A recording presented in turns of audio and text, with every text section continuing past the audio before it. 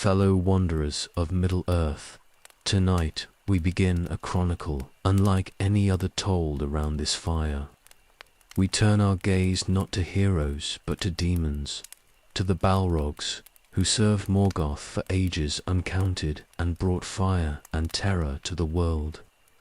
This is the story of Maya who fell from grace, spirits of flame who became weapons of shadow, and the last demon who died alone on a mountain peak 5,000 years after his kind first betrayed the light. From Valinor's glory to Moria's darkness, from many to one to none at all, this is the chronicle of the Balrogs. So settle close to the fire and let the outside world fade, for we walk now into the deep places of history where corruption began. If these tales stir something in your heart, please like and subscribe to join our fellowship of story lovers. And drop a comment below telling me where in our wide world you're listening from tonight. For every voice makes our circle stronger. Before there was terror, there was beauty.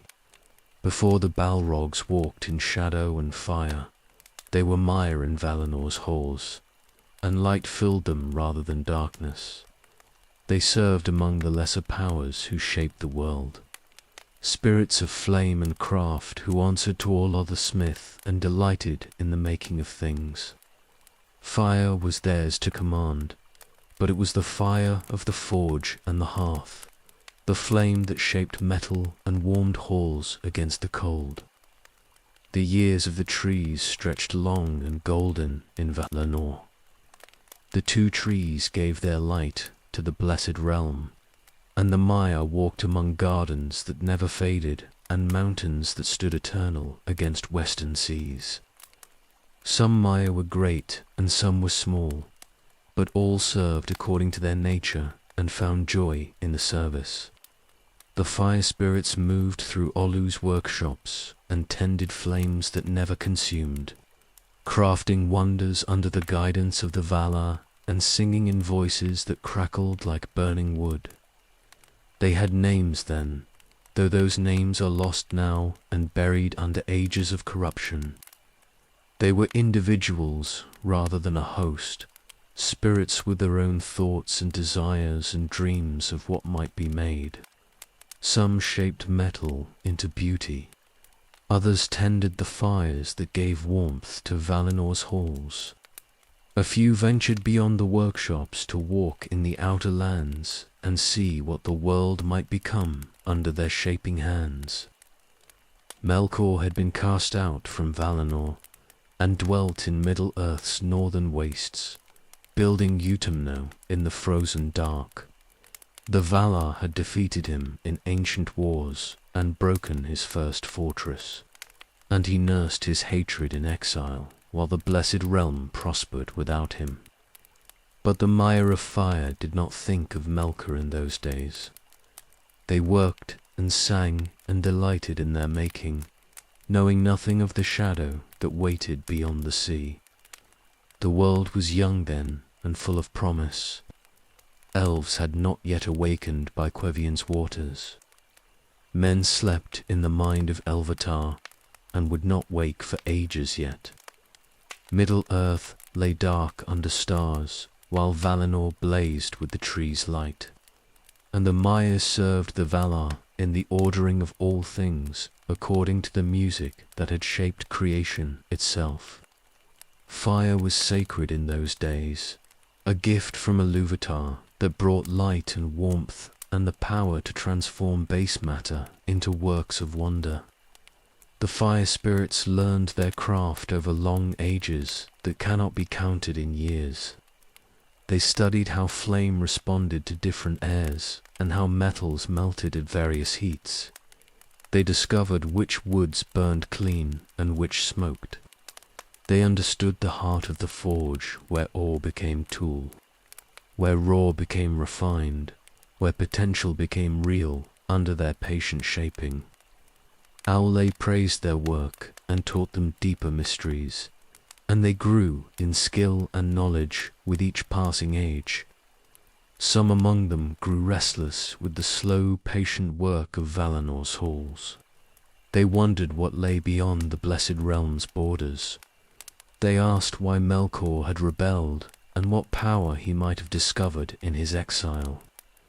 These questions were dangerous, though they seemed harmless at the time. Curiosity is not evil in itself, but it opens doors that sometimes cannot be closed again. The fire spirits who asked these questions began to listen for answers in places they should not have sought them. They spoke among themselves of power that might exist beyond the Valar's teaching. They wondered if fire might be more than just a tool for crafting, if flame might be something fierce and free rather than controlled and careful. These thoughts were seeds that would grow into terrible harvests, but in the beginning they seemed like nothing more than idle speculation from spirits who had known only peace. Valinor remained bright and beautiful. The two trees gave their light in measured rhythm. The Maya continued their appointed tasks. But among the fire spirits, something had changed. A restlessness grew where contentment had lived before. A hunger woke where satisfaction had slept. They did not know that Melkor's voice had reached them across the sea, whispering in their thoughts without words, planting desires they had never felt before. The corruption had not yet begun, but its seeds were planted deep. They looked at the flames they tended and saw not just tools, but power. They felt the fire's heat and wondered what it might consume if unleashed rather than controlled. They thought of Middle-earth's darkness and imagined what they might accomplish there. Away from the Valar's patient oversight and endless instruction. The thoughts were small at first, barely noticeable, easy to dismiss as passing fancies that meant nothing. But they grew stronger with each passing age, and the fire spirits did not realize they were being prepared for a fall they could not imagine yet.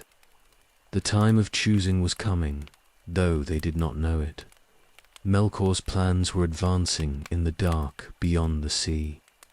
Soon he would return to Valinor with lies honey-sweet and promises of greater glory than service could ever bring. Soon the fire spirits would face a choice between light and shadow, between remaining what they were and becoming something else entirely. The Balrogs did not exist yet, but the spirits who would become them were already listening to whispers they should have ignored. Valinor blazed in the tree's light, beautiful and eternal, and in the forge halls. The fire spirits tended their flames and dreamed of power they did not understand, innocent still, but not for much longer.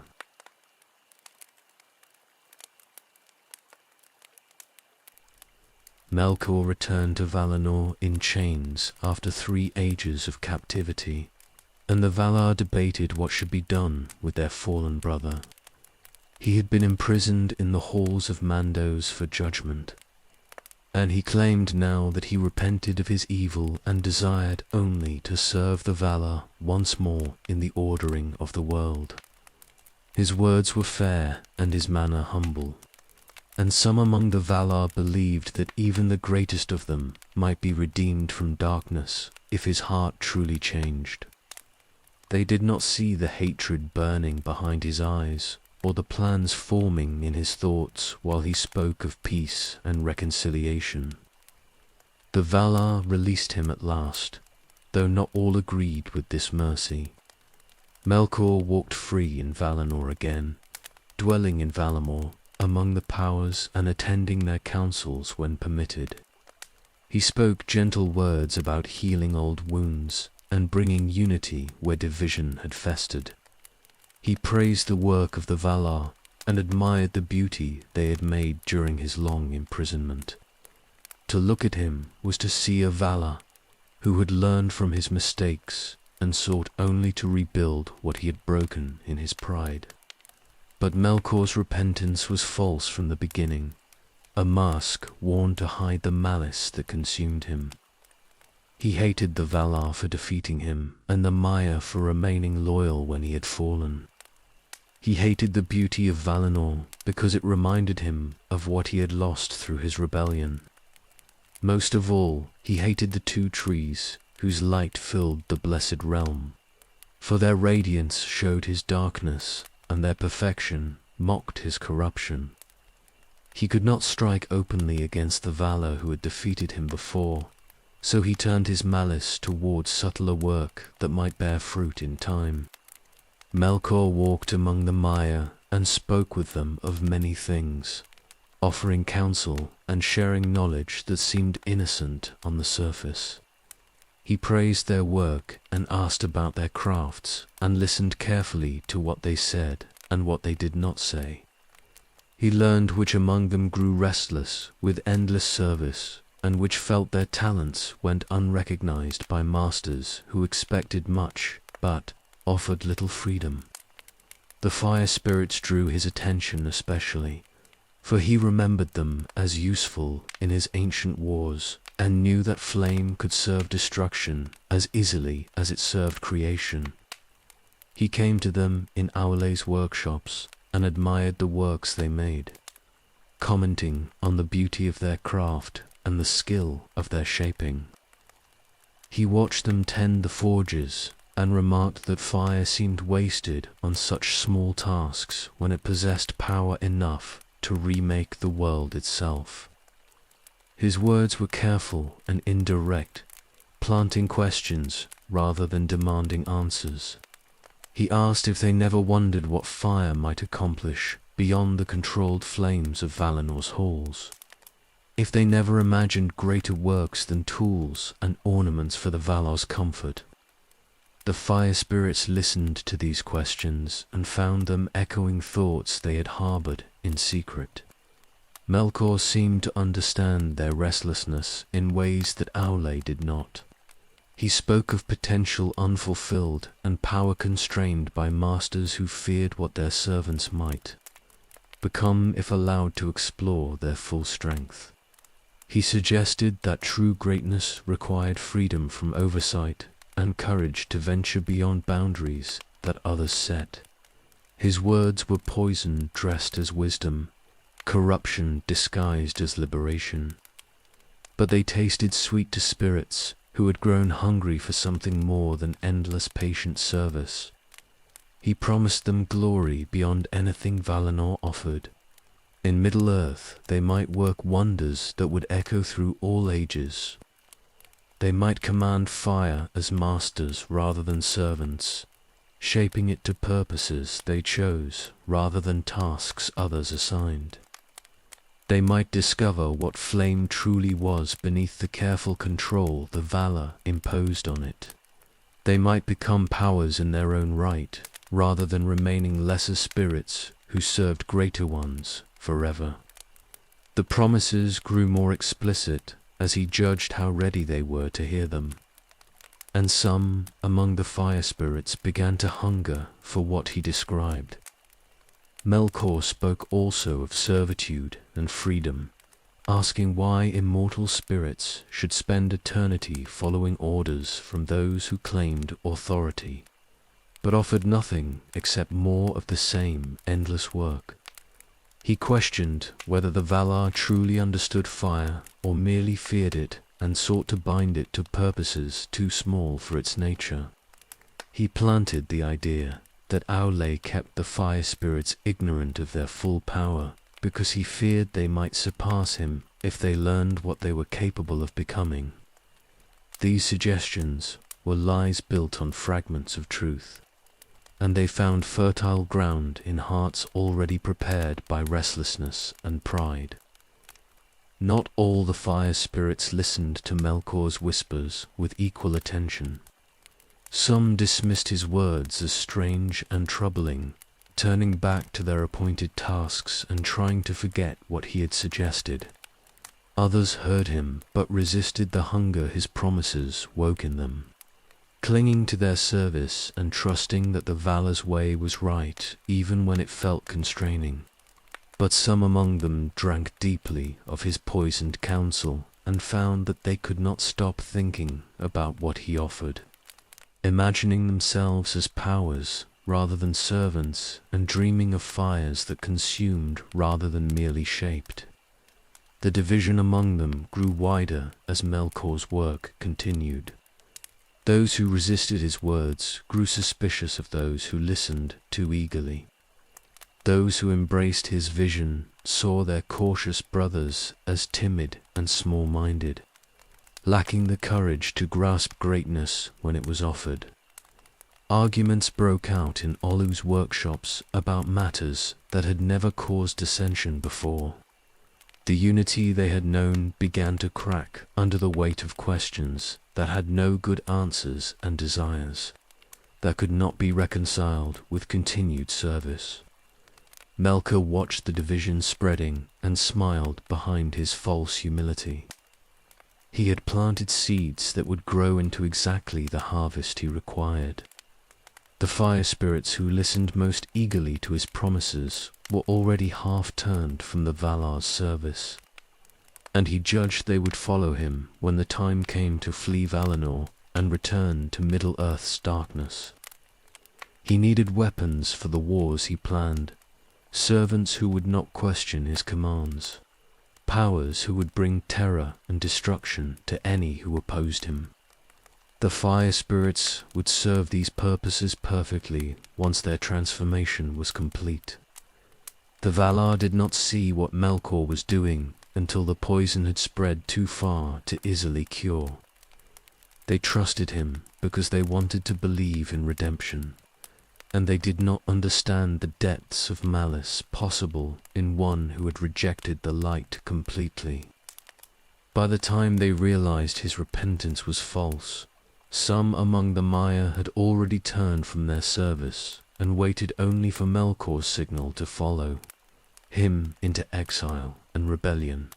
The fire spirits who would become Balrogs stood at the edge of a precipice they could not see, ready to fall into darkness that would consume everything they had been and transform them into weapons of terror beyond redemption. Melkor's whispers had done their work, and the corruption was taking root.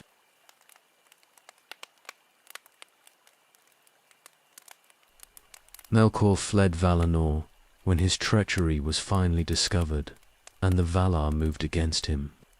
He had poisoned Ungoliant's hatred and used her to destroy the two trees, plunging the blessed realm into darkness for the first time since its making.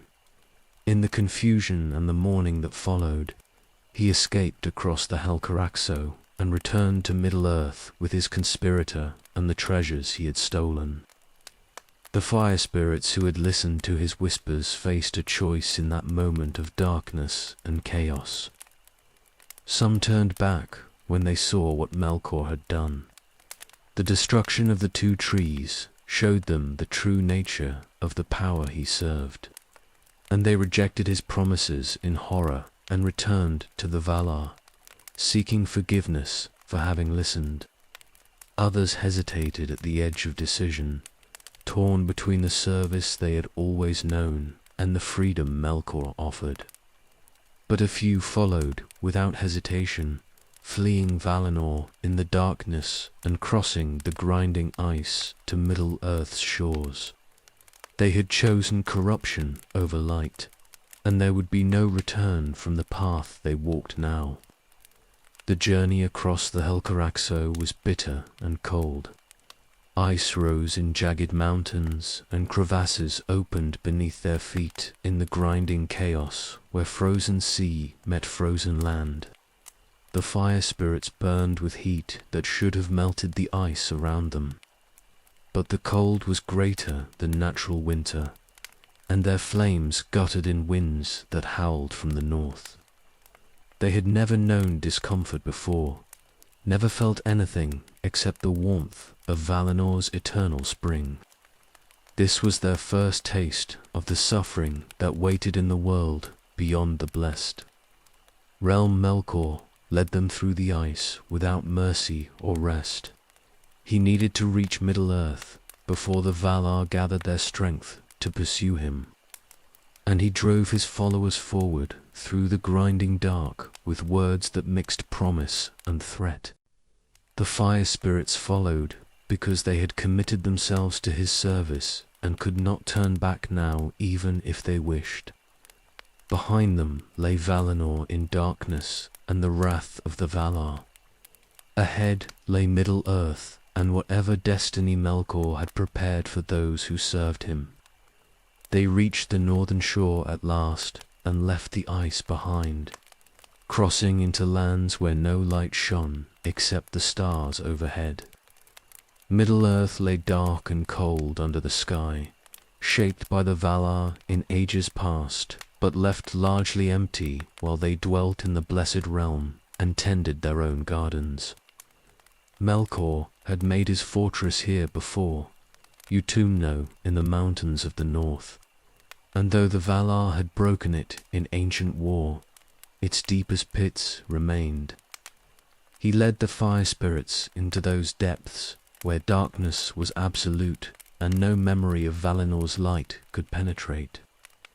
Utumno's ruins were vast and terrible, halls carved from living rock and pits that descended into the bones of the world. Melkor had shaped this place as a mockery of Valinor's beauty, all sharp edges and crushing weight and spaces designed to break rather than uplift the spirit. Creatures dwelt in the darkness here, things Melkor had twisted from their natural forms in his ancient experiments. Orcs moved through the passages, and trolls crouched in caves, and worse things that had no names waited in the deepest places. The fire spirits walked among these horrors and understood for the first time what they had, chosen by following Melkor from the light. He gathered them in the deepest pit where his throne stood carved from black stone. Here was the heart of his power, the place where he commanded and planned and shaped his servants to his purposes. The fire spirits stood before him and waited for him to speak, and in that moment they felt their old nature beginning to change. The transformation had started on the ice, but here in Utumno's depths it accelerated beyond their control or resistance. Melkor told them they would become his weapons in the wars he planned.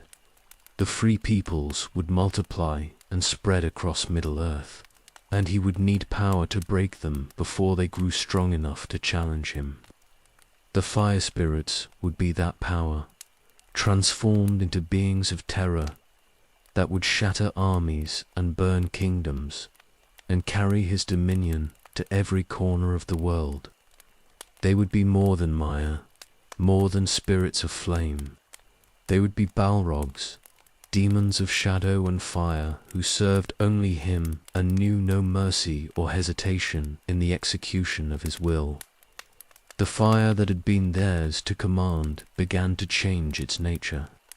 In Valinor it had been pure and clean, the flame of the forge that shaped but did not consume unnecessarily. Now it became hungry and wild, burning not to create but to destroy everything it touched. The heat they had controlled with precision became rage that scorched the stone around them. The light they had tended became shadow that swallowed rather than illuminated. Fire and darkness merged in them until they could not tell where one ended and the other began. Their forms shifted as the corruption deepened. They had worn shapes of beauty in Valinor, bodies of light that reflected their nature as servants of craft. Now those bodies twisted into something monstrous, massive and terrible, and wreathed in flame and shadow both. They grew larger than they had been, towering over even the trolls that served Melkor. Wings of darkness spread from their backs, though whether these could truly bear them aloft or were merely manifestations of shadow, none could say.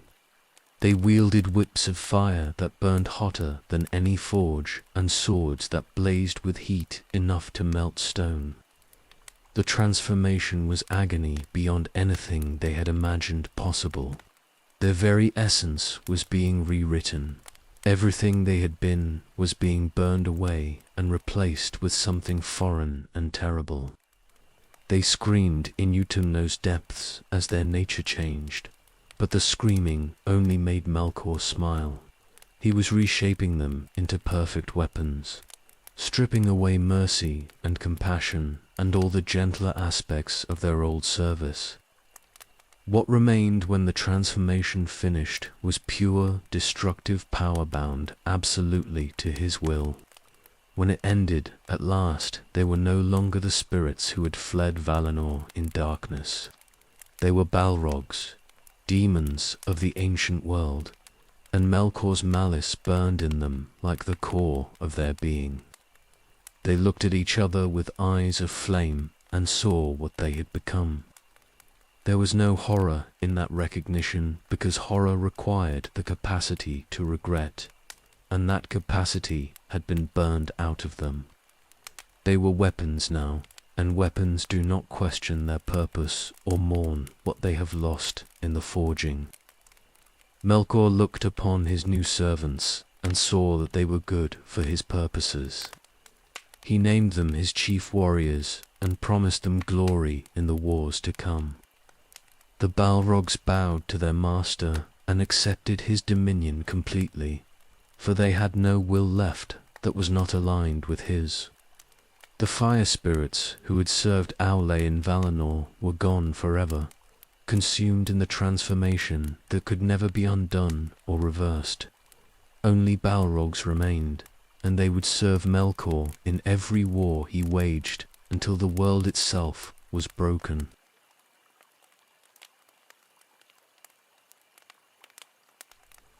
Utumno's pits became the Balrogs' training ground.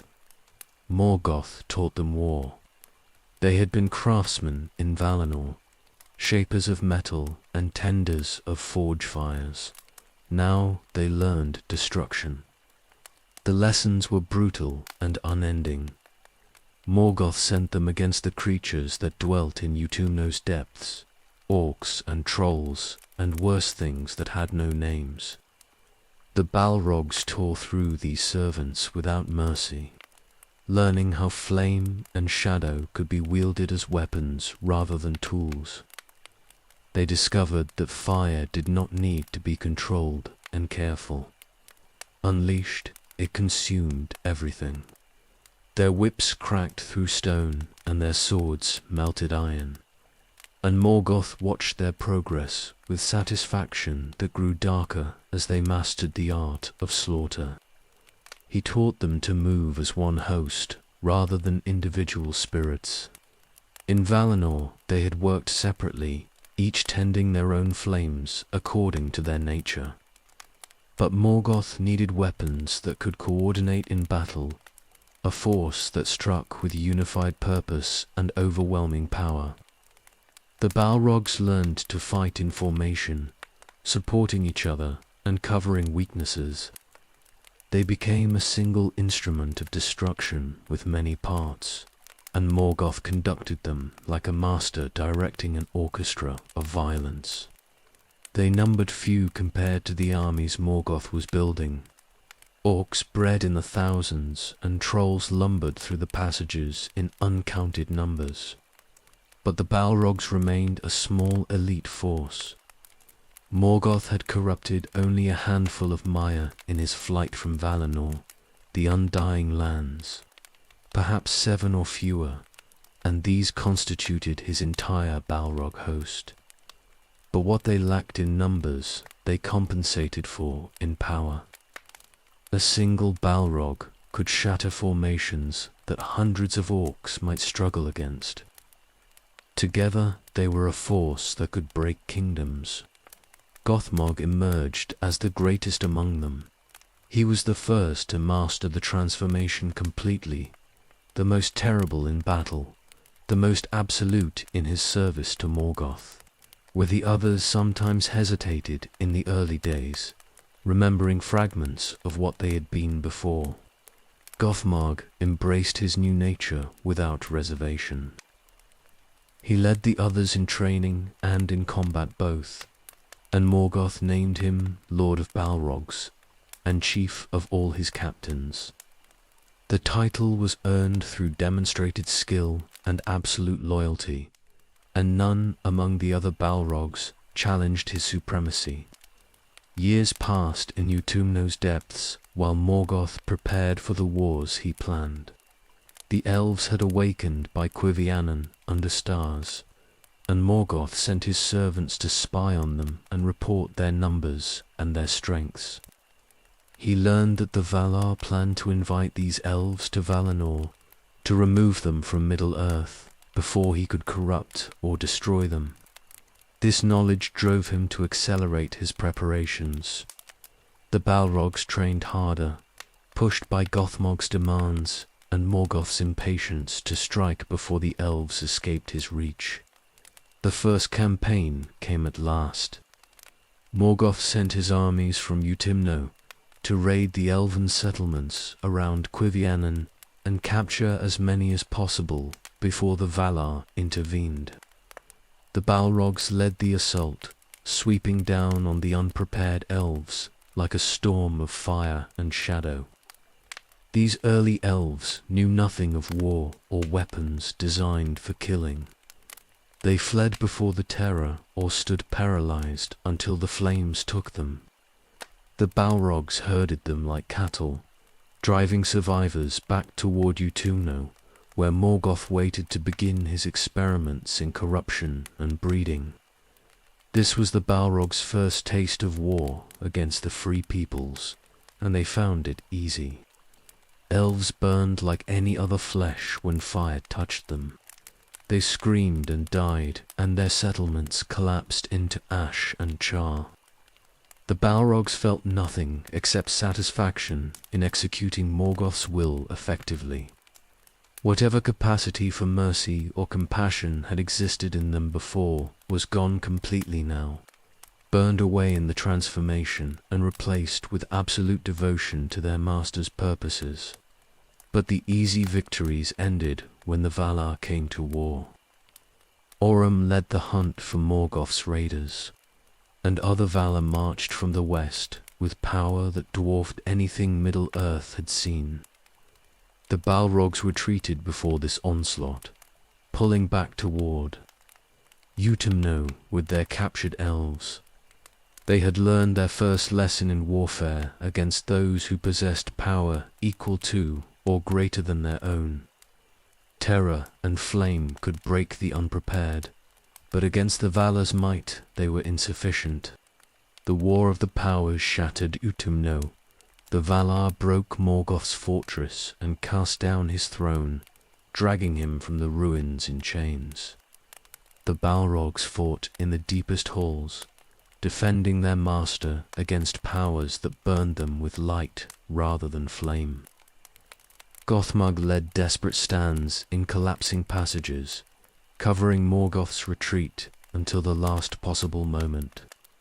But the Valar were too strong and their purpose to absolute. Utumno fell despite everything the Balrogs could do to prevent it. Morgoth's capture ended the First War, but the Balrogs escaped into Middle-earth's depths. They fled through secret passages that ran beneath the mountains, scattering to avoid the Valar's hunt.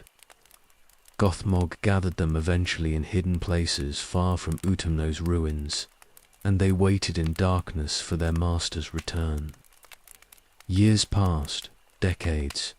The Valar had taken Morgoth to Valinor for judgment and imprisonment.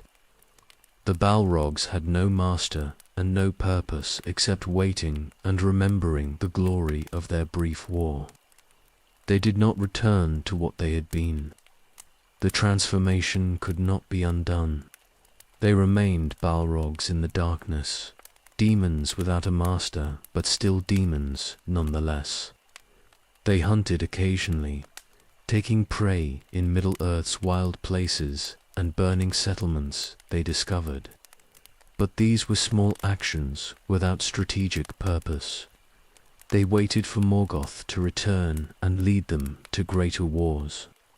and in the waiting they grew hungry for the slaughter they had tasted only briefly before the Valar ended everything. The world changed overhead while they hid. The elves journeyed to Valinor and learned crafts there. The years of the trees continued their count. The Balrogs knew nothing of these things, dwelling in caves and forgotten places where no light penetrated. They were weapons in storage, waiting to be taken up again when their wielder returned to claim them.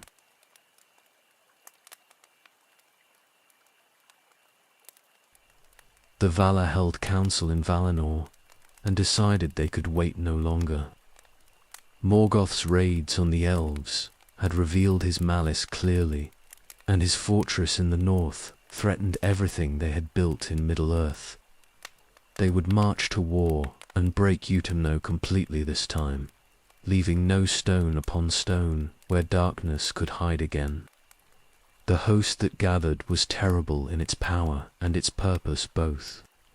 Manwë led them, Tulkas came eager for battle. Orimo rode at the head of mounted hosts. Olmo's waves beat against northern shores. The Valar brought also many Maiar who had remained loyal through Morgoth's corruption. Spirits of light who would fight against their fallen brothers. This was no mere raid or border skirmish. This was war absolute, the kind that reshapes continents and breaks mountains in its passing. The Balrogs watched from Utumno's walls as the host approached. They saw powers that dwarfed them marching under banners of light. They felt the ground shaking under the tread of forces beyond counting. Gothmog ordered the defences prepared and sent word to Morgoth in the deepest halls. The fortress would fall. Everyone knew it, but they would make the Valar pay for every passage.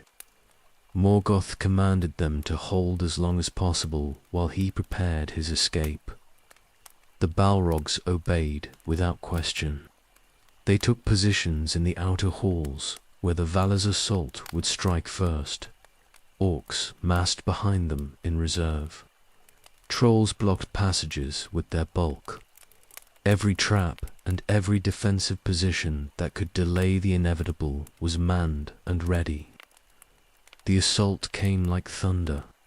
Tulkas struck the gates with fists that shattered stone. The outer walls fell in the first hour. Balrogs met the Valars, Maiar in the breaches, fire against light in combat that burned the air itself. Gothmog killed 2 of his former brothers in the opening exchanges, his whip taking one across the throat and his sword splitting another from shoulder to hip. But more came behind the fallen, and the Balrogs gave ground slowly through halls that collapsed around them. They fought through 3 days without rest or respite. The Balrogs rotated through defensive positions, relieving each other when exhaustion threatened to overwhelm them. They killed Maiar and lesser servants of the Valar by the dozens. They collapsed passages behind them and set fires that burned hot enough to melt stone. Every foot the Valar advanced cost them blood and time, but they kept advancing regardless of cost.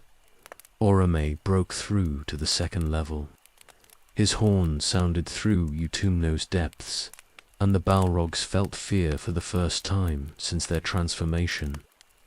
That horn had hunted Morgoth's servants for ages, and its call promised death to everything that served darkness. Gothmog led a desperate counterattack to drive Orm back, and the fighting in those narrow halls became brutal beyond description. The Balrogs pushed the hunters back temporarily, buying hours that Morgoth needed below. Olmo flooded the lower passages. Water poured through cracks in Utumno's foundations, drowning orcs by the hundreds and forcing the Balrogs to higher ground. Their flames hissed and steamed where water touched them, and fighting in the flood was agony for beings made of fire.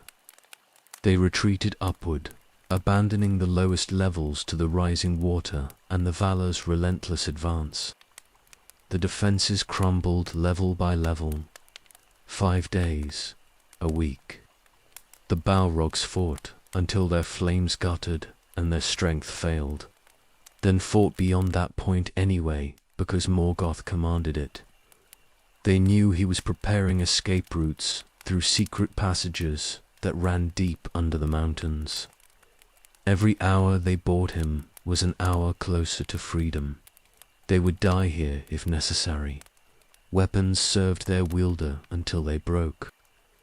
Tolkis reached the throne room on the 9th day. Morgoth stood before his black throne with his crown and his weapons, and the two powers met in combat that shook Utumno to its roots. The Balrogs fought toward the throne room to aid their master, but Monmu's Maya blocked every approach. Gothmog killed and burned his way through 3 separate defensive lines, but he could not reach Morgoth before the end came.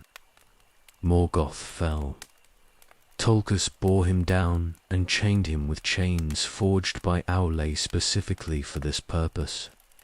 The Dark Lords screamed rage and defiance as they dragged him from his throne, but the chains held and the Valar's strength was absolute. Gothmog saw his master captured and knew the war was lost. He signaled the retreat. The Balrogs fled through the secret passages Morgoth had prepared. They split up to confuse pursuit, each taking different routes into Middle-earth's depths. Some went east under the Iron Mountains. Others went south through passages that would eventually emerge near lands the elves would later name Beleriand. Gothmog himself went west and north, hiding in the roots of mountains that would stand for ages yet. The Valar broke Utumno completely. They cast down every tower and shattered every hall. They filled the pits with rubble and broke the passages so thoroughly that nothing could use them again. Where Morgoth's fortress had stood, they left only ruin and desolation, a warning of what happened to those who raised power against the Valar's will. Then they took Morgoth west to Valinor for judgment and imprisonment. The Balrogs hid in darkness and listened to Utumno's destruction echoing through stone. They were scattered and leaderless now, weapons without a wielder. Gothmog tried to gather them in the months that followed, but the distances were too great and the Valars searched too thorough. A few found each other and travelled together. Most remained alone in caves and forgotten places, waiting for word that never came. Years passed, decades. Morgoth did not return. The Balrogs began to understand that he might not return for ages or possibly ever. The Valar had won completely this time, and their victory seemed permanent. The demons who had served darkness so absolutely now faced centuries or millennia of purposeless waiting in exile. Some among them went mad in the isolation. Others grew dormant, sleeping through decades at a stretch in an effort to escape the waiting's burden. A few hunted in Middle-earth's wild places, killing for the sake of movement and action rather than any strategic purpose, but most simply waited in the deep places, keeping their flames alive against the surrounding dark and remembering the brief glory of the war they had lost. Gothmog waited in caves under the northern mountains. He did not sleep or hunt or go mad. He simply waited with absolute patience for his master's return, believing with faith beyond reason that Morgoth would eventually escape the Valar's imprisonment and come back to Middle-earth to resume the war. And when that day came, Gothmog would be ready to serve again as he had served before. A weapon waits for its wielder. Nothing else matters.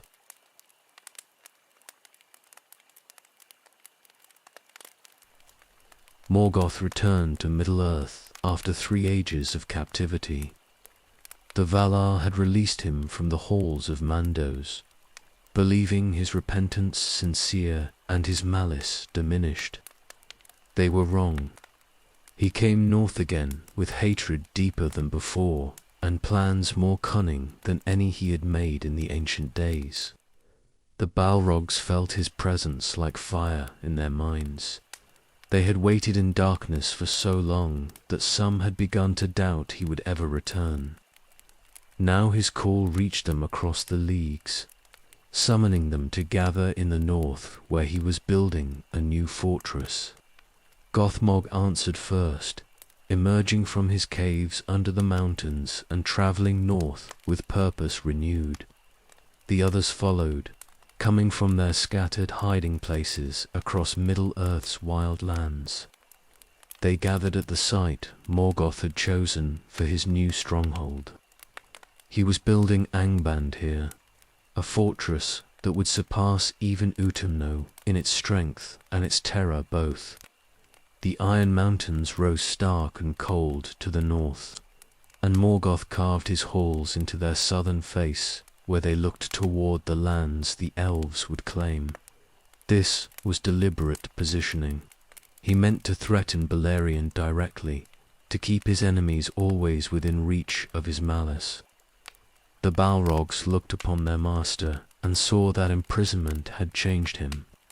He wore his hatred openly now, making no pretense of mercy or restraint.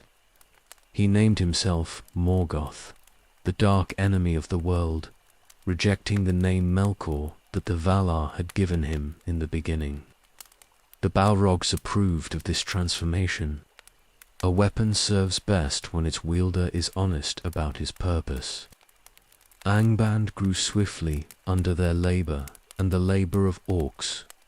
Morgoth was breeding again in the deep places.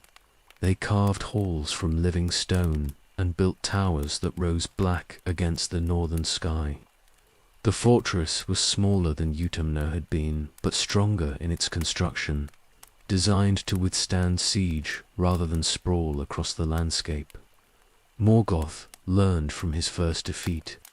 This time he would not be caught unprepared when the Valar came against him. The Balrogs took chambers in the deepest halls near Morgoth's throne. Gothmog commanded them as he had commanded before, drilling them in formations and tactics they might need when war came again. They numbered few still, perhaps 7 at most, but their power had not diminished in the long years of waiting. If anything, they had grown stronger through patience and hunger for the battles they remembered from Utumno's fall. The elves would bear the burden of opposing his power while the Valar remained in Valinor and left Middle-earth to its fate. But before the Noldor arrived, Ungoliant came. She had helped Morgoth destroy the 2 trees and accompanied him in his flight from Valinor, and now she demanded payment for her service. Morgoth had promised her anything she desired, and she desired the Silmarils he wore in his crown. He refused. The jewels were his prize and his symbol of dominion over the elves, and he would not surrender them to anyone, regardless of promises made in desperation. Ungoliant attacked. She wrapped him in her webs and pulled him down, her poison weakening him and her hunger growing beyond control as she prepared to consume him utterly. Morgoth's scream echoed through Angband and across the mountains beyond, a sound of rage and pain that carried 4 leagues in every direction. The Balrogs heard that scream and knew their master was in mortal danger. Gothmog led them from Angband's gates at a run. They came with whips blazing and swords drawn, a host of fire and shadow rushing to their master's defense. Ungoliant saw them coming and hissed her fury, but even her ancient evil could not stand against the Balrogs when they fought united. Their whips lashed her from every side, burning through her webs and forcing her back from Morgoth's fallen form. She retreated before their assault, wounded and screaming rage into the darkness. The Balrogs pursued her briefly, but Gothmog called them back to attend their master. Ungoliant fled south into lands that would become Nandungatheb, and there she would brood on her betrayal and her wounds. The Balrogs cared nothing for her fate. They had saved Morgoth, and that was all that mattered. Morgoth rose from where he had fallen, burned by Ungoliant's touch, but alive and whole enough to stand. He looked upon the Balrogs who had saved him, and his gratitude was brief and cold. He acknowledged their service with a nod and returned to Angban's halls to continue his preparations for war. The Balrogs followed, satisfied that they had fulfilled their purpose and proven their worth again in their master's eyes. The rescue changed nothing in their relationship. Morgoth did not become gentler or more trusting because they had saved him. The Balrogs did not expect gratitude or reward beyond being allowed to continue their service. They were weapons, and he was their wielder, and weapons do not require thanks for functioning as designed. The relationship was absolute and simple, and would remain so until the world itself broke.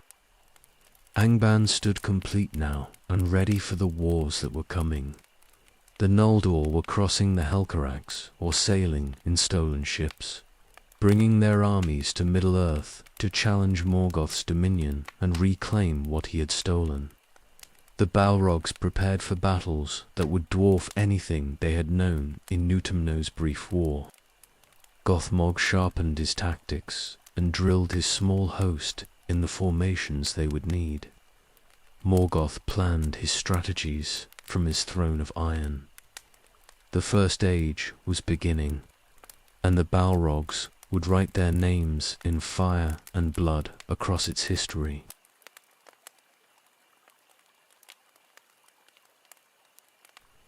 Gothmog stood before Morgoth's throne and received his title formally, Lord of Balrogs, chief among all the captains of Angband, commander of the fire and shadow that would lead Morgoth's armies into battle when the Noldor came at last.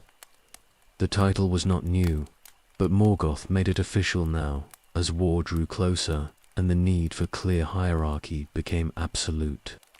The other Balrogs accepted Gothmog's supremacy without question. He was the greatest among them in every measure that mattered. His flames burned hotter, and his strength exceeded theirs in single combat. He understood tactics where they understood only violence. Most importantly, he served Morgoth with devotion so complete that no trace of independent will remain in him. He was the perfect weapon, and the others recognized this perfection, even as they remained lesser versions of what he embodied.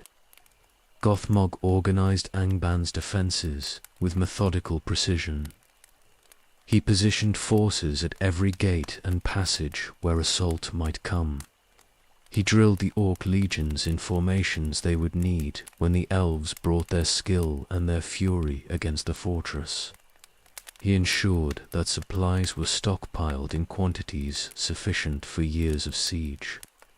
Everything that could be anticipated was anticipated. Everything that could be prepared was prepared. The Balrogs trained constantly under his direction. They practiced coordinated assaults where their individual power combined into something greater than its parts. They learned to cover each other's weaknesses and exploit openings their brothers created.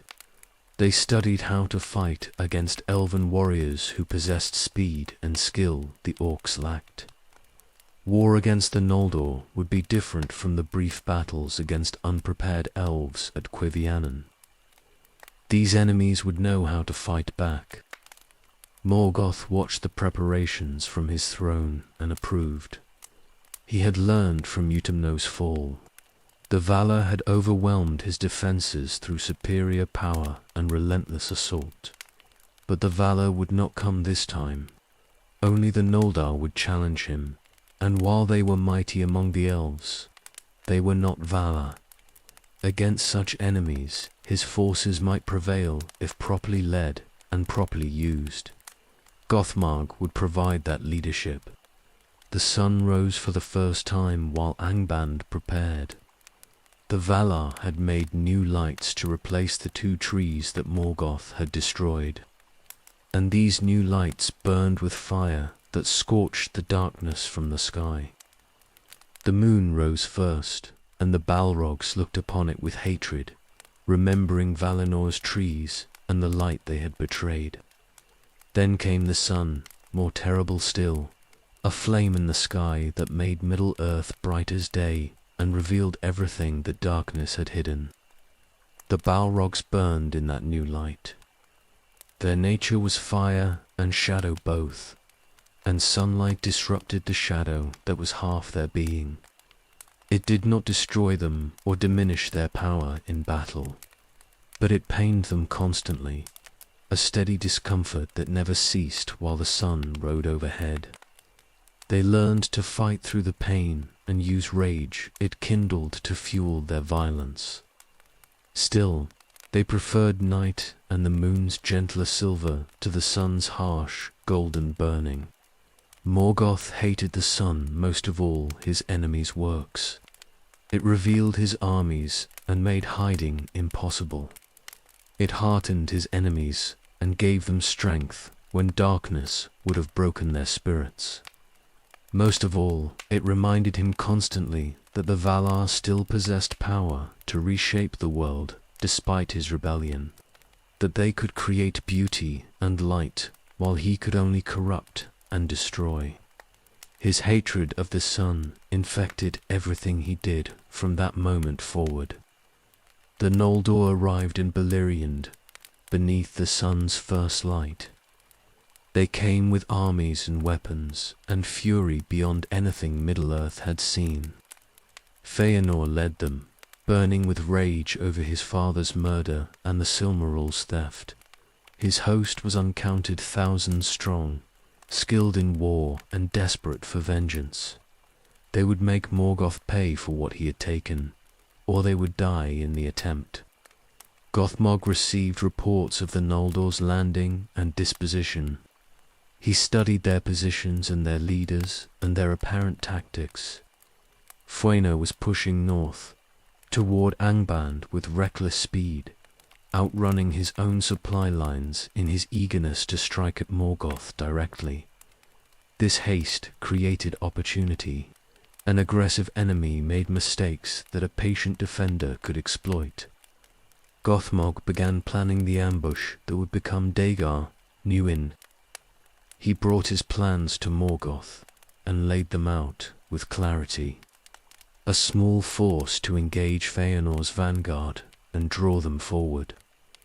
Then the Balrogs themselves would strike from concealment, surrounding the Elven Lord and his immediate guard before the main army could support them. Kill the leader and the army's cohesion would break. It was simple but effective if executed properly. Morgoth approved and ordered the attack for the following night. The Balrogs prepared their weapons and checked their readiness one final time. This would be their first battle against the Noldor, their first test against enemies who possessed both skill and fury in equal measure. They felt no fear or hesitation. Fear was for beings who valued their own survival above their purpose. The Balrogs were weapons, and weapons did not fear the use for which they were designed. Gothmog addressed his small host before they marched. He reminded them of their purpose and their training. He told them to fight with absolute commitment and to trust in each other's strength. Most importantly, he commanded them to ignore individual glory and focus on the objective. Killing Feanor mattered. Nothing else was worth risking the mission's success. The Balrogs listened in silence and then followed him from Angband's gates into the darkness beyond. Default text, they moved through the night toward the position Gothmog had chosen. The sun had set, and the moon's light was gentle enough to move through without pain. They travelled in formation with Gothmog at their head, a column of fire and shadow that burned its way across the landscape. Orcs moved with them in greater numbers, but the orcs were expendable screens meant to absorb the first elven assault. The Balrogs were the killing stroke that would end the battle before it properly began. War was coming at last after ages of waiting and preparation. The Balrogs had been forged for this purpose and tempered in Utumno's fall. Now they would prove their worth against enemies who brought light and skill and righteous fury to the battlefield. Gothmog felt neither eagerness nor dread. He felt only certainty that when dawn came, Feanor would be dead and the Noldor would learn what it meant to challenge Morgoth's power in battle. The First Age's wars were beginning, and the Balrogs would write the opening chapter in blood and fire.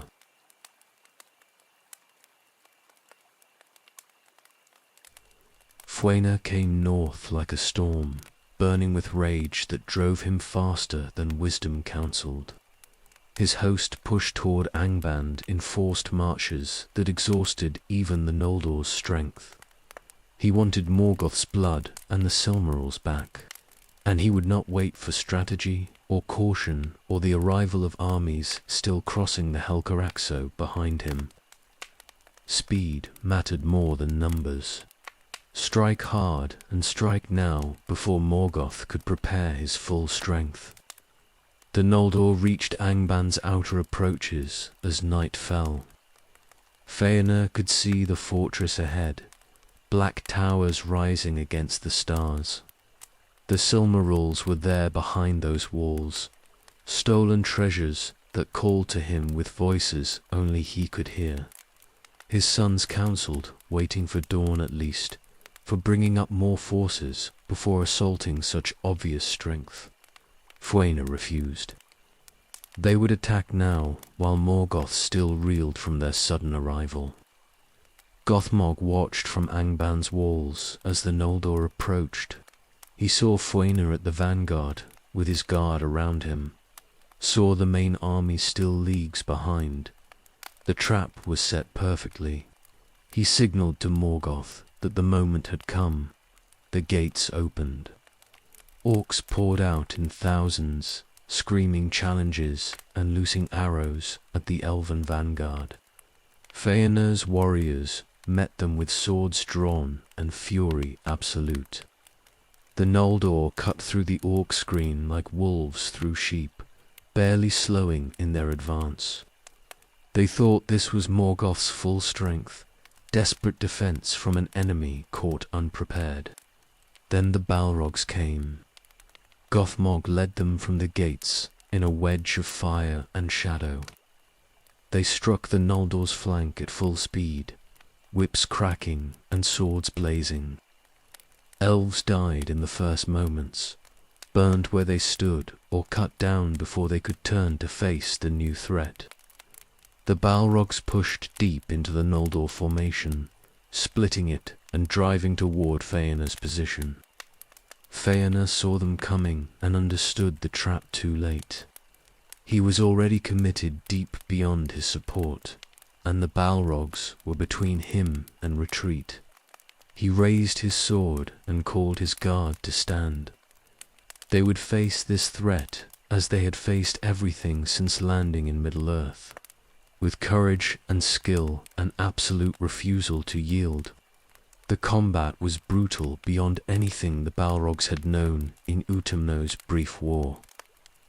These elves were High Noldor, who had walked in Valinor's light and learned war from Oromû himself.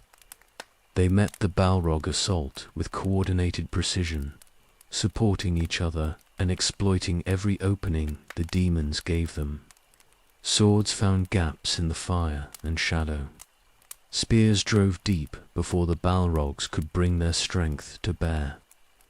Elves died in their dozens, but they made the Balrogs pay for every foot of ground. Gothmog fought his way toward Feanor through the press.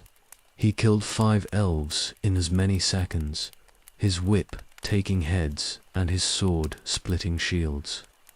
Feanor's guard tried to stop him, but they were too few, and Gothmog was too strong. He broke through their line and faced the Elven Lord directly.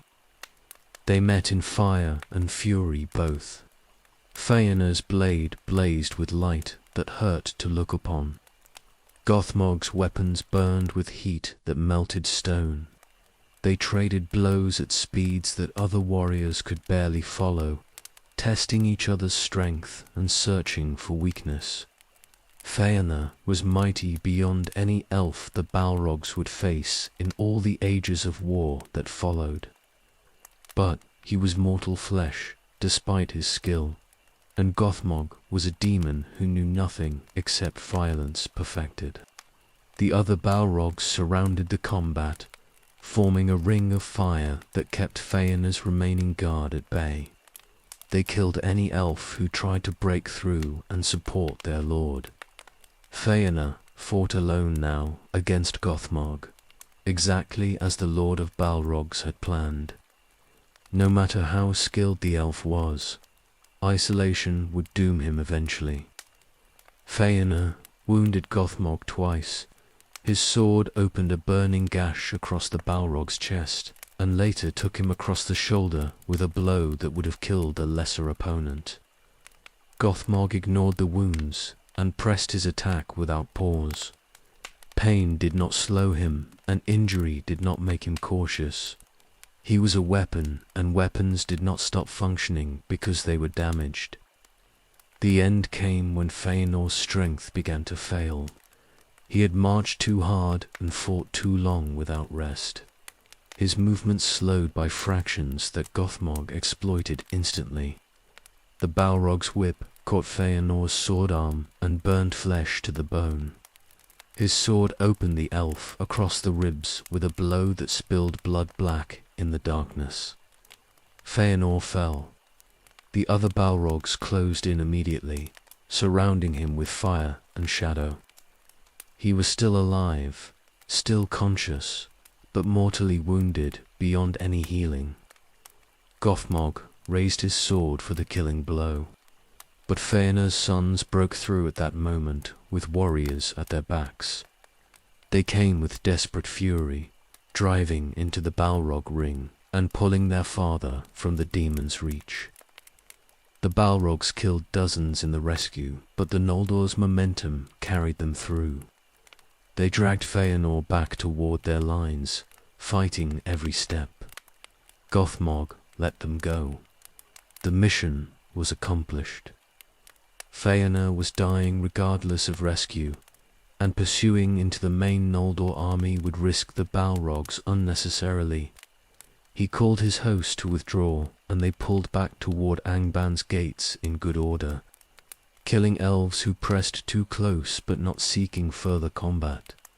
The Noldor did not pursue. They gathered around their fallen lord and tried desperately to save him, but the wounds were beyond even elven healing.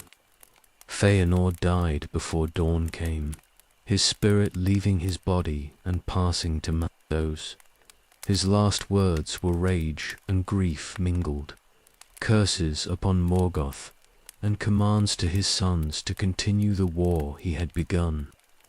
The Balrogs returned to Angband as the first light of dawn broke over the mountains. Gothmog reported to Morgoth that Feanor was dead and the Noldor's vanguard broken. The opening battle had gone exactly as planned. The enemy's greatest leader and fiercest warrior was removed from the board before the war properly began. Morgoth looked upon his Balrogs with satisfaction cold and absolute. They had proven their worth in blood. The Noldor had learned that challenging his power came with costs measured in their greatest and their best. This was only the beginning.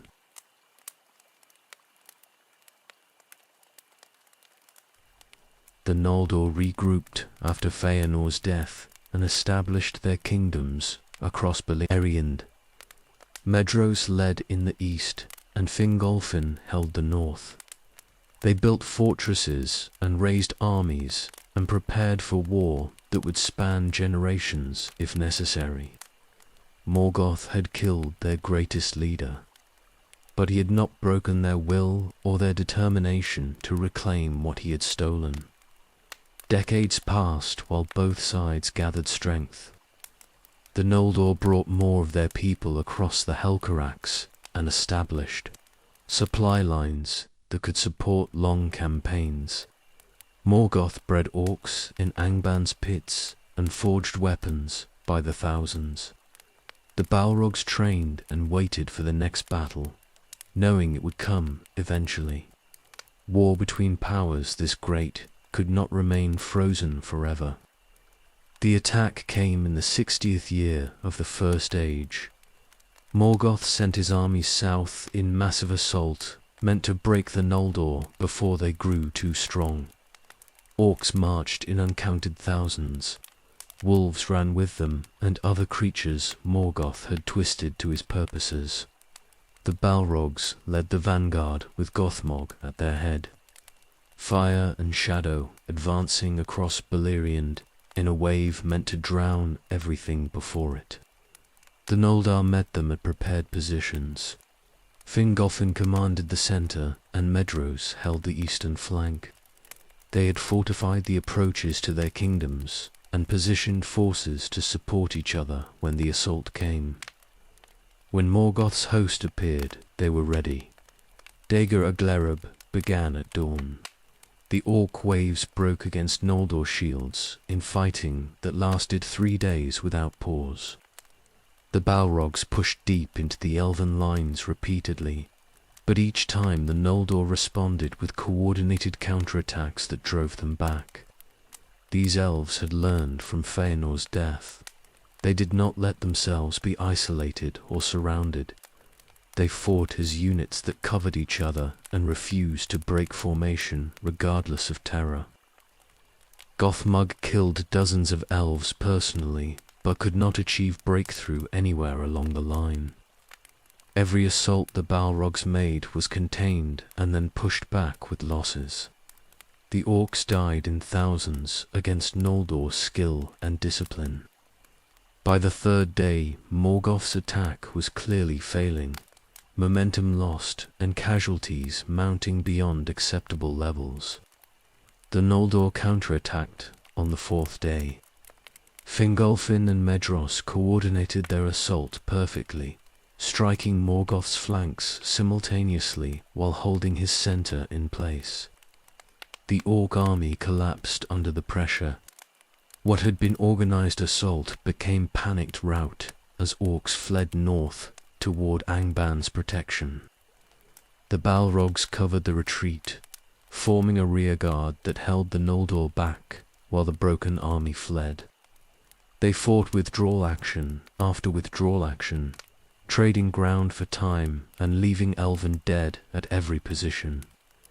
Gothmog commanded the defense brilliantly, but even brilliance could not turn defeat into victory. They retreated all the way to Angban's walls, with the Noldor pursuing. Morgoth called them inside and sealed the gates. The Balrogs entered the fortress, expecting to reorganize and prepare for the next sortie. Instead, they watched as the Noldor surrounded Angban completely, establishing siege lines that blocked every gate and every passage. The siege had begun. The Balrogs tested the encirclement repeatedly in the first months. They sallied from different gates, trying to break through to open ground.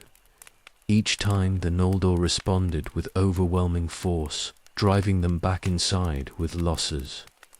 After a year of failed attempts, Gothmog accepted that the siege was real and breaking it would require more strength than they currently possessed.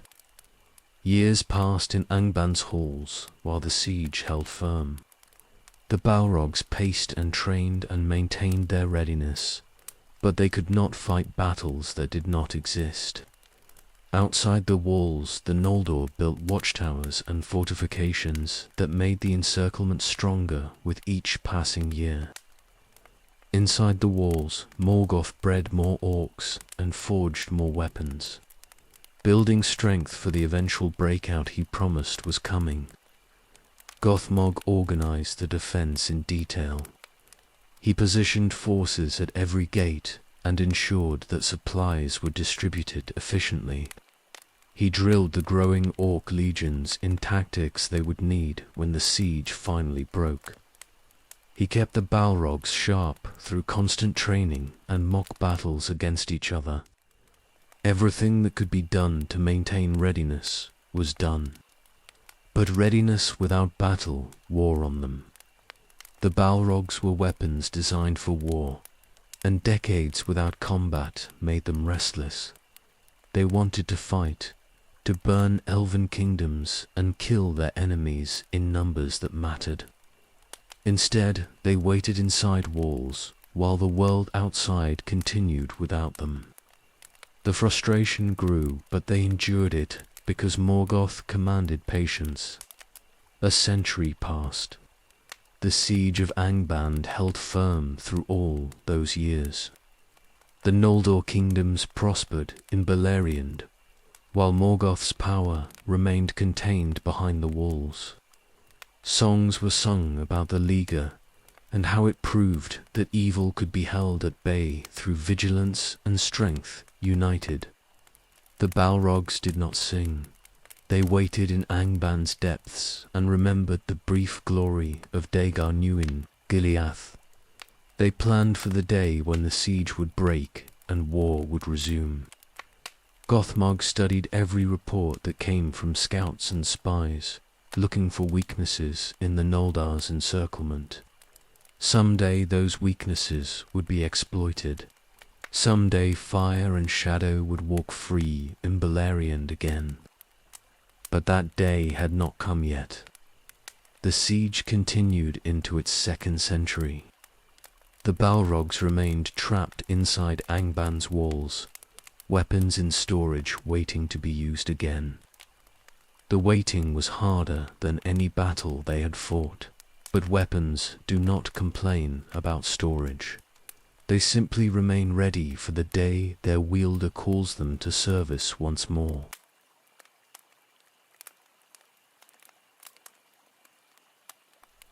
300 years of siege. The Balrogs counted every day in Angband's depths, while the Noldor kept their watch outside.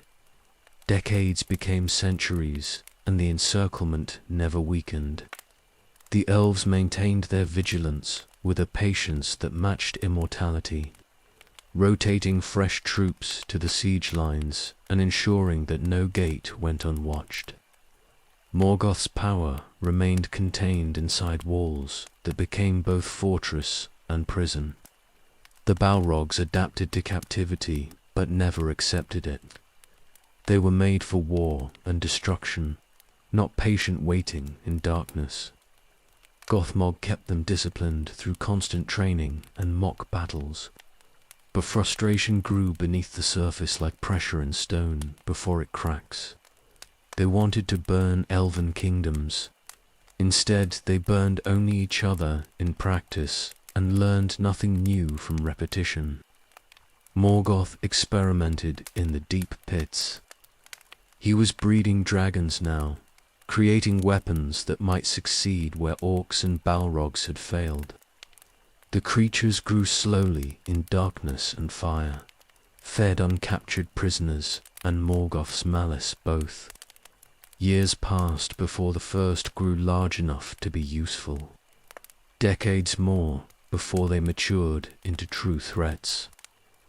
The Balrogs watched the dragon's growth with interest and concern mixed equally. These creatures were weapons like themselves, but newer and untested. If they succeeded in breaking the siege, then Gothmog's host would lose primacy in Morgoth's favor. If they failed, then the Balrogs would still be trapped regardless. Either outcome was frustrating. In the 260th year of the First Age, Morgoth judged the first dragon ready. Glóran had grown massive in the pits, scales like iron and breath, that melted stone. He was not yet fully grown, but Morgoth's impatience overrode caution. The dragon would break the siege now, rather than waiting decades more for complete maturity. Gothmog led the sortie that covered Glorung's advance. The Balrogs poured from Angban's gates, with orcs behind them and the dragon at the center of their formation. Glorung blazed with heat and fury, crushing Noldor positions under his bulk and burning everything his breath touched. For the first time in 2 centuries, the siege lines broke. The breakthrough was brief. Fingon brought bowmen in numbers and concentrated fire on the dragon from positions Glorun could not easily reach. Arrows bounced from his scales, but some found gaps and drove deep enough to wound. More importantly, the concentrated assault stopped his advance. He could push no further without taking wounds that might prove fatal. Morgoth called the retreat before Glorung died. The dragon pulled back toward Angband, with the Balrogs covering his withdrawal.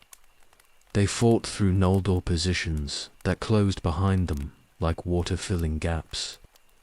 By the time they reached the gates, the siege lines were reforming, and the brief breakthrough was becoming memory rather than victory. Glorun went back into the pits to grow larger and stronger. Gothmog returned to the halls and resumed training his Balrogs for battles that continued not coming. The sortie had achieved nothing except proving that dragons were not ready yet. More decades would pass before another attempt made sense. The waiting resumed. Years piled on, years and decades stretched into centuries. The Balrogs paced Angban's halls and maintained their readiness without hope of using it. Some among them grew dangerous in their frustration, lashing out at orcs who came too close or burning passages in fits of rage. Gothmog disciplined these outbursts when they became too frequent, reminding his host that weapons remain controlled until their wielder commands otherwise. Morgoth spent the centuries planning the eventual breakout. He studied maps of Beleriand and reports from spies. He identified weaknesses in the Noldor's kingdoms and calculated which attacks would cause maximum disruption. He bred more orcs and forged more weapons and waited for Glorung to mature fully. Everything was preparation for a storm that would come eventually, but could not be rushed without risking failure. The Balrogs participated in this planning when Gothmog called them to council. They offered tactical advice based on their combat experience and knowledge of how the Noldor fought. They suggested ways to exploit the siege line's weaknesses and coordinate attacks across multiple points simultaneously. But planning without execution was empty exercise, and they knew it. In the 4th century of siege, Gothmog began detailed preparation for the eventual assault. He organized the forces into specific battle groups with clear objectives. He assigned Balrogs to lead each group and drilled them in coordination. He established signal systems that would allow communication across the battlefield. Everything that could be planned in advance was planned until only execution remained. The other Balrogs recognized what Gothmog was doing. He was maintaining their purpose through preparation, giving them focus to prevent frustration from becoming dysfunction. They appreciated the effort, even as they chafed at continued inaction. Anything was better than empty waiting without direction. Morgoth watched his preparations with approval, cold and patient. He had learned from Utumno's fall that patience was sometimes necessary. The Valar had overwhelmed him through superior force applied at the moment of their choosing. This time he would choose the moment and apply force where the enemy was weakest. That required preparation measured in centuries rather than years. The Noldor outside remained vigilant. Their watch never slackened, and their readiness never diminished. They knew Morgoth was planning something inside those walls. They could not know what or when, but they prepared for every possibility they could imagine. The siege had become a test of patience between immortal powers, and neither side would yield until circumstances forced change.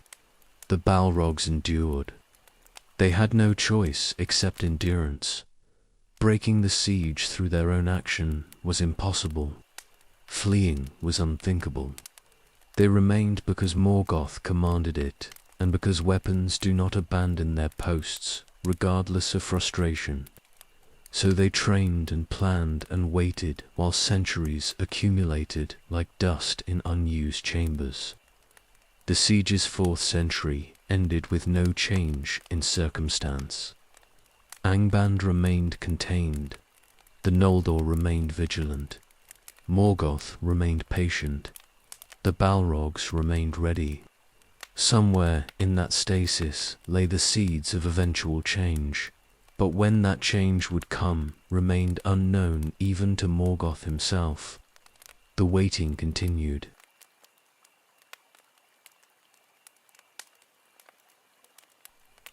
"455 years after the siege began, Morgoth judged his preparations complete. Glorun had grown to full terrible strength. The Orc armies numbered in hundreds of thousands. The Balrogs were sharp as knives from centuries of training. Most importantly, Morgoth had discovered weaknesses in the Noldor's vigilance that could be exploited if he struck with overwhelming force at precisely the right moment. The time had come to break the siege that had held him for nearly 4 centuries. He gave Gothmog command of the assault with authority absolute. The Balrogs would lead the breakout at multiple points simultaneously, coordinating with Orc armies and Glorong's devastating power. The plan was complex, but achievable if executed with precision. Everything they had prepared for centuries would be tested in the hours that followed the first attack. Morgoth chose winter for his assault. The Noldor rotated troops regularly, but winter duty was harder and vigilance suffered in the cold. He waited for the darkest night when clouds obscured both moon and stars. Then he unleashed what he had been building in Angband's depths for 4 centuries. Rivers of fire poured from Angband's gates. Morgoth had diverted underground streams and heated them beyond endurance, creating floods of liquid flame that ran downhill toward the siege lines. The Noldor positions burned before anyone understood what was happening. Elves died, screaming as fire consumed their fortifications and their flesh both. The Balrogs came behind the fire. Gothmog led them in a wedge formation that struck the northern siege lines at their weakest point. They had not fought true battle in 400 years, but the centuries of training proved their worth instantly. They moved as one perfect weapon, coordinated and devastating and absolutely committed. The Noldor positions collapsed under their assault. Other gates opened simultaneously. Orc armies poured from Angband by the tens of thousands, attacking every point on the siege lines at once. Glorong emerged from the main gate and advanced straight into the strongest Noldor positions, crushing everything under his bulk and burning everything his breath touched. The dragon had grown terrifying in the centuries since his first failed sortie, and now nothing could stop his advance. The siege lines shattered completely within hours. The Noldor fell back in confusion and growing panic as their carefully maintained encirclement broke apart. Some positions held briefly, but became isolated islands that the Orcs surrounded and destroyed. By dawn, the siege that had lasted nearly 4 centuries was gone as if it had never existed. The Balrogs pushed deep into Beleriand, while the Noldor reeled. They burned fortresses and destroyed supply depots. They killed elves who tried to organize defense and scattered those who fled. Everything they had wanted to do for 4 centuries they accomplished in days of unrestricted violence. The frustration of captivity transformed into fury unleashed. Fingolfin saw the disaster unfolding from his fortress. The High King of the Noldor understood that everything his people had built was collapsing under Morgoth's assault. The siege was broken. The Noldor kingdoms were exposed. Thousands of his people were dying in battles they could not win against forces they could not stop. He made his decision with rage and despair mixed equally. If Morgoth wanted war, then he would bring war directly to him. Fingolfin armed himself and rode alone toward Angband, while his people fought desperately to slow the Orc advance. He crossed the battlefield where Noldor and Orcs still struggled. He passed through lands the Balrogs had burned. He came to Angband's gates and challenged Morgoth to single combat before his entire host. The Balrogs returned to Angband's approaches to witness this challenge. They had been deep in Beleriand, burning and killing, when word came that the High King himself stood at the gates, demanding their master face him. Gothmog led them back at speed to see what would happen. Morgoth could not refuse the challenge without appearing coward before his own armies. He came from his throne fully armed and faced Fingolfin on the ground before Angband's gates. The Balrogs formed a ring round the combat but did not interfere. This was their master's fight alone. The duel was terrible and brief. Fingolfin fought with skill beyond anything Morgoth expected, wounding the Dark Lord 7 times with Ringle's blue fire. But Morgoth was a valor despite his corruption, and Fingolfin was an elf regardless of his greatness. The outcome was inevitable from the first blow. Morgoth struck Fingolfin down with Grand, his great hammer that split the ground where it landed. The High King fell with wounds beyond healing. He died there before Angband's gates, with his enemies standing over him victorious. Morgoth would have desecrated the body, but Thorondor came down from the sky and bore Fingolfin away before any dishonor could be done. The Balrogs watched this without speaking. They had seen their master wounded by an elf fighting alone with nothing except skill and courage. Those wounds would heal, but the demonstration of vulnerability would not be forgotten. If one elf fighting alone could wound Morgoth 7 times, what might the Noldor accomplish fighting together with proper coordination? But Morgoth had won the duel and won the greater battle both. The siege was broken completely. His armies ranged across Beleriand, burning and conquering. The Noldor kingdoms were in retreat, and their greatest king was dead. Dagor Bragollach had achieved everything Morgoth planned, and more. The Balrogs returned to the war in Beleriand, with the duel's lessons burning in their thoughts. They would be more careful in future battles, more coordinated, less likely to expose themselves to skilled opponents who might exploit weakness. The war was far from over, and complacency would cost them everything they had gained.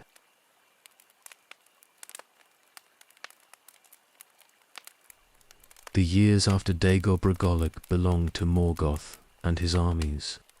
The Noldor retreated to their remaining strongholds and tried desperately to rebuild what the breaking had destroyed.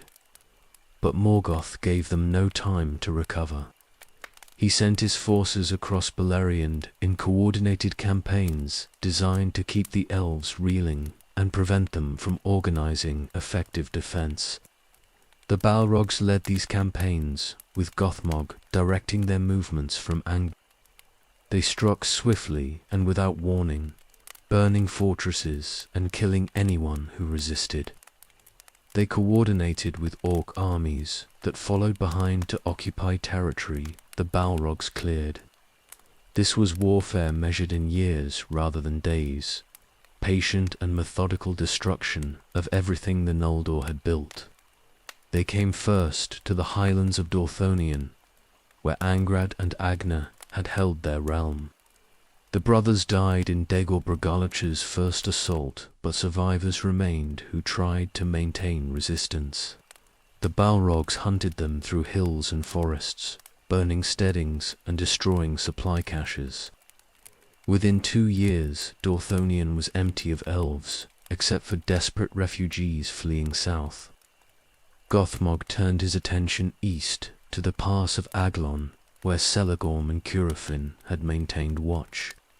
The brothers had already abandoned their positions during the breaking, falling back to stronger defenses. The Balrogs occupied the pass and established forward positions that threatened Himring to the north. Every stronghold that fell became a launching point for the next assault. The campaigns continued through the 50s and into the 60s. The Balrogs attacked Tor Cirin in force and drove the garrison from the island.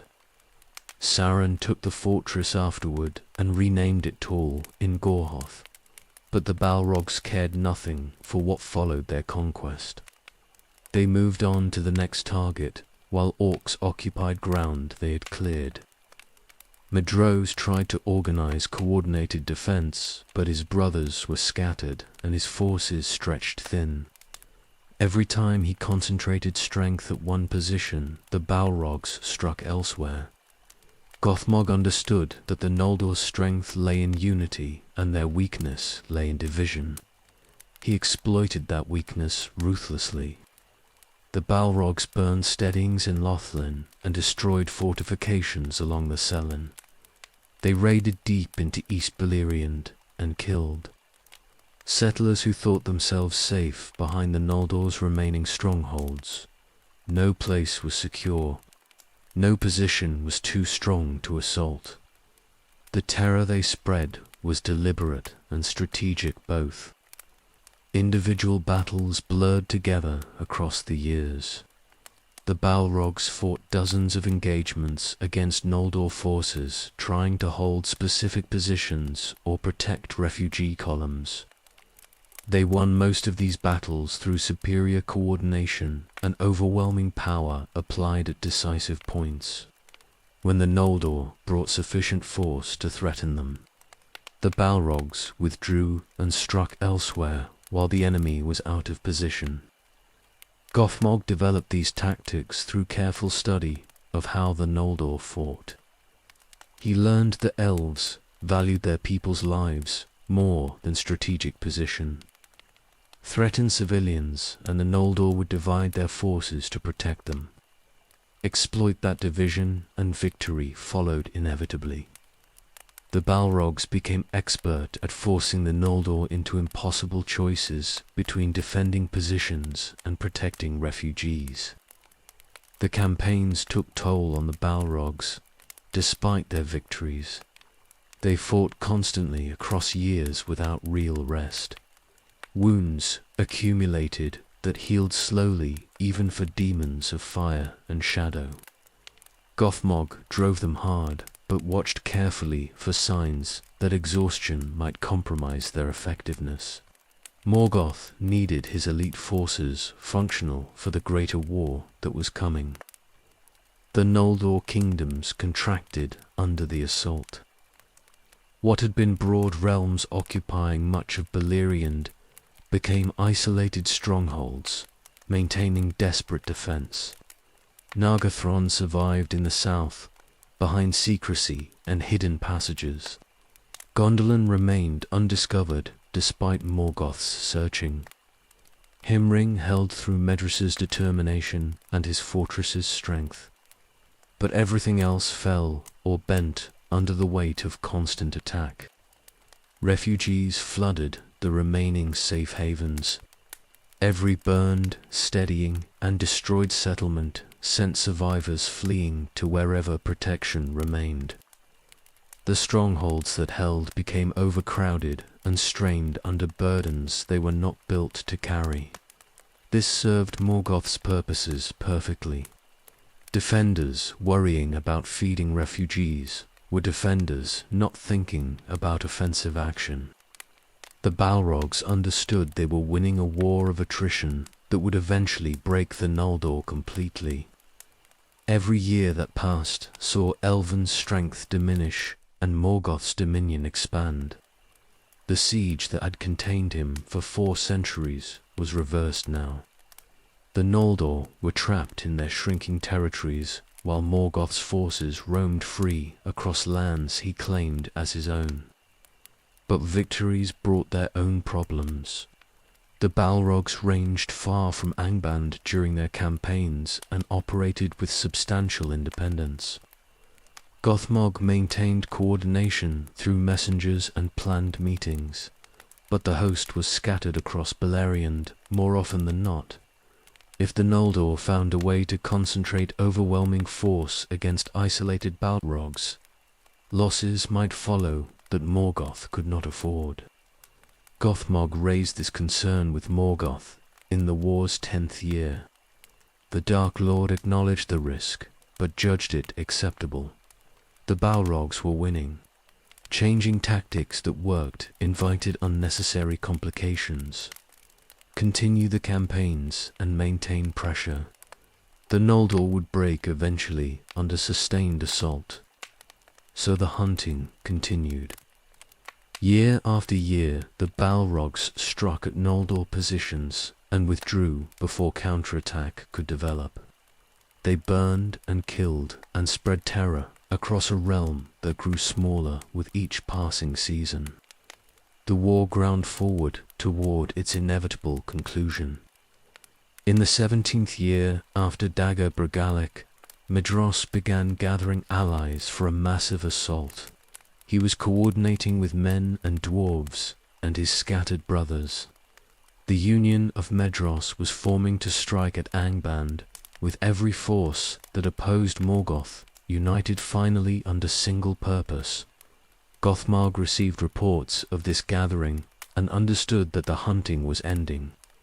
The next great battle was coming, where everything would be decided.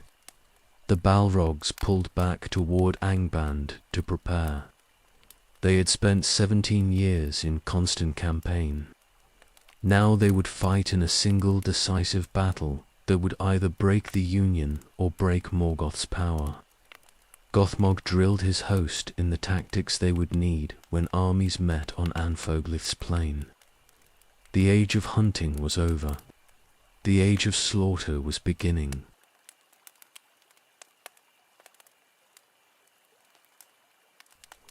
Medros sent messengers across Beleriand, calling every power that opposed Morgoth to unite. The Noldor would gather in strength they had not shown since before the siege. The Sindar would come from Doriath's borders. Men from Dor Lomin and Brethil would march. Even the dwarves promised forces from their mountain halls. This would be the greatest host ever assembled against Morgoth's dominion, and they would break Angband or die in the attempt. The gathering took months as forces travelled from distant realms. Fingon would lead the western army with warriors from Hithlum and the Falars. Medros commanded the eastern host with his brothers and their remaining followers. Smaller contingents arrived from every corner of Beleriand that still resisted Morgoth's rule. By spring of the 472nd year, the Union was ready. Gothmog watched the gathering through reports from spies and scouts. He studied the disposition of forces and identified which leaders commanded which contingents. He noted the coordination between groups that had never fought together before and saw the weaknesses that lack of unity would create. The Union was impressive in its numbers, but fragile in its cohesion. exploit those fractures, and the great host would collapse despite its strength. He brought his analysis to Morgoth and laid out the tactical situation plainly. The Union outnumbered Angban's forces if all groups arrived and fought together, but coordination across such disparate allies would be difficult under battle conditions. If Morgoth could prevent the eastern and western armies from linking up, he could defeat them separately before they combined their strength. Morgoth approved the strategy and gave Gothmog authority to position forces as needed. The Balrogs would hold the center with elite Orc legions in support. Glorung would advance with them, using his bulk and terror to break enemy formations. Reserve forces would strike the Union's flanks once battle was fully joined. Everything depended on keeping the enemy armies separated until they could be destroyed individually. The Balrogs prepared for battle with care, born from 17 years of constant warfare. They checked their weapons and reviewed formations they would use. Gothmog drilled them one final time in the tactics that would be essential when armies met. They would fight as one perfect instrument of destruction, coordinating their power to break the Union's center before support could arrive. Morgoth's confidence was absolute. He had broken the siege and driven the Noldor to their current desperation. Now they gathered their remaining strength for one final throw at his gates. He would crush them on Anfoglith's plain and end the Union before it accomplished anything except demonstrating how futile resistance truly was. But Morgoth also prepared treachery that the Union could not anticipate. He had contacted Alder and his sons, Easterlings, who marched with Medros, but secretly served Morgoth's gold. When battle was fully joined, these traitors would turn on their allies and attack Medros from behind. The confusion would shatter coordination and create the opening Morgoth needed for total victory. The armies marched in midsummer's heat. Fingon led his host from the west across lands Morgoth claimed but could not fully control. Medros came from the east with his forces spread across a broad front. The plan called for both armies to arrive at Anfoglith simultaneously and catch Morgoth's forces between them. Timing would be everything. Morgoth watched their approach and smiled behind his iron crown. The Union thought they were springing a trap. They did not realize they were walking into one. He waited until both armies were committed and could not easily withdraw. Then he sent his own forces from Angban's gates to meet them. The Balrogs marched at dawn. Gothmog led them down from Angband, with orcs in uncounted thousands following behind. Glorung came with them, scales blazing in the early light, and breath smoking with anticipation. The host covered Anfoglith's plain, in darkness and fire, both as they advanced to meet the Union. Fingon's army reached the plain first.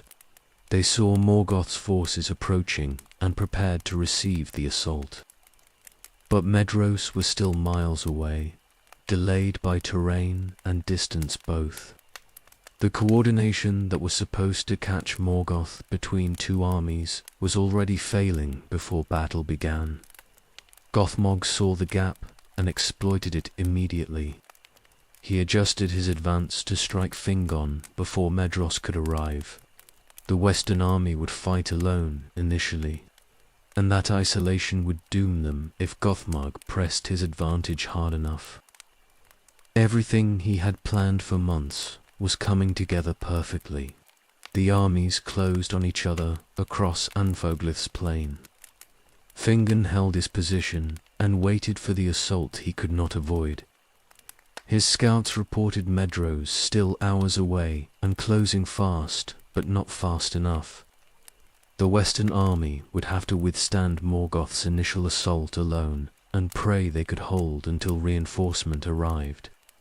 The Balrogs increased their pace to a run in the final approach.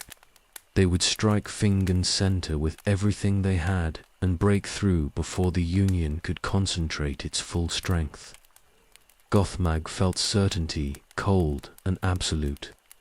The Noldor had gathered their greatest host in all the years since they came to Middle-earth, and Morgoth would break them today on this plain where so many had died before. The distance closed to nothing. Both armies prepared for impact, and then the Balrogs crashed into Fingon's lines, and underneath Arnediad began in blood and fire and slaughter beyond anything Beleriand had seen before.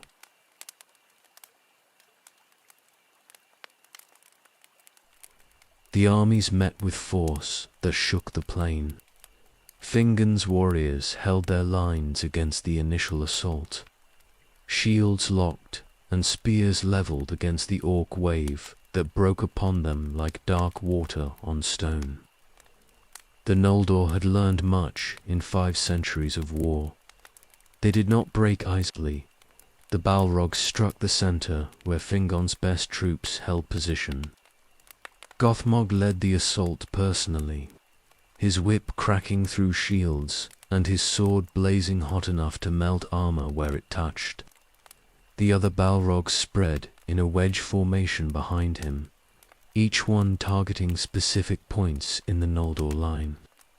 They fought with coordination perfected through centuries of training and 17 years of constant campaign.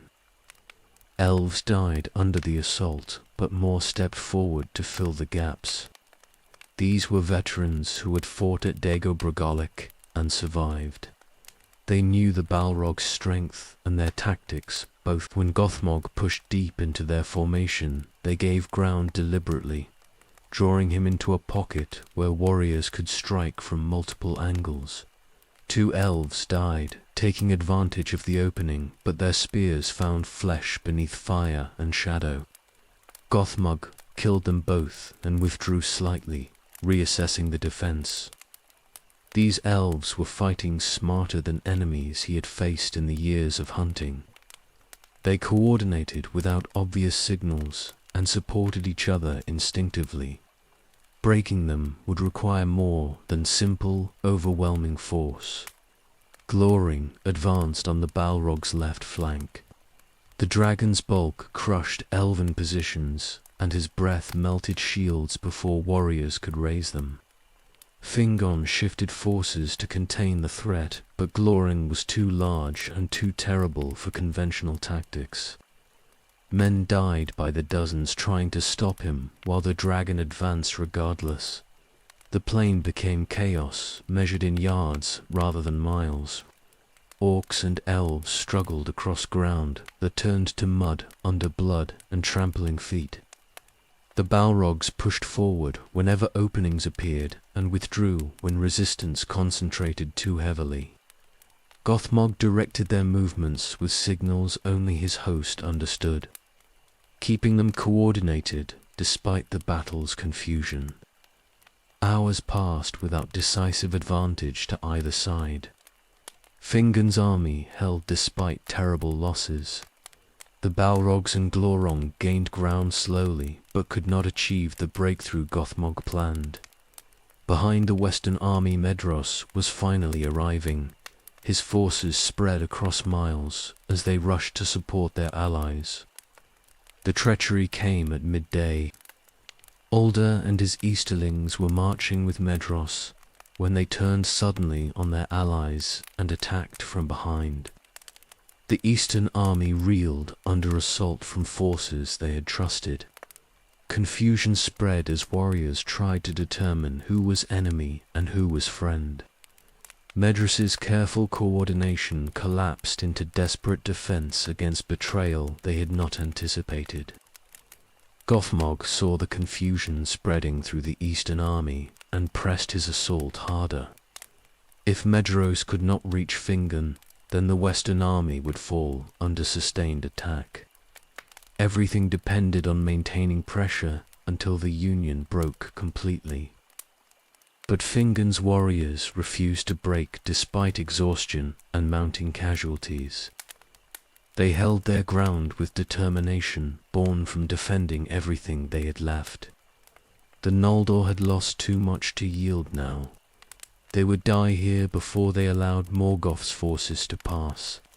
The Balrogs fought through the afternoon without pause.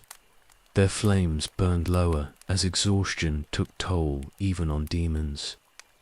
Gothmog rotated his host when possible, pulling back the most exhausted to brief rest while fresh warriors took their positions.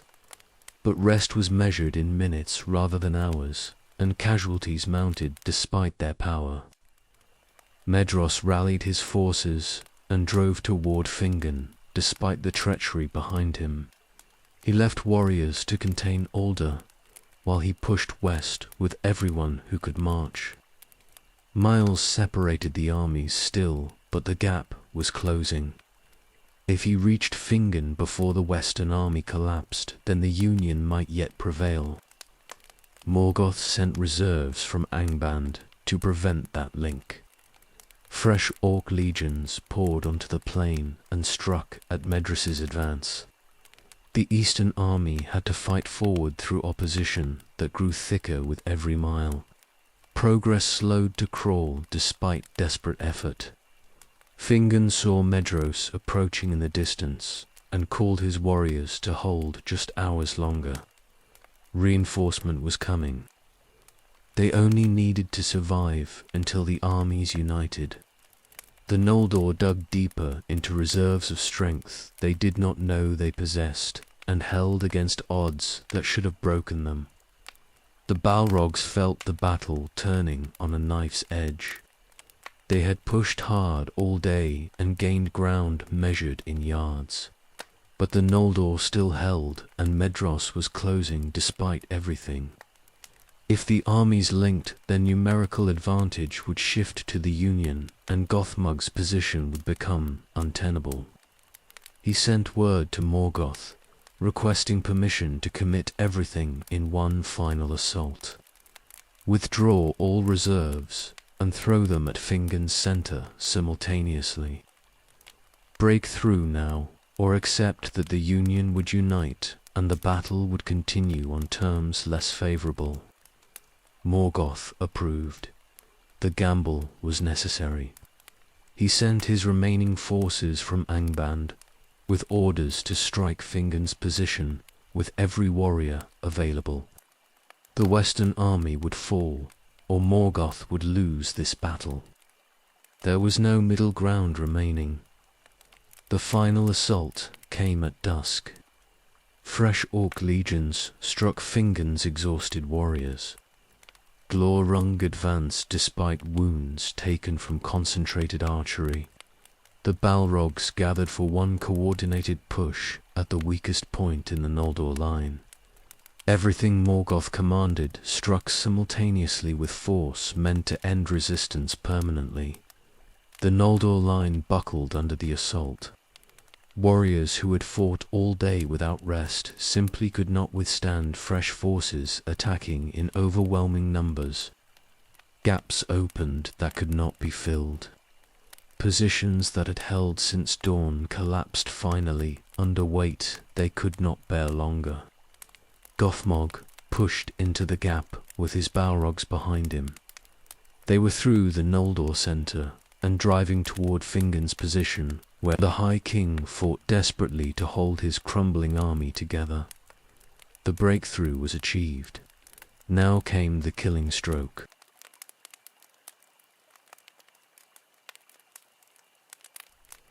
Gothmog drove toward Fingon's position with single-minded purpose. The High King stood with his household guard in the center where the Noldor line was collapsing. He was rallying warriors and directing desperate defense, even as his army broke apart around him. Kill Fingon and the Western army would shatter completely. The Balrogs carved through elven warriors who tried to protect their king. These were the best fighters, Fingon commanded, veterans of every battle since the Noldor came to Middle-earth. They fought with skill and courage both, but they could not stop demons who had trained for this moment across centuries. The Balrogs killed them and pushed forward regardless of cost.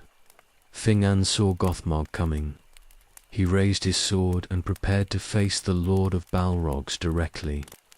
Around him his guard formed a final circle of protection, knowing they would die here but determined to sell their lives as dearly as possible.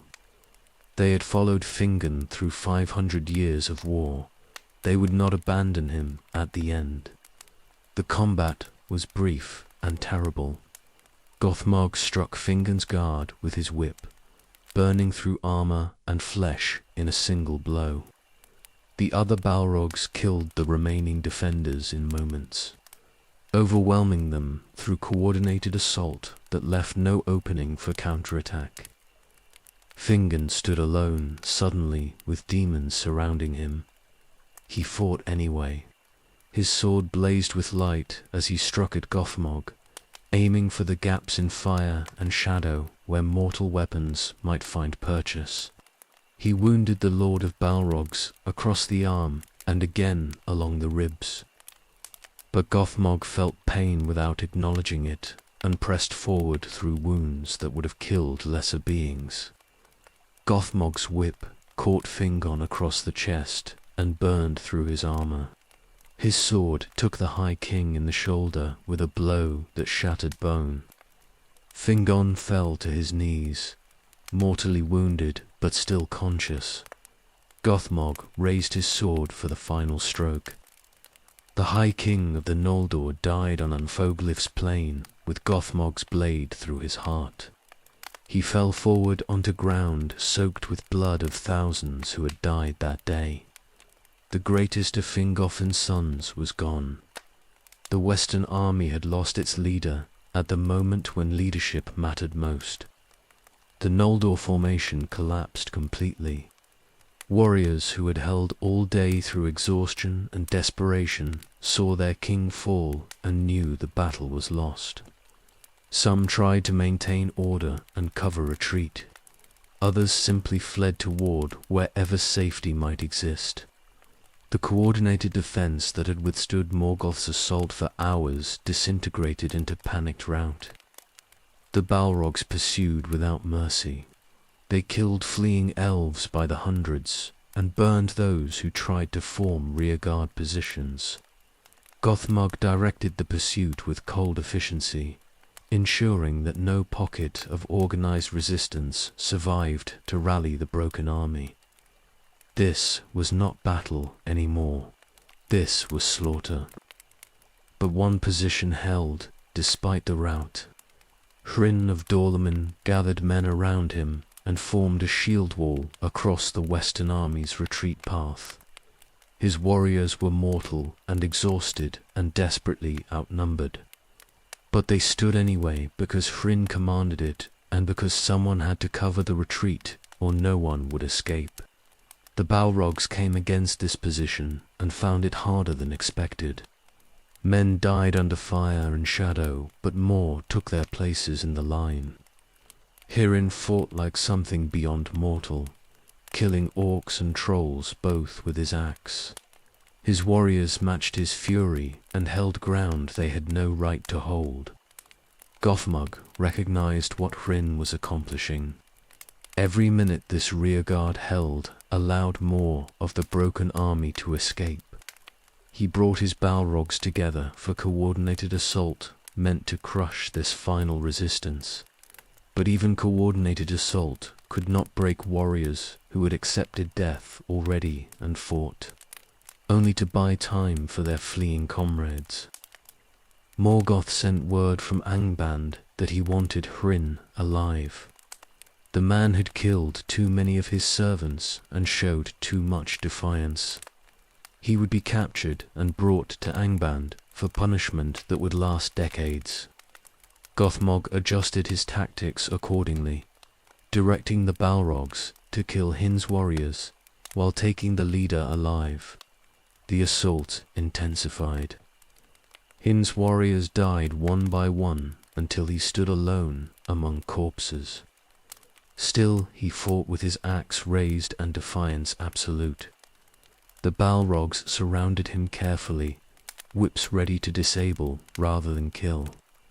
Hryn wounded 2 of them before they brought him down with coordinated strikes that burned away his strength without killing him.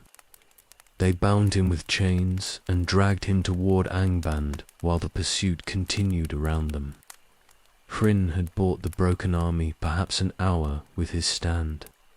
Thousands of elves and men escaped who would have died if not for that desperate rearguard.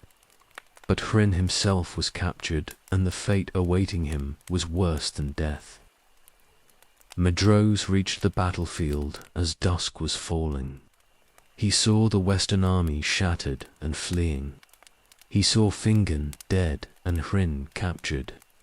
His own forces were exhausted from fighting through Ulder's treachery and Morgoth's reserves, both.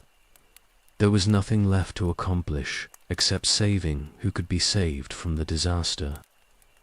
The Eastern Army covered the retreat as best they could. They fought rearguard actions against pursuing orcs and pulled survivors from the battlefield where possible. But the Union was broken completely. The great host that was supposed to break Angband had been destroyed on the plain before its gates. The Balrogs pursued until nightfall and then withdrew on Gothmag's signal. They had fought all day without rest, and even demons had limits. More importantly, the victory was complete, and risking casualties in darkness served no purpose. They returned to Angband's gates with Hryn captive and Fingon dead and the Union shattered beyond repair. Morgoth stood on his walls and looked upon the battlefield. Thousands of dead covered anphoglyphs, plain as far as sight could reach. His victory was absolute and terrible. The Noldor would not threaten him again for generations, if ever. The Free Peoples had united their strength, and he had broken them anyway. The Balrogs entered Angband, exhausted but victorious. They had accomplished everything Morgoth commanded. Gothmog reported directly to the throne, detailing the battle's progression and the Union's collapse. Morgoth praised his chief captain briefly and then dismissed him to rest. There would be more wars eventually, but for now the victory spoke for itself. Nerneath Arnudiad was ended. The unnumbered tears had been shed, and the Noldor's power was broken permanently. The Balrogs had proven their worth again in the war's greatest battle. They had killed a High King and shattered the strongest army ever assembled against Morgoth's dominion. Nothing remained except hunting the survivors and ensuring that resistance never gathered strength again.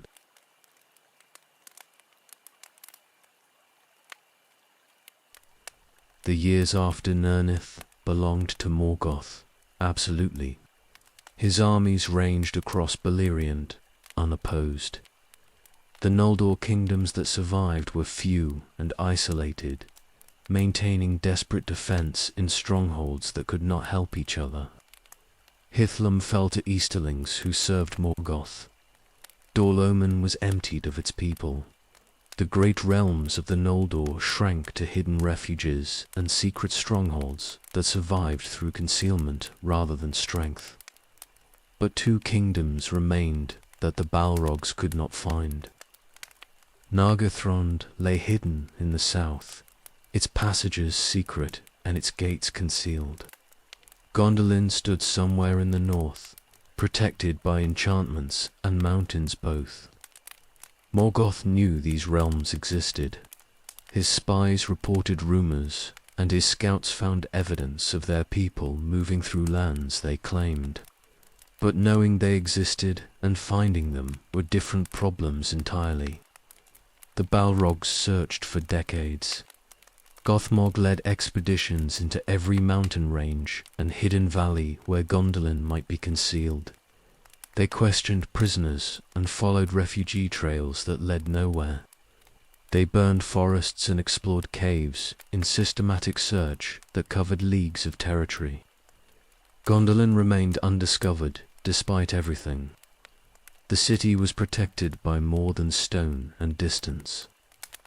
Almost power shielded it from detection, and against that power the Balrogs could accomplish nothing. Nargothrond revealed itself eventually through its own actions. Trin came to that realm and convinced Orodreth to abandon stealth for open war. The Noldor of Nargothrond built a bridge to their gates and marched to battle on Toomhaled's field. Glorran met them there with orc armies in support. The dragon broke their formations and killed Orodreth, and the elves fled back toward their fortress en route. Glorran followed them to Nargothrond's gates. The bridge they had built to march to war became the path for their destruction. The dragon crossed it and entered the halls beyond. He killed anyone who resisted and claimed the realm's treasures for Morgoth. Nargothrond fell in a single day's assault. What had remained hidden for centuries was destroyed because pride convinced them to reveal themselves. The Balrogs arrived at Nargothrond after Glorran had already secured it. They walked through halls the dragon had burned and saw wealth beyond counting piled in chambers where elves once lived. Gothmog reported to Morgoth that one hidden kingdom was destroyed. Only Gondolin remained undiscovered somewhere in the north. Finding it became his obsession in the years that followed. More decades passed without success. The Balrogs searched the encircling mountains and the valleys they surrounded.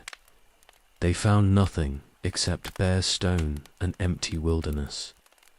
Gondolin's location remained secret despite their searching. Morgoth's frustration grew with each failed expedition. He needed that city found and destroyed before it could become a rallying point for renewed resistance. The answer came through treachery rather than searching. Meglin, son of Eöl, had lived in Gondolin since his youth, rising to prominence among Turgon's counselors. But darkness was in him from his father's line, and ambition twisted his heart toward betrayal. He left Gondolin on an expedition to spy on Angban's approaches, intending to gather information that would increase his importance in Turgon's eyes. The orcs captured him in the mountains north of the hidden city. They brought him to Angband in chains and delivered him to Morgoth's throne. Gothmog was present when Meglin was dragged before the Dark Lord. He saw immediately what this capture represented. This elf knew Gondolin's location and its defenses both. Morgoth worked on Meglin with threats and promises mixed skillfully. He showed him Hin still chained on Thangorodrim after decades of torment. He promised Meglin rulership of Gondolin if he revealed the city and betrayed his king. He threatened him with torments that would make Hurin's suffering seem gentle. Meglin resisted briefly, but his will was not equal to Morgoth's malice. The elf broke. He revealed Gondolin's location in the encircling mountains and described the hidden entrance through which access was possible. He detailed the city's defenses and identified which gates were strongest and which might be vulnerable to assault. He gave Morgoth everything needed to plan the attack that would end Gondolin's long hiding. Gothmog listened to Meglin's betrayal and began planning immediately. He would lead the assault personally with every Balrog and sufficient forces to overwhelm any defense. Dragons would come, including Glorrung, to break the gates. Orcs would follow in numbers adequate to occupy the city once the Balrogs cleared resistance. Everything would be coordinated for maximum effect against a city that had never known war inside its walls. Morgoth sent Meglin back to Gondolin with instructions to prepare the betrayal from inside. The elf would reveal the hidden gate during the festival when Gondolin's guard was least vigilant. He would sow confusion when the assault came. For his service he was promised survival and power when the city fell. Meglin agreed to everything and returned to Gondolin carrying betrayal in his heart. Gothmog began gathering forces for the assault. Every Balrog would march. Glorung and the other dragons would advance with them. Orc legions were assembled and equipped for siege warfare. Everything Angband could field would come against Gondolin in overwhelming force. There would be no half measures and no second chances. The hidden city would fall, or Gothmog would die trying. The preparations took months. Gothmog drilled his forces in the tactics they would need, fighting through a city's narrow streets. He studied Meglin's descriptions and planned approaches to each gate. He coordinated with the dragons on how they would support the Balrog assault. Every detail was considered and every contingency planned for. In the 510th year of the First Age, all was ready. The host gathered at Angband's gates in darkness before dawn. Gothmog led them north toward the encircling mountains and the hidden pass that Meglin had revealed. Gondolin's long peace was ending. By the time the sun set that day, the last great kingdom of the Noldor would be burning.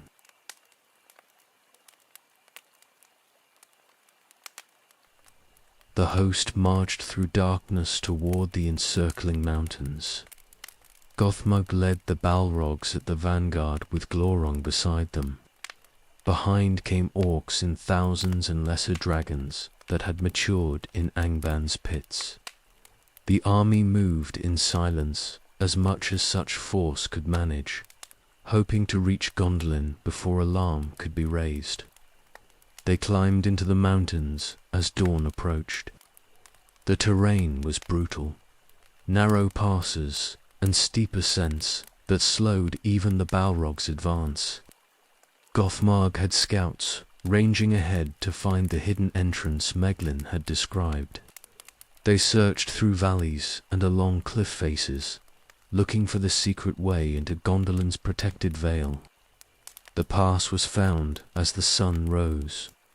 A narrow cleft in the mountains, easily missed and carefully concealed.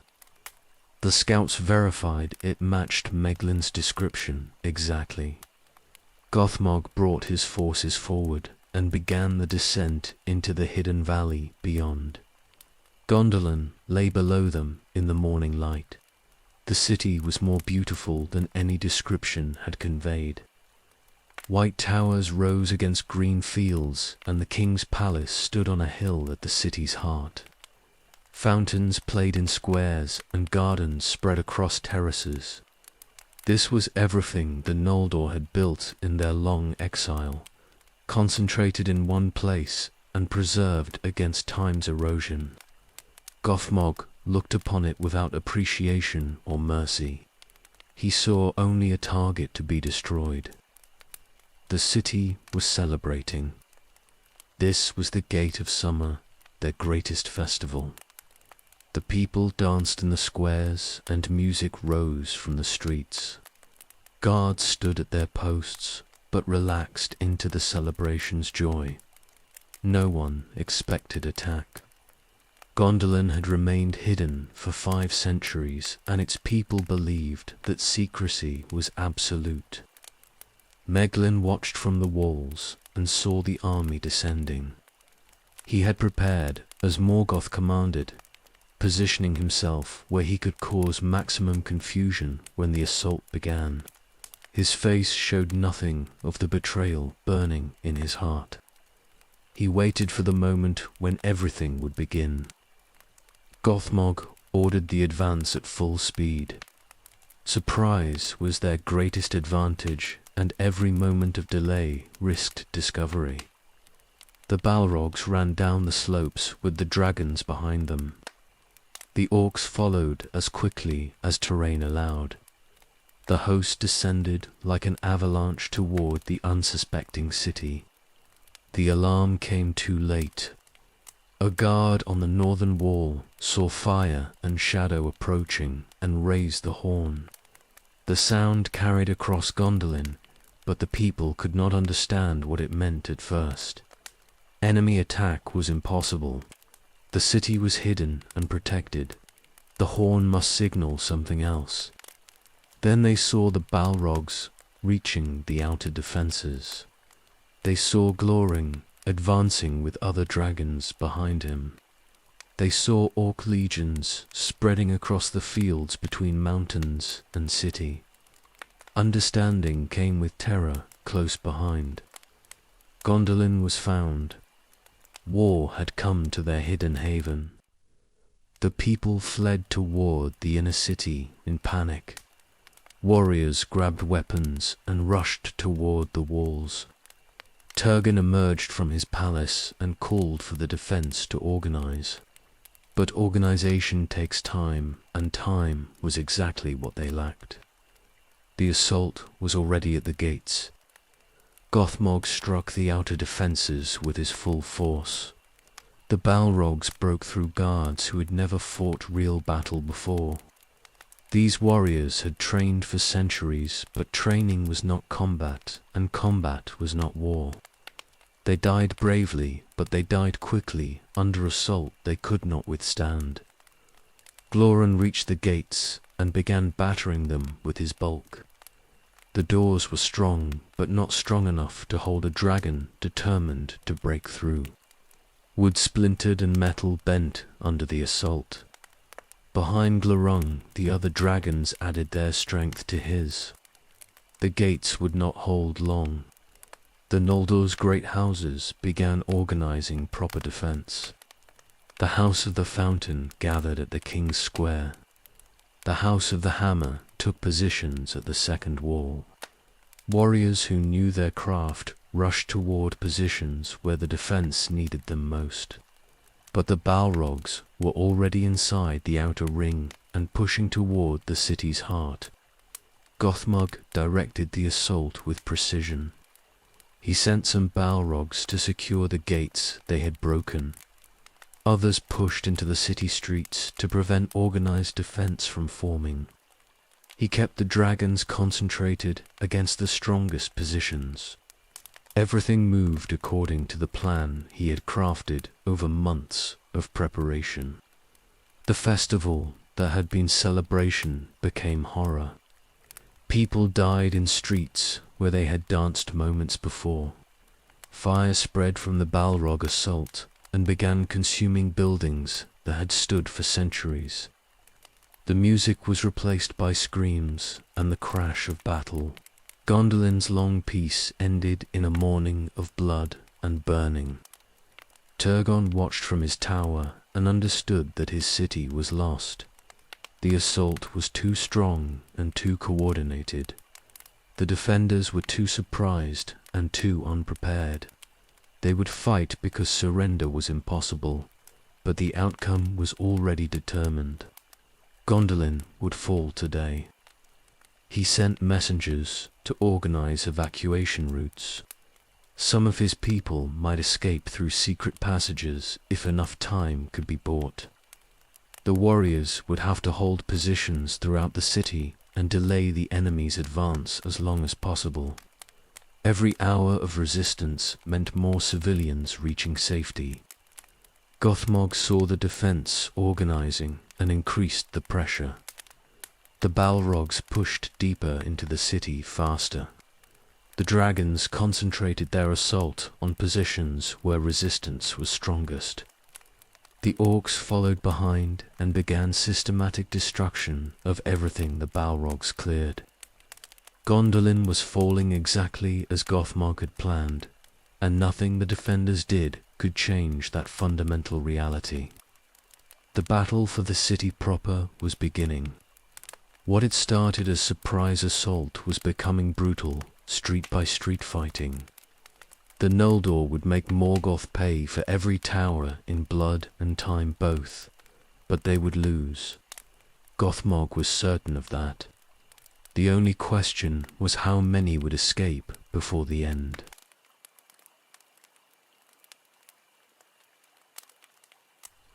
The outer gates fell within the first hour. Glorong's bulk had shattered them beyond repair, and orcs poured through the breach behind the Balrogs. The defenders who held those positions died where they stood, overwhelmed by numbers and power. Both their bodies lay in heaps where the gates had been. Gondolin had 7 gates arranged in rings throughout the city. Each was stronger than the last, and each was defended by warriors determined to hold regardless of cost. The Balrogs would have to break through every defense to reach the king's palace at the city's heart. Gothmog accepted this necessity and began the systematic assault that would carry them forward gate by gate. The second gate held warriors from the House of the Swallow. They had fortified the approaches and positioned archers to cover every avenue of attack. When the Balrogs advanced, they met concentrated fire that found gaps in shadow and flame. 3 Balrogs took wounds in the opening assault, and Gothmog pulled back to reassess. He brought Glorong forward to break the defenses. The dragon's bulk was proof against arrows, and his breath melted the fortifications the elves had raised. The defenders held as long as they could, but when Glorong reached the gate itself, their position became untenable. They fell back to the third ring, while the Balrogs poured through the breach. The third gate was defended by the House of the Harp. These were not primarily warriors, but they fought with desperation, born from defending everything they loved. They held the gate for 2 hours through courage that exceeded their skill. The Balrogs killed them eventually, but not easily, and not without cost. The fourth gate belonged to the House of the Hammer. These were smiths and craftsmen who understood the weapons they wielded better than most warriors. They had fortified their position with traps and barriers that channeled the Balrog assault into killing zones. Gothmog lost time here, breaking through defenses that were cleverly designed and stubbornly held. Fire spread through the city as the battle progressed. Buildings that had stood for 5 centuries burned in the Balrog assault. Civilians fled toward the escape routes Turgon had ordered opened.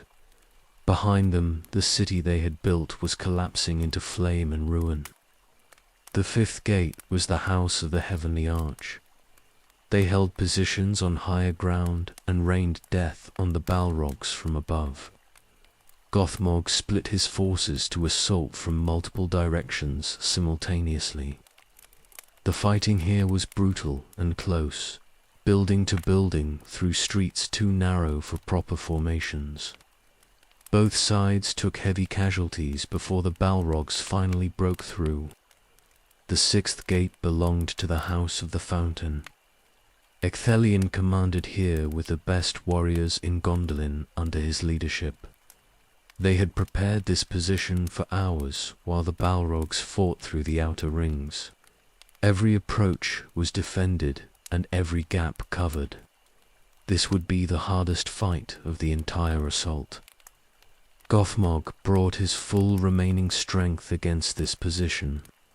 Every Balrog, still capable of fighting, advanced together. Glorong came forward again, despite wounds he had taken from concentrated archery. The dragons, smaller than Glorong, spread to the flanks and began burning positions that the elves had thought secure. The combat lasted through the afternoon. Ecthelion's warriors fought with skill that approached perfection and courage that exceeded it. They killed orcs by the hundreds and wounded several Balrogs seriously enough to remove them from combat. They made Gothmog pay for every foot of ground in blood and time, both, but they could not hold forever. The Balrogs were too strong and too numerous. The dragons broke positions that arrows could not reach. The orcs kept coming in waves that never ended. Ecthelion saw his warriors dying despite their valor and knew the gate would fall. He ordered evacuation to the final defensive ring around the king's palace. His warriors pulled back in good order, fighting every step. The Balrogs pursued but carefully now, wary of the defenders' desperate skill. The House of the Fountain had proven they could kill even demons if given opportunity. The seventh gate stood before the king's square. Turgon himself commanded here with the remnants of every house that still survived. This was the final defense. If this gate fell, then Gondolin was lost completely and only escape remained. Gothmog stood before that final gate and assessed the defense waiting beyond. His forces were exhausted from hours of continuous assault. Several Balrogs were wounded seriously. The orcs had taken enormous casualties. Glorung was injured from concentrated archery, but they were through 6 of 7 gates, and only this final barrier remained. He organized his forces for the last assault. Every Balrog, still able to fight, would attack together. The dragons would support from the flanks. The orcs would follow and overwhelm any position the Balrogs broke. This would be the final push. Either they would break through to Turgon, or they would be forced to withdraw and besiege the palace until defenders starved. Gothmog gave the signal. The Balrogs advanced in formation toward the seventh gate. Behind them, Gondolin burned and screamed. Ahead waited the last warriors who stood between Morgoth's vengeance and the hidden city's king. The day was ending in fire and blood, and the final battle was beginning.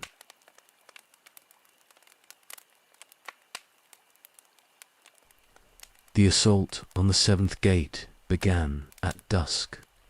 The Balrogs came forward in a wedge with Gothmog at their point. They struck the defenders with coordinated fury, every demon fighting at the peak of their remaining strength. This was the final barrier, and they would break it regardless of cost.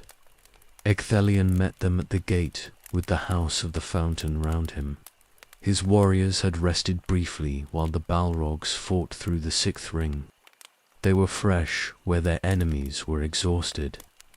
The combat that followed was the fiercest of the entire day. The Balrogs pushed into the gate's choke point and found themselves contained by warriors who knew every advantage the terrain offered. Ecthelion's fighters struck from elevated positions and withdrew before the demons could respond. They used the gate's architecture to channel the assault into killing zones where concentrated. Fire could wound even Balrogs. Gothmog's advance slowed to a crawl despite his fury. He pulled back and reassessed. The direct assault was failing. These defenders were too skilled and their position too strong. He needed to draw them out where the Balrogs' superior strength could be brought to bear. He ordered feigned retreat. The Balrogs withdrew from the gate as if exhausted beyond continuing. Ecthelion saw the movement and recognized it might be deception. But his people were dying throughout the city and time was running out. He made his decision with full knowledge of the risk. The House of the Fountain would pursue and try to end the Balrog threat before they could reorganize. They came through the gate in disciplined formation. Ecthelion led them personally, his sword drawn and his guard close around him. They advanced toward where the Balrogs had withdrawn. The trap closed immediately. Gothmog struck from concealment with every Balrog under his command. They surrounded the fountain warriors and attacked from all sides simultaneously. Ecthelion's formation held initially, but the pressure was overwhelming. His warriors died defending their lord and each other. The circle contracted under assault. It could not withstand indefinitely. Ecthelion cut his way toward Gothmog through the press. If he could kill the Lord of Balrogs, then perhaps the assault would falter. It was desperate hope, but hope was all that remained. He fought with skill perfected over centuries and courage that transcended mortality. They met in the center of the chaos. Gothmog brought his whip and sword against Ecthelion's blade. The elf was fast and skilled beyond any warrior Gothmog had faced since Fingolfin died. He wounded the Balrog twice in the opening exchanges, finding gaps in fire and shadow that should not have been accessible. Gothmog pressed forward despite the wounds. He had killed high kings and shattered armies. One elf would not stop him, regardless of skill. His whip cracked across Ecthelion's shield and melted it. His sword struck the elf's armor and burned through mail that had been forged in Gondolin's finest workshops. But Ecthelion did not fall. He dropped his ruined shield and gripped his sword with both hands. He struck Gothmog with blows that would have killed lesser demons. The Lord of Balrogs staggered under the assault. For the first time in all the wars he had fought, Gothmog felt something approaching doubt. They grappled at close range, where neither could use their weapons effectively. Strength against strength, and will against will. Gothmog was a demon of fire and shadow. Ecthelion was mortal flesh and courage. They struggled for supremacy while battle raged around them. The fountains stood nearby, one of Gondolin's many waters that had given beauty to the city. Ecthelion forced Gothmog toward it through effort that cost him his last reserves. The Balrog's feet found the fountain's edge. Water hissed where his flames touched it. Ecthelion drove his sword into Gothmog's chest with both hands behind the blow. The blade pierced through fire and shadow and found whatever passed for a heart in demons. Gothmog screamed rage and struck back with his own weapon buried in Ecthelion's body. They fell together into the fountain's waters. The water boiled where Gothmog's dying flames met it. Steam rose in clouds that obscured what happened in those final moments. When it cleared, both lord and demon lay dead in water that was no longer clear. The Lord of Balrogs had fallen.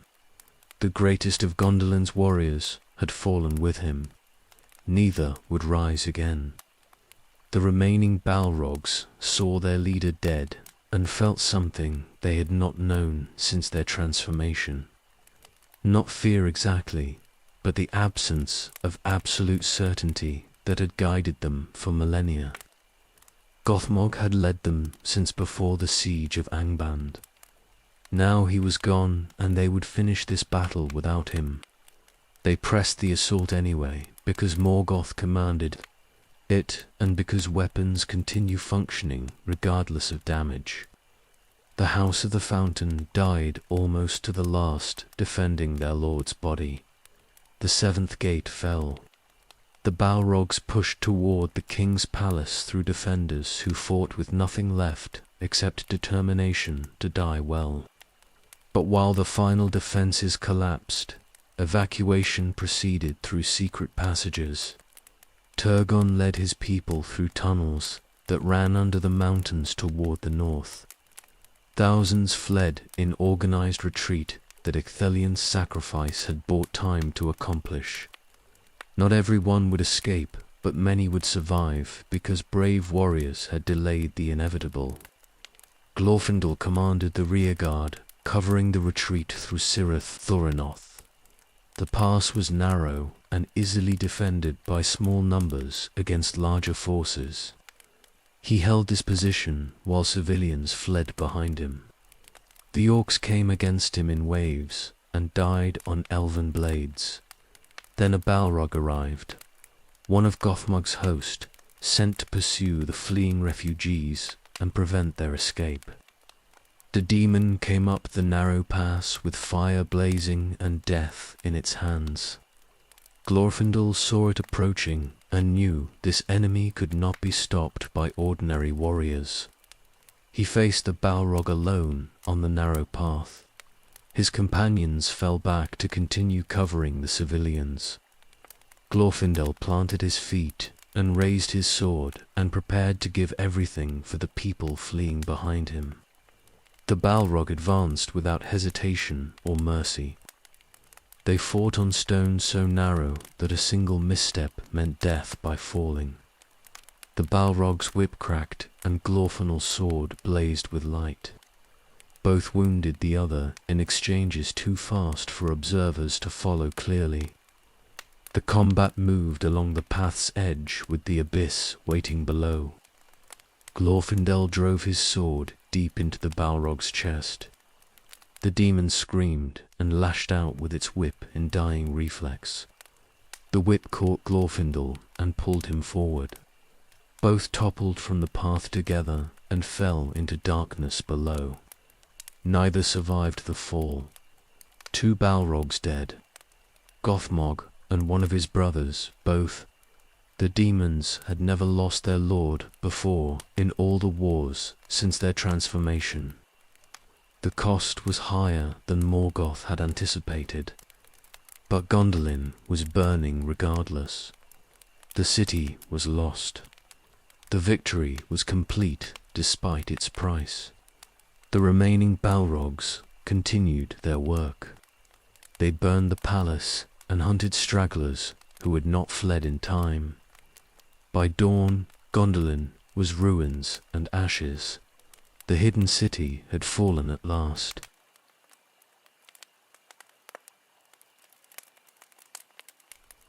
The city burned through the night. Everything the Noldor had built across 5 centuries was consumed. Towers fell. Gardens became ash. The fountains ran dry or boiled away in the heat. By dawn, nothing remained except ruins and smoke rising into morning sky that had no mercy for what was lost below. The remaining Balrogs walked through destruction they had created. Without Gothmog, they moved with less coordination but equal determination. They hunted survivors who had hidden rather than fled. They burned buildings that still stood. The work continued until Gondolin was so thoroughly destroyed that nothing could ever be rebuilt here. Morgoth's orcs looted what treasures remained. Gold and jewels and works of craft were dragged from burning halls and piled for transport back to Angband. The orcs cared nothing for beauty. They took only what their master valued and destroyed everything else with gleeful malice. Meglin died during the assault. Tuor had discovered his betrayal and thrown him from the city walls before the final defenses fell. The traitor's body lay broken on stones below. His promised reward from Morgoth never came. Betrayal brought him nothing except death and the knowledge that his treachery had doomed everyone he knew. Turgon led his people through the mountains. Thousands had escaped through the secret tunnels, while the city's defenders bought time with their lives. The evacuation was not complete. Many died who might have lived with more warning, but enough survived to ensure Gondolin's people would endure even though their city was gone forever. The survivors emerged from the mountains into lands, Morgoth claimed. They scattered into small groups and fled toward whatever refuges still existed in Beleriand. Some went to the havens at Sirian's mouth. Others sought shelter in Doriath, or with the scattered remnants of other Noldor kingdoms. They were refugees now. Their hidden city was memory and ruins. The Balrogs returned to Angband, carrying Gothmog's body. They had won completely. Gondolin was destroyed and would never threaten Morgoth again. But their victory came with a cost unprecedented in all their wars. The Lord of Balrogs was dead. Their commander and their greatest warrior had fallen to an elf's desperate final assault. Morgoth received the news with satisfaction and anger mixed. Gondolin's fall was everything he desired. The last great Noldor kingdom was eliminated, but Gothmag's loss was significant beyond simple replacement of a capable commander. He had been the perfect weapon, absolutely loyal and perfectly skilled. Finding another to match him was impossible because no other existed. The remaining Balrogs numbered 5 now. Gothmog was gone. Another had fallen with Glorfindel, 2 dead from a host that had never lost a single member in all the centuries since Utumno's fall. The victories continued, but the costs were mounting. Morgoth appointed no replacement for Gothmog. The Balrogs would fight as a collective now, without single leadership. They were fewer, and they had lost their greatest among them. But they remained terrible weapons that would serve until the world broke or they died in service. Nothing changed in their devotion or their purpose. Only their numbers diminished. The free peoples mourned Gondolin's fall. The hidden city had been hoped that somewhere beauty and peace survived despite Morgoth's dominion. Now even that hope was gone. Every great kingdom of the Noldor had fallen or retreated into hiding so complete that they might as well not exist. Morgoth's victory seemed total and permanent. But survivors remembered. They carried knowledge of what had been and determination that it would be again. Gondolin fell, but its people endured. Ecthelion died, but his sacrifice saved thousands who would have perished otherwise. Glorfindel fell, but his stand allowed refugees to escape. The city was lost, but the war continued. The Balrogs rested in Angband and tended wounds that would heal slowly. They had fought for an entire day without pause. They had broken 7 gates and killed hundreds of skilled warriors. They had accomplished everything Morgoth commanded, despite the cost in their own numbers. Now they waited for the next war that would come eventually, because war always came, and they were. Weapons that existed only for that purpose. Gondolin's ashes scattered on winds that blew through the encircling mountains. The towers were broken. The fountains were dry. The gardens were burned beyond recognition. Nothing remained of the city except ruins that would weather slowly over ages until even the ruins were gone. The hidden city was memory now. The last light in the darkness was extinguished. Only war remained.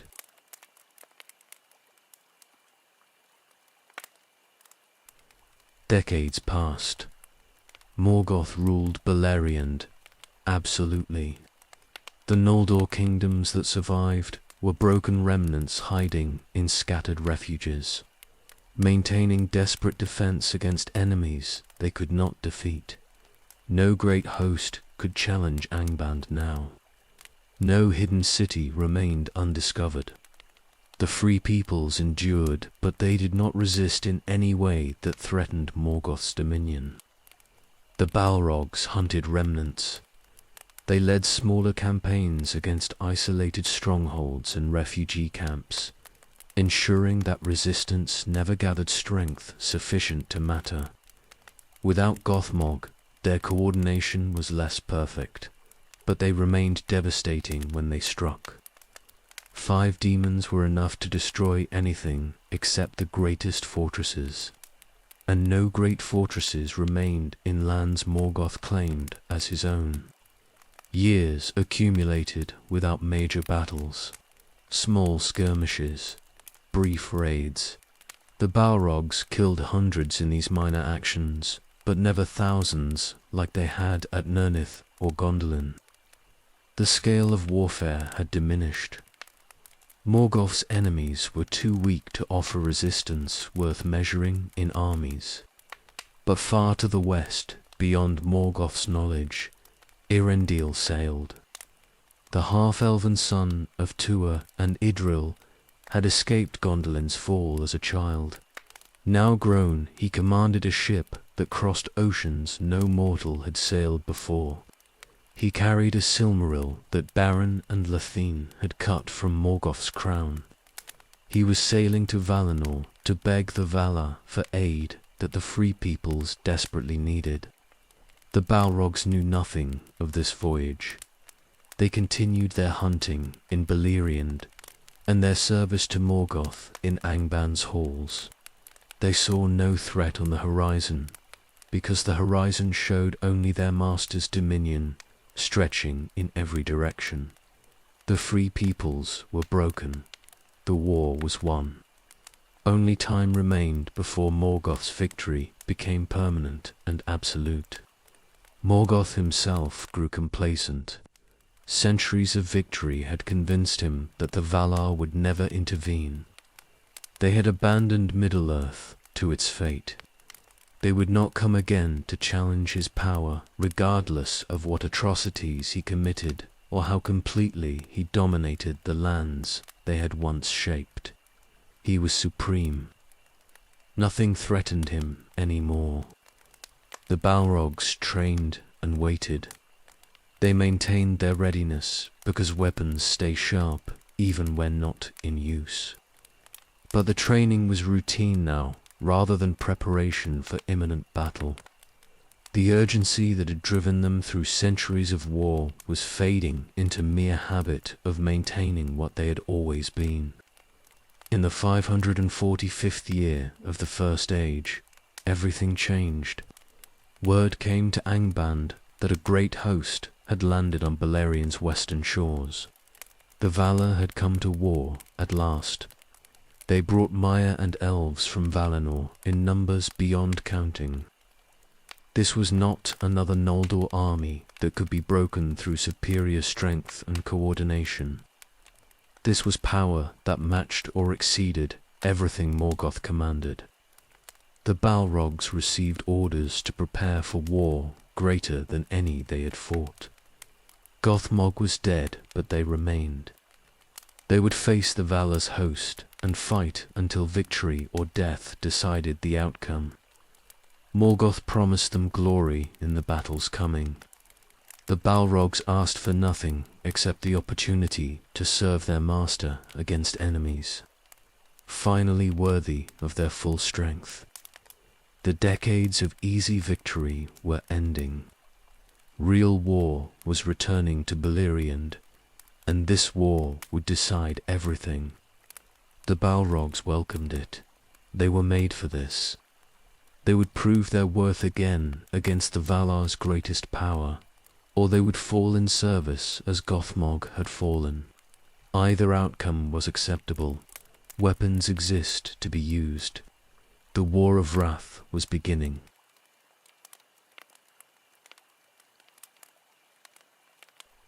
The ships came from the west like a vision from ages past. Hundreds of vessels under white sails, bearing the hosts of Valinor across the sea to Middle-earth's shores. The Valar had debated for decades whether to intervene again in the wars they had thought finished when they chained Morgoth after Utumno's fall. Irendil's plea convinced them finally. They would not abandon the Free Peoples to suffer under tyranny that had endured too long already. Manwë led the host with authority absolute. Tulkas came eager for battle against the enemy he had defeated once before. Aurum rode at the head of mounted companies that numbered in the thousands. The Valar brought also many Maiar who had remained loyal through all the ages of Morgoth's rebellion. These were spirits who had resisted temptation and remained in service to the light when their brothers fell into shadow. The Balrogs received reports of the landing and understood immediately what they faced. These were not Noldor who could be broken through superior tactics and coordinated assault. These were powers that had shaped the world in its beginning. The Maya among the host were their own brothers from before the corruption. Spirits who remembered what the Balrogs had been before Melkor twisted them into weapons of terror. Morgoth called his forces to prepare for siege or battle depending on how the assault developed. Every orc in Angband was armed and positioned. The dragons were roused from their chambers and made ready for war. The Balrogs checked their weapons and reviewed tactics they might need against enemies whose power matched their own. Everything Angband could field would be necessary to withstand what was coming. The host of Valinor marched east from the landing beaches toward Angband. They came in perfect order with discipline that centuries of experience had perfected. The elves who accompanied them were not the Noldor of Middle-earth, battered by centuries of war and diminished by countless defeats. These were elves of Valinor who had lived in the Blessed Realm's peace and trained under the Valar's guidance. They were fresh and strong and utterly committed to breaking Morgoth's power permanently. The Balrogs watched from Angband's walls as the host approached across Anfoglis plain. They saw Maya, who had once been their companions, marching under banners that blazed with light too bright to look upon directly. They felt no nostalgia or regret for what they had been before. That past was gone completely, burned away in the transformation that could never be reversed. But they recognized power when they saw it, and this host possessed power sufficient to threaten everything Morgoth had built. The advance was methodical. The Valar were not rushing into battle despite their strength. They established supply lines and fortified positions as they moved forward. They sent scouts to map Morgoth's defenses and identify which approaches might be most vulnerable to assault. They were preparing for war that might last years or decades, not expecting easy victory despite their overwhelming advantage in power. Morgoth sent raiders to harass the advance and test the host's responses. Orc bands attacked supply columns and withdrew before counterattack could develop. The Balrogs led a night assault against forward positions, hoping to kill Maya and disrupt the invasion's momentum. They killed some lesser servants of the Valar, but were driven back by coordinated defense that prevented them from achieving breakthrough. The raid accomplished little except demonstrating that Morgoth would not yield without fighting. The host of Valinor reached Angband's approaches within weeks of landing. They surrounded the fortress in encirclement that was stronger and more complete than the siege the Noldor had maintained for 4 centuries. This time there would be no eventual breakout. This time Morgoth's forces were trapped absolutely against enemies who would not tire or diminish over time. The Balrogs looked upon their situation and understood the siege would not hold. The Valar had come with power sufficient to break Angband regardless of how strong its defenses were. The only question was whether Morgoth would wait for them to break through or sortie to meet them in open battle. Either way, the outcome would be decided through combat that would determine whether Morgoth's dominion continued or ended permanently. Among the host, the Balrogs saw Maya they had known in Valinor before the fall. Spirits who had served beside them in Aule's workshops and tended flames in the 2 trees' light. Now those spirits marched against them as enemies absolutely committed to their destruction. The corruption had separated them across a gulf that could never be bridged. Former brothers would meet in battle and only one side would survive. The Balrogs felt no reluctance or doubt about fighting their ancient kin. Whatever connection had existed before was gone completely. They were weapons forged in Morgoth's service, and they would fight anyone he commanded them to fight. If that meant killing Maya they had once known, so be it. The past was irrelevant. Only service mattered. Morgoth addressed his forces from Angban's highest tower. He reminded them that the Valar had defeated him once through overwhelming power, but this time circumstances were different. He had dragons now that had not existed in the ancient wars. He had built defenses stronger than Utumno's. Most importantly, he had time to prepare where before he had been caught surprised. They would fight, and they would make the Valar pay for every foot of ground in blood and time both. The Balrogs listened to their master's speech and felt nothing except readiness to execute his commands. Speeches did not matter. Promises of victory did not matter. They would fight because that was their purpose, and they would continue fighting until they won or died. Nothing else was relevant to their existence. The siege lines completed their formation. The host of Valinor settled in for assault or patient reduction, depending on how Morgoth responded. Both sides prepared for war that would be greater than anything Beleriand had seen. The Balrogs stood ready in Angban's halls with weapons prepared and determination absolute. The war of wrath was beginning in earnest, and they would prove their worth against the strongest enemies they had ever.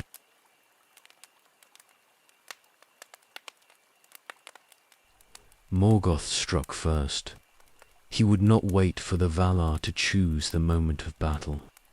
His armies poured from Angban's gates at dawn, with dragons in the vanguard and orcs following in hundreds of thousands. The Balrogs led the assault with fire and shadow blazing, determined to break the siege before it could tighten into something unbreakable. The host of Valinor met them on Anfoglith's plain, where so many had died before. The Mire of Light formed the center of their formation, with elven warriors supporting on both flanks. When the armies collided, the sound carried 4 leagues in every direction. Metal on metal and screams of dying warriors mixing into noise that drowned thought itself. The Balrogs struck the Valar's mire in the first moments of contact. Fire met light. Shadow met radiance. The combat was nothing like anything they had experienced in all their wars against the Noldor. These enemies were their equals in power and their superiors in righteousness. They fought without fear because they served purposes greater than themselves. One Balrog recognized the mayor he faced. They had worked together in Aule's forges before the corruption, tending flames side by side in Valinor's workshops. The recognition was mutual. The mayor spoke no words of former friendship. He attacked immediately with weapon blazing and purpose absolute. The Balrog met him without hesitation. What they had been before meant nothing. Only the present mattered. They fought for an hour without either gaining advantage. The Balrog's whip cracked against shields of light that turned aside fire and shadow both. The Maya's sword cut through flames that should have been impenetrable. Both took wounds that would have killed lesser beings. Neither fell or yielded ground. Finally, the Maya's blade found the Balrog's heart, and the demon fell into ash and smoke. The Maya stood over the remains briefly and then moved on to the next enemy without ceremony or grief. This pattern repeated across the battlefield. Balrogs fought Maya they had known before and died more often than they killed. The demons were powerful, but corruption had weakened them in ways they did not fully understand. The Maya who had remained loyal was stronger for their faithfulness. Light defeated shadow more often than shadow defeated light in those first terrible exchanges. But the Balrogs did not fight alone.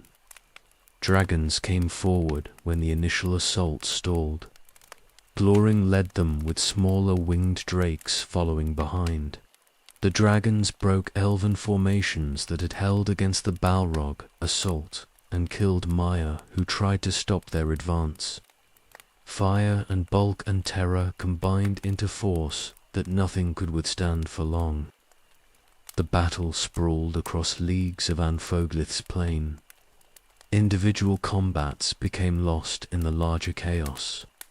Warriors fought and died without knowing whether their side was winning or losing. The scale was too vast, and the violence too absolute for anyone except the Valar themselves to comprehend fully. Tulkas carved through orc legions like they were not there. His strength exceeded anything Morgoth's servants could match. Where he walked, death followed, and Morgoth's forces fell back in terror. But even Tulkas could not be everywhere simultaneously. The battlefield was too large, and the enemies too numerous. He killed thousands, but thousands more remained. The land itself began breaking under the war's weight. The ground cracked where powers beyond mortal comprehension struck it. Mountains that had stood since the world's shaping trembled under the violence.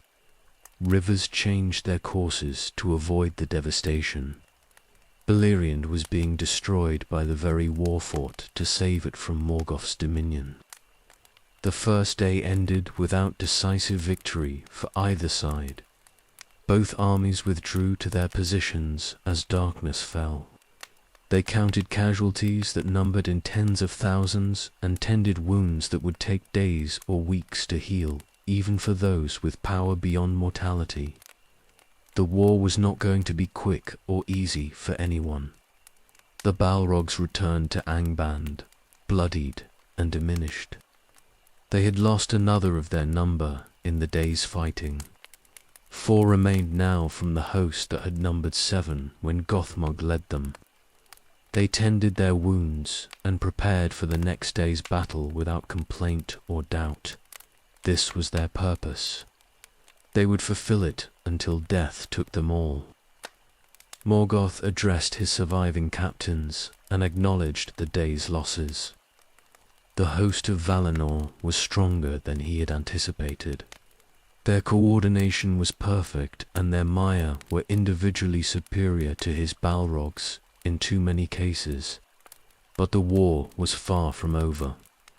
Dragons remained, and orc numbers were still sufficient to overwhelm through sheer mass.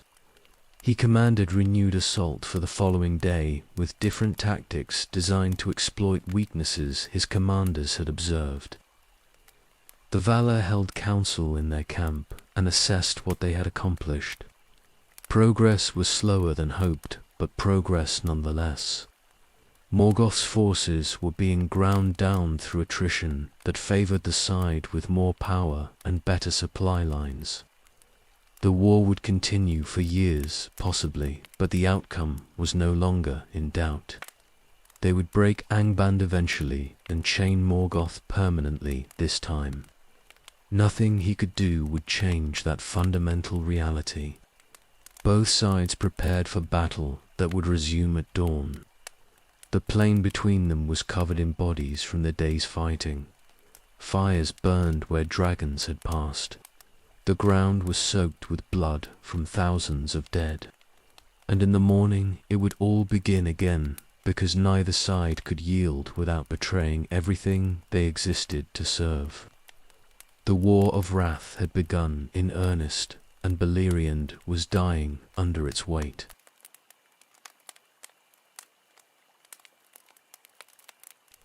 The war ground forward through years, without decisive victory for either side.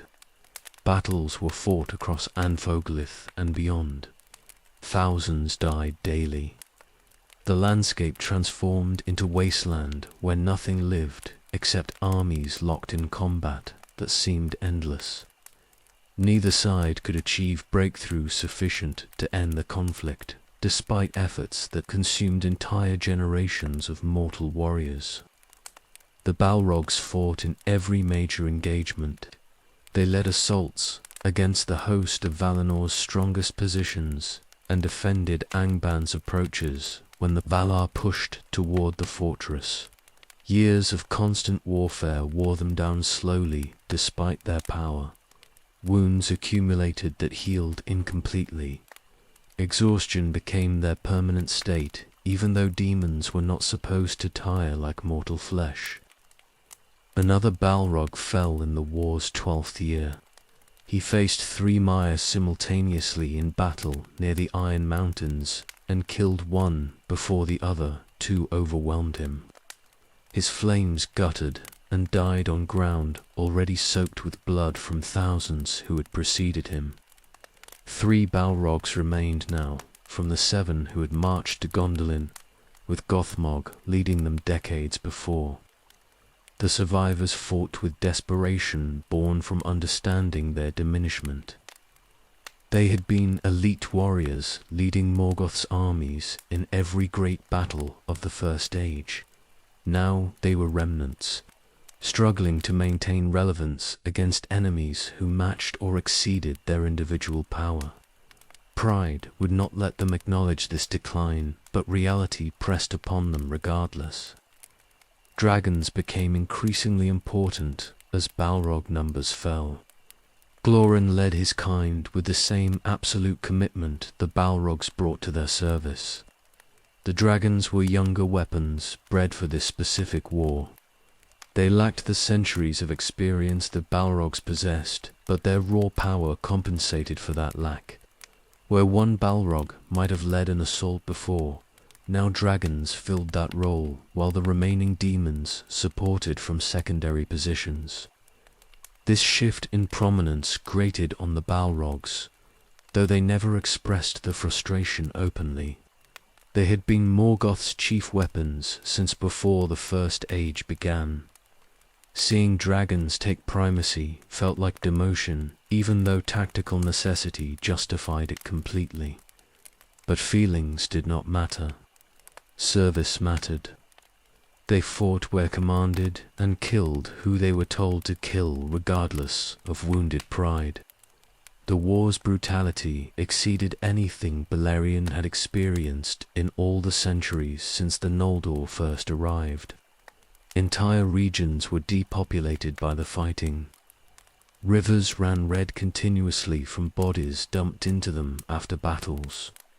Forests burned and never regrew. Mountains collapsed under assault from powers that should never have been unleashed on fragile landscapes. The land itself was dying under the war's weight.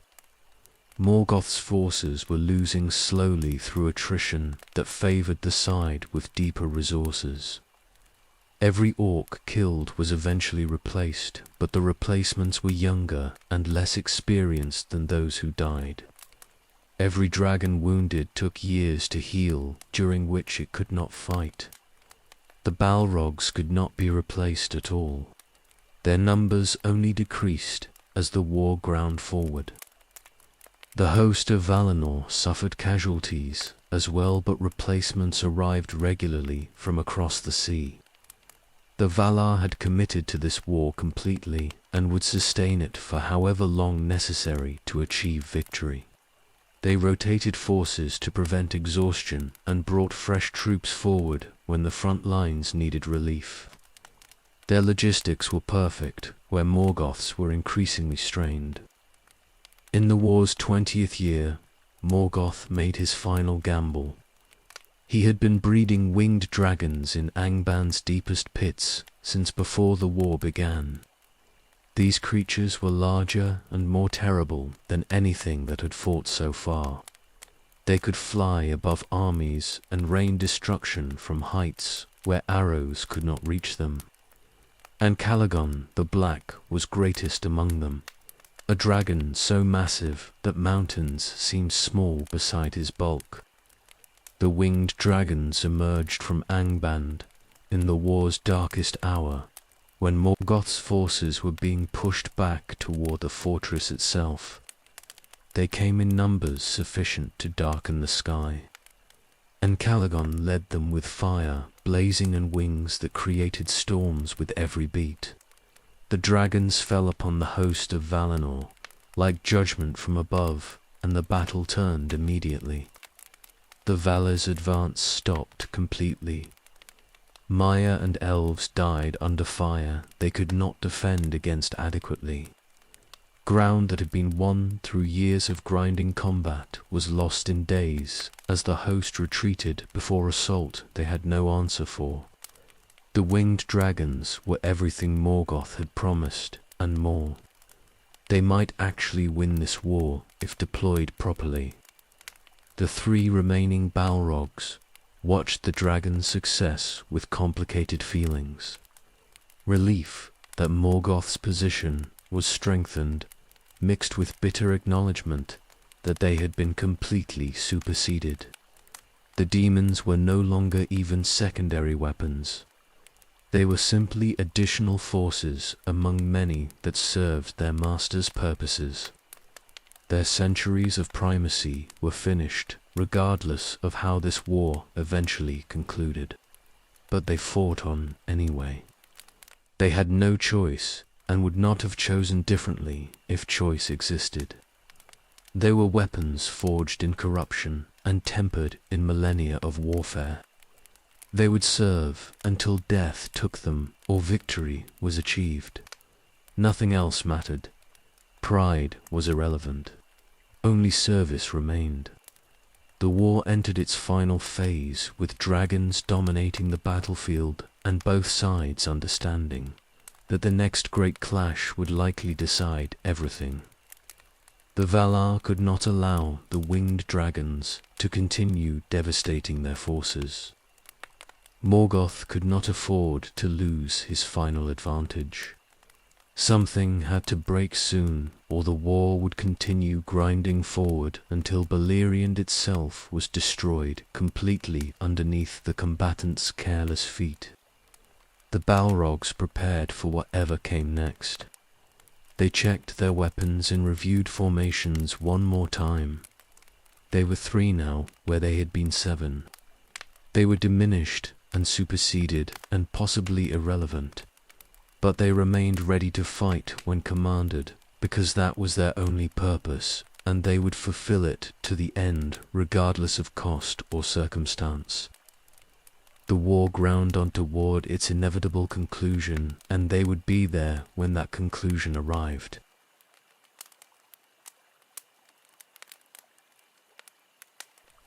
Calagon ruled the sky. The black dragon exceeded every creature Morgoth had ever created in size and power, both. When he flew overhead, entire armies stopped fighting to watch in terror and awe. His shadow covered leagues. His breath melted stone from heights where defenders could not respond. He was invincible, and he knew it. The host of Valinor had no answer for him initially. They tried massed archery, but arrows bounced from his scales like rain. They sent their strongest mire against him, but he incinerated them with fire hotter than forged flames. They attempted coordinated ground assaults while he was distracted, but he simply flew higher and rained destruction on them from safety. Nothing worked. And Calagon continued, devastating the Valar's forces, while Morgoth's armies advanced behind the protection his dominance provided. Weeks passed. The dragon's supremacy seemed absolute. The war that had ground forward for decades suddenly reversed direction as the host retreated before power they could not match.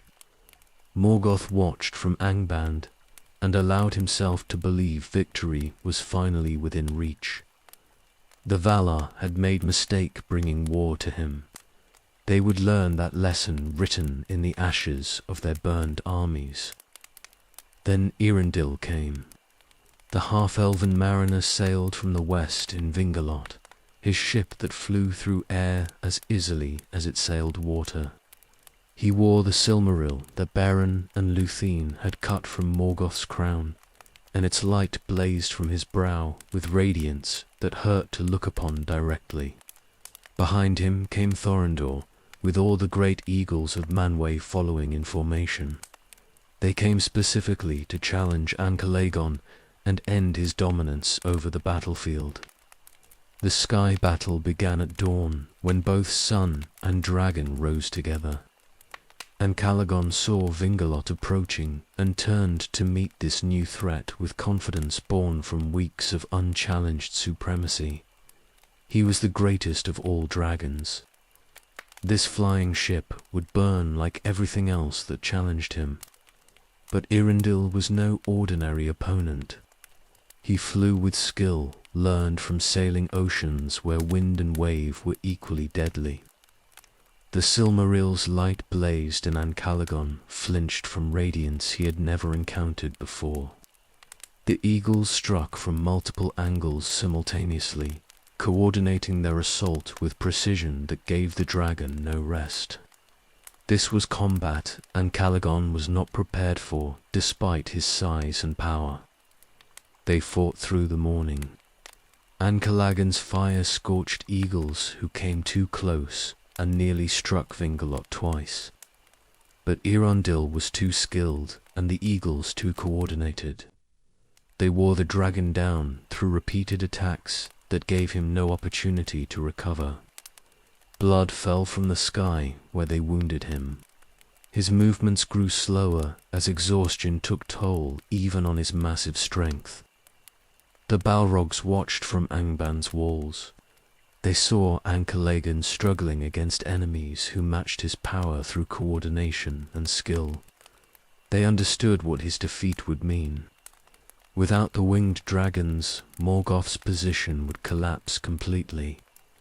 The war that had turned in their favor weeks ago was turning again toward inevitable loss. The battle continued into afternoon. Ancalagon rallied his strength for desperate assaults that nearly killed Irindil twice. But the mariner held his position and the eagles gave him support whenever the dragon pressed too hard. They were winning slowly through attrition that the dragon could not withstand indefinitely. Finally, Irindil struck the killing blow. He flew Vingalot directly at Ancalagon's face, with the Silmarill blazing like a star. The dragon flinched from the light and exposed his throat for one critical moment. Irindil's weapon struck true and pierced scales that had turned aside every attack before. Blood poured from the wound in torrents. Ancalagon fell. The greatest dragon in all of Arda's history tumbled from the sky with wings broken and fire guttering.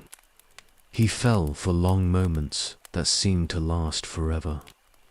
Then he struck Thengarodrums, peaks with force that shattered the mountains themselves. The towers Morgoth had raised collapsed under the dragon's bulk. Stone that had stood since before the First Age began, broke apart, and tumbled into valleys below. The crash echoed across Beleriand and beyond. Everyone fighting on the plain stopped and looked toward where Thangarodrim was crumbling into rubble. Ancalagon lay dead among the ruins of mountains he had destroyed in his fall. The other winged dragons saw their greatest killed and their confidence shattered. They fled toward Angband or scattered across Beleriand, seeking hiding places. The host of Valinor rallied immediately and resumed their advance with renewed determination. Morgoth's final advantage was gone. Now came the reckoning. The Balrogs understood the war was lost. Ancalagon's fall meant Angband would be breached eventually. The dragons could not save them. The orcs could not hold against the host's power. Nothing remained except desperate defense that would only delay inevitable defeat. But they would fight anyway because weapons served until they broke. Morgoth called his remaining forces to Angband's walls. He would make final stand here in the fortress he had built to withstand exactly this assault. The Valar would pay for their victory in blood and time. He would not yield easily, even though yielding was inevitable. The Balrogs took positions at the gates they would defend to death. They were 3 now from 7 who had served Gothmog decades before. They had lost brothers and purpose both. All that remained was service to their master in his final extremity. They would fulfill that service without hesitation or complaint. The end was coming, but they would face it as they had faced every battle since their transformation, with fire and shadow and absolute commitment to the purpose they existed to serve. Balerion burned beneath the war's final phase. The land was dying under forces that cared nothing for the destruction they caused, and the 3 remaining Balrogs stood ready in Angban's ruins to fight until the very end.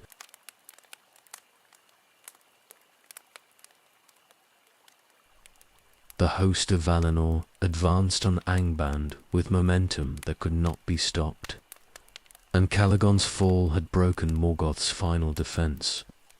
Now came the assault that would end the war and shatter the Dark Lord's power permanently. The Valar themselves marched at the front of their army, with Maiar and elves following behind.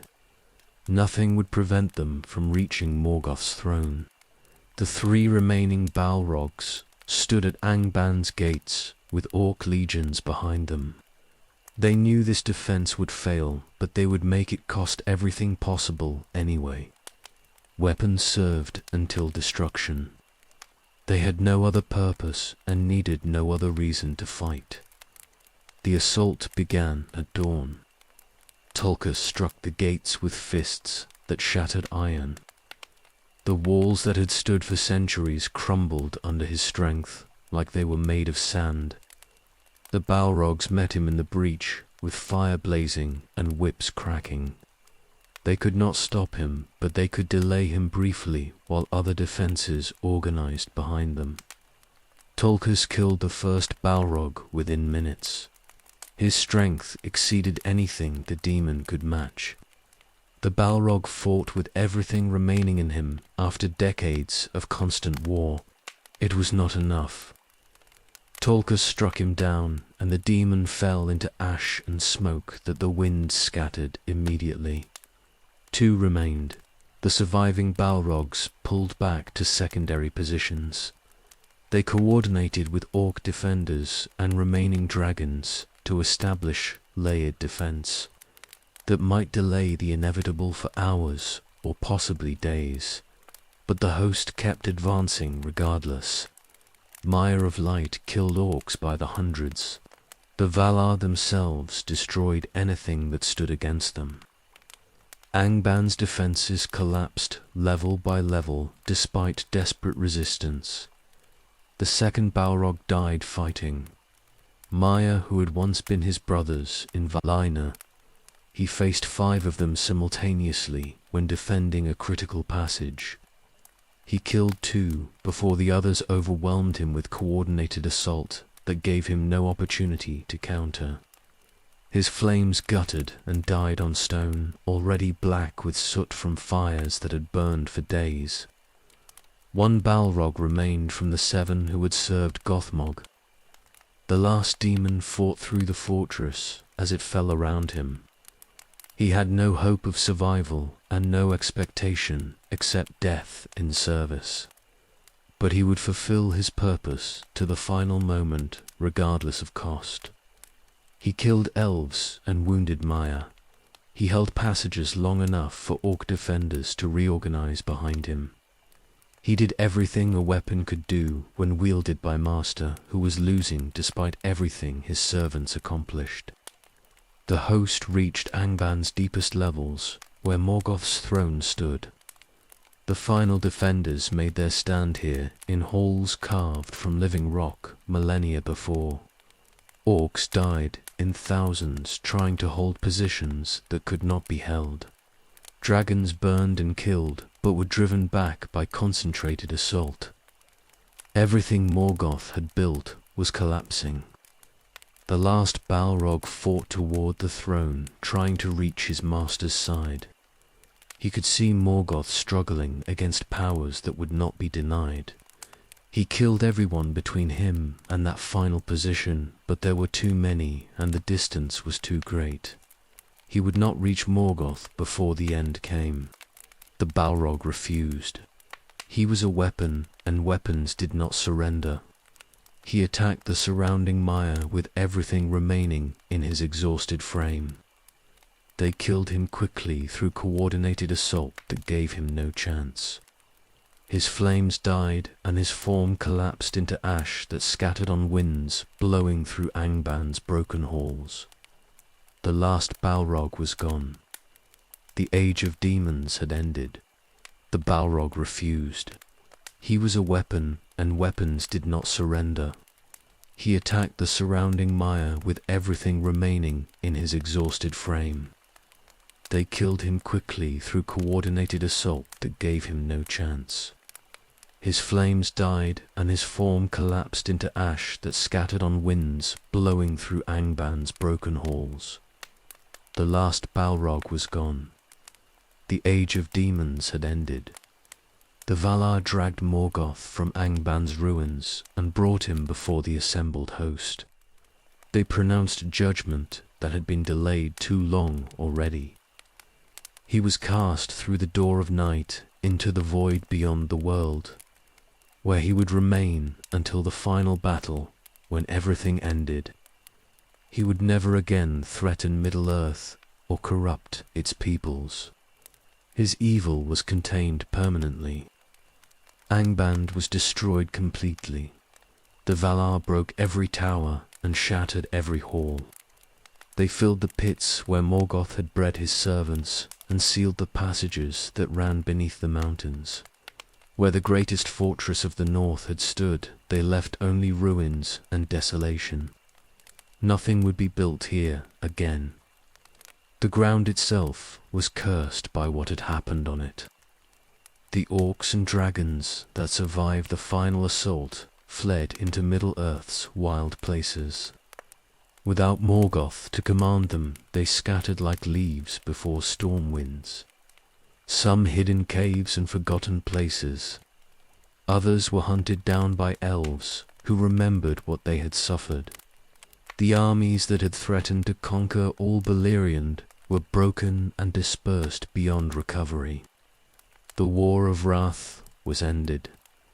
It had lasted decades and consumed armies numbering in the hundreds of thousands. Beleriand was ruined beyond repair. The land would sink beneath the waves, eventually under weight of destruction that could not be sustained. But Morgoth was defeated. The Balrogs were gone.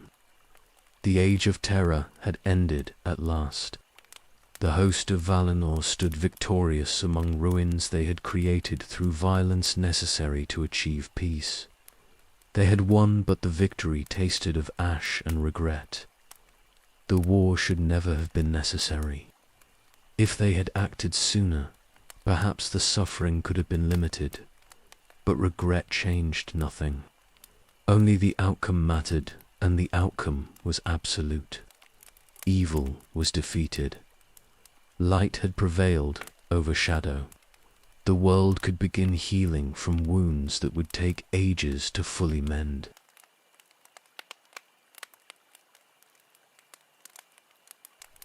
The final battle raged through Angban's halls while one Balrog made his choice. He had fought beside his brothers for millennia. He had served Morgoth with absolute devotion since the transformation in Utumno's pits. But he saw the Valar breaking through every defense and understood that remaining meant death without purpose. A weapon could not serve when its master was already chained. He fled. The decision came without thought or deliberation. One moment he was fighting beside the others. The next he was withdrawing through passages that led deeper into the mountain's roots. He left his brothers to die, defending their master, while he chose survival over service. Shame would have been appropriate, but demons did not feel shame. Only survival mattered now. The passages ran deep beneath Angband into places Morgoth had carved millennia before. Some led to chambers where experiments had been conducted. Others were simply tunnels, dug for purposes long forgotten.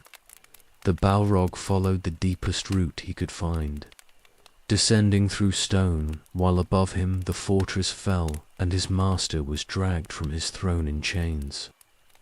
The Valar's Maya searched Angband thoroughly after victory was achieved. They hunted through every chamber and every passage, looking for servants who might have escaped the final battle. They found orcs hiding in forgotten corners. They discovered dragons, wounded and attempting to recover in darkness. They killed everything they found because mercy was not appropriate for creatures Morgoth had made through corruption and malice.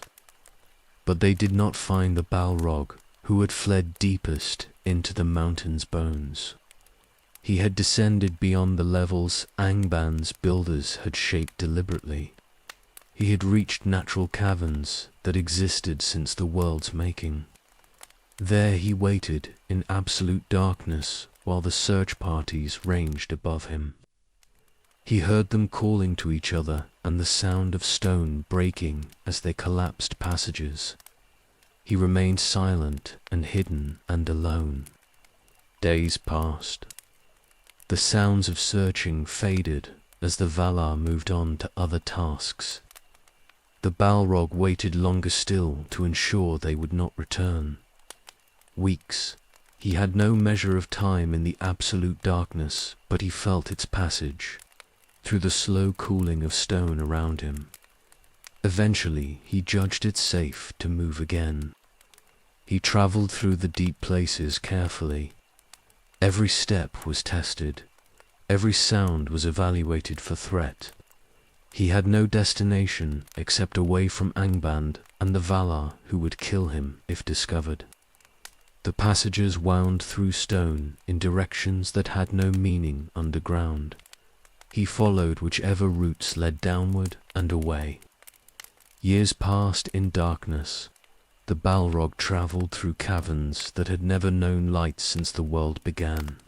He crossed underground rivers and climbed through cracks barely wide enough for his bulk. Sometimes he found evidence that other creatures lived in these depths. Blind fish in dark waters. Things that moved in stone and made sounds he did not recognize. He avoided contact with everything. Survival required isolation, absolute. He reached the roots of the misty mountains, eventually, though he did not know them by name or location. The passages here were vast and ancient. Water had carved chambers over ages beyond counting. The stone was different from what he knew near Angband. Harder, older, this would be his refuge, if anywhere could serve that purpose. He settled in the deepest cavern he could find and remained there. Time became meaningless in darkness that never changed. He slept for periods that might have been years. He woke and paced and returned to sleep again. There was nothing to do except exist, and nothing to exist for except continuing existence itself. Purpose had died when Morgoth was chained. Only bare survival remained. He was alone completely.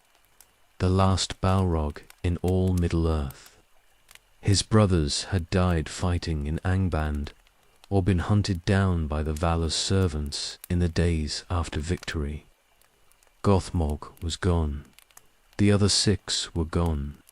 Only this one remained, fled into darkness and surviving without purpose or hope of anything except continuing survival. Morgoth was cast into the void beyond the world. The Balrog felt his master's presence vanish utterly.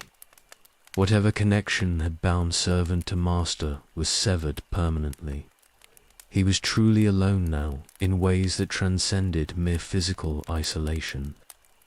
The being he had served for millennia was gone beyond any possibility of return or rescue. There would be no new commands, no direction, no purpose ever again except whatever he could create for himself in darkness. But demons did not create purpose. They were weapons forged for service, and they possessed no capacity for independent existence beyond that service. The Balrog endured in the deep places because survival instinct persisted even after purpose was lost. But he was not living. He was merely not dying. Empty existence stretched ahead without end or meaning. The world overhead continued without him. Beleriand sank beneath the waves. The first age ended and the second began. Elves and men built new kingdoms in lands the Balrog would never see. Everything changed while he remained unchanged in darkness beneath the mountains.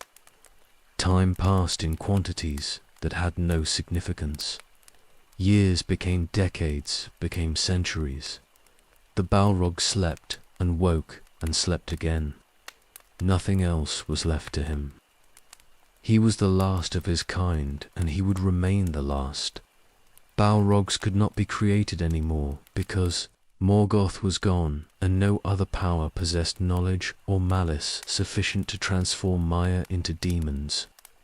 When this final one died, whether through violence or time's slow erosion, the demons would be extinct completely. Their age had ended when the War of Wrath concluded. Only this single remnant remained to prove they had ever existed at all. The Balrog waited in darkness beneath the misty. Mountains, alone, purposeless, existing without reason except that existence continued despite everything. He was a weapon without a wielder, a servant without a master, the last demon in a world that had moved beyond the age when such things walked in fire and shadow. He would remain in the deep places until something changed or death found him at last. Nothing else was possible for what he had become.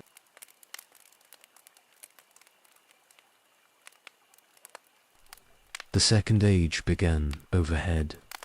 The Balrog knew nothing of this change. Deep beneath the misty mountains, time held no meaning. Days and years were the same in darkness that never varied. He existed in a void where the only measure of anything was his own consciousness, flickering between sleep and waking across spans he could not count. The caverns he had chosen were ancient beyond reckoning. Water had carved them when the mountains were young. Stone formations grew from floor and ceiling with patience measured in millennia. Underground rivers ran through channels worn smooth by endless flow. This was a world untouched by surface concerns. War and kingdoms and the rise and fall of ages meant nothing here.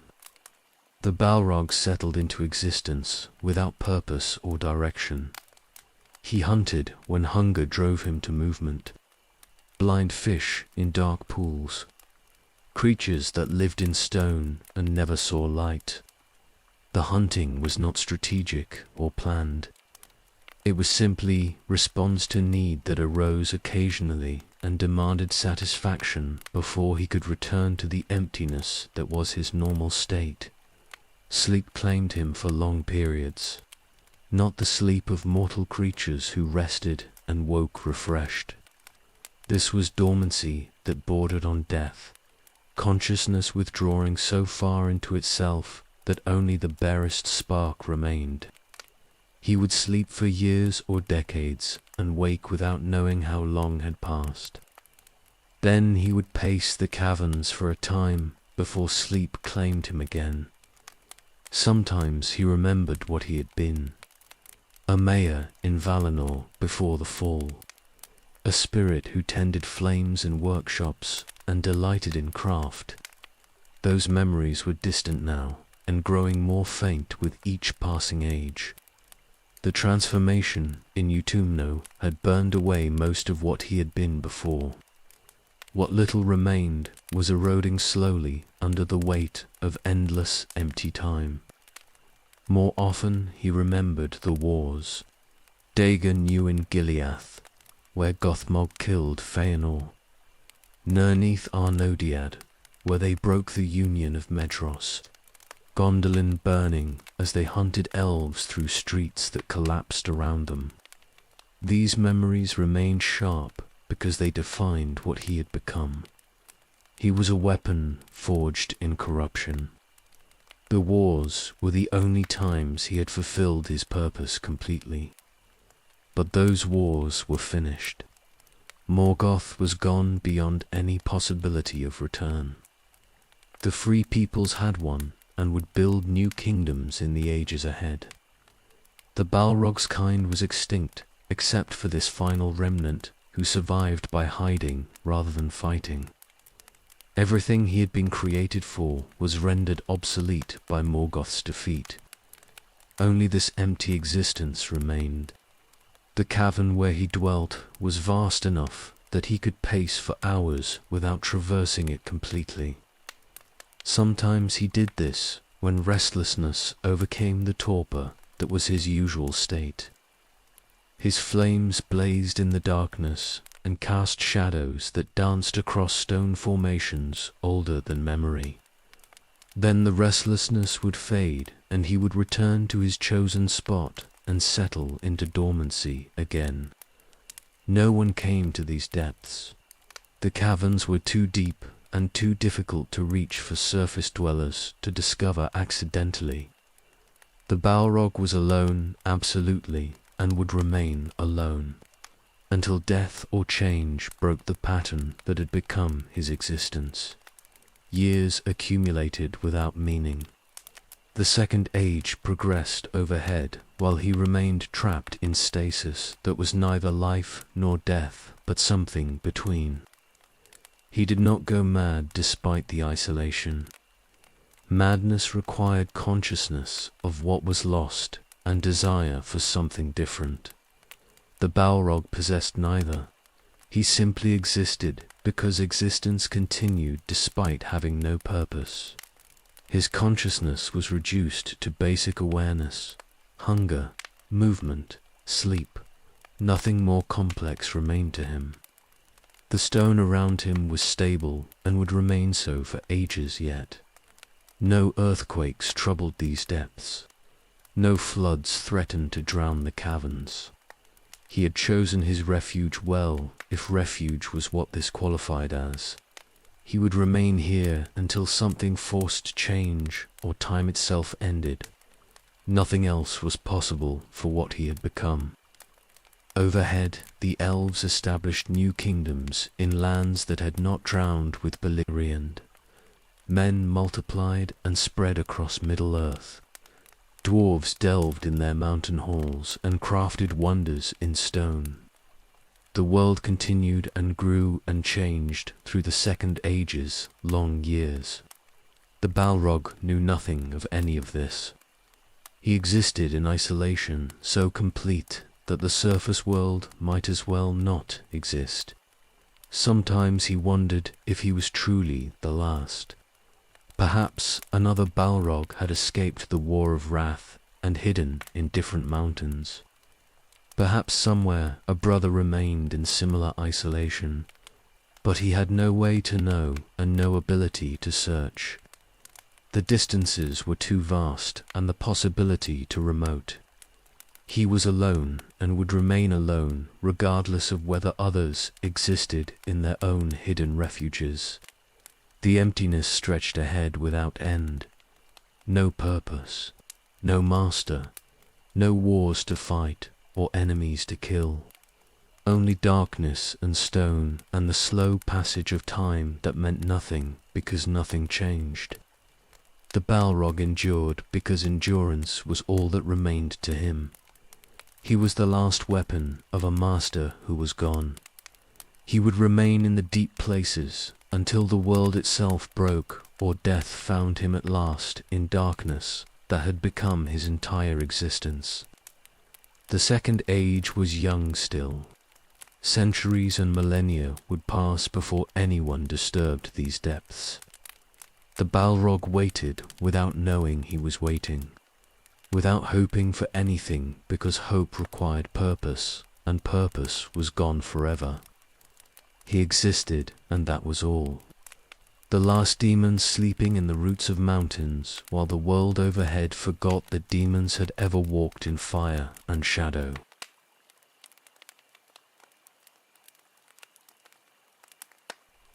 "500 years passed. The Balrog slept through most of them. He woke occasionally when something disturbed the stone around him. Tremors from far away. Changes in water flow through the caverns. His consciousness surfaced briefly, assessed the disturbance, found nothing requiring response, and retreated into dormancy again. The sleep was deep and dreamless. Balrogs did not dream because dreams required imagination, and imagination had been burned away in Utumno's transformation. He simply ceased being aware for long periods, and then became aware again, without transition or memory of what happened between. Time collapsed into meaningless succession of waking moments separated by voids that might have been years or decades each. When he woke, he hunted. The deep places held life adapted to perpetual darkness. Blind fish that navigated by sensing movement in water. Cave creatures that fed on fungus growing in the dampest chambers. Larger things occasionally that had wandered down from higher levels and become lost in the labyrinth. The Balrog killed and ate whatever he found, and then returned to sleep when hunger was satisfied. He was growing weaker, slowly, not from starvation. The hunting provided adequate sustenance. But fire and shadow required more than physical food to sustain themselves properly. They needed purpose and use. A weapon left in storage too long begins to corrode, regardless of how carefully it is maintained. The Balrog was corroding in ways he did not fully understand or acknowledge. His flames burned less brightly than they had during the wars. His strength was diminished compared to what he had wielded when Gothmog led them against Gondolin. The changes were gradual, and he had no baseline to measure against. He simply was what he was in each moment of waking, without comparing to what he had been before. Sometimes disturbances reached the caverns from above. He felt them through the stone. Vibrations that suggested movement on the surface. Sounds that penetrated down through leagues of rock. He did not investigate. Whatever happened overhead was not his concern. He had fled to these depths to hide, and hiding required remaining in place, regardless of curiosity about surface events. Elves were building kingdoms overhead, though the Balrog knew nothing of this. They raised cities and planted forests and created beauty in lands still recovering from the War of Wrath's devastation. Some delved into mountains and created passages that reached deeper than surface dwellers usually ventured. None reached the depths where the last Balrog hid. Not yet. In the sleep's 8th century, a section of cavern collapsed above him. Stone that had stood for ages gave way and crashed into chambers the Balrog had used for hunting. The noise woke him violently from dormancy. He emerged into awareness, prepared for threat, and found only settling rubble and dust still drifting in darkness. He investigated the collapse carefully. Stone blocked passages he had used and opened new routes into caverns he had not explored before. Water was flowing differently now. A river had been diverted by the collapse into channels that had been dry previously. The geography of his refuge had changed. He moved deeper in response. The collapse might have been natural, but it might also indicate that surface dwellers were delving toward his position. Either way, remaining near the disturbance was risk he would not take. He traveled through newly opened passages and descended further into the mountain's bones than he had ventured before. The new chambers were older and vaster than what he had left behind. Stone formations here had grown for so long they merged floor and ceiling into columns that supported impossible weights. The rivers here were wider and faster, carving channels through rock with force that promised eventual collapse. This was the mountain's deepest heart. Nothing from the surface would reach here for ages yet, if ever. He settled into new refuge and resumed the pattern that had become his existence. Sleep, wake, hunt, sleep again. The cycle continued without variation or meaning. Years became decades, became centuries. The Balrog's consciousness reduced further into bare awareness that flickered between dormancy and minimal wakefulness. Overhead the Second Age progressed. Numenor rose in power and fell to shadow. Sauron forged the rings and waged war across Middle-earth. Kingdoms rose and fell and rose again.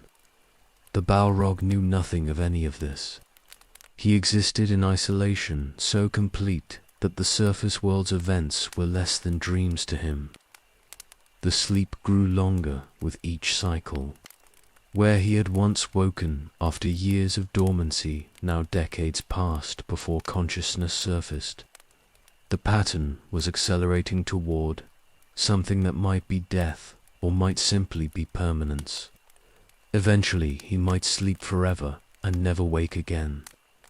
That would be ending of sorts. An ending might be mercy compared to the empty existence that had become his normal state.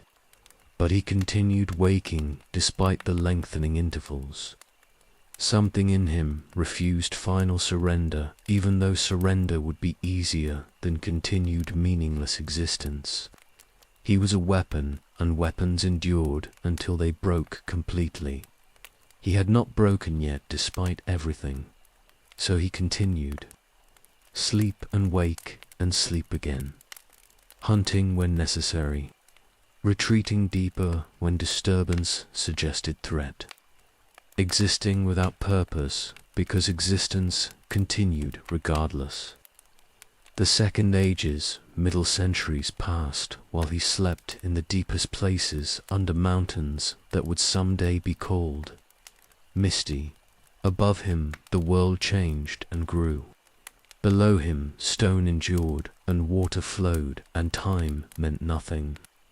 The last Balrog remained hidden in darkness, absolute, alone, diminished, but surviving still because survival was the only response he possessed to the emptiness that surrounded him.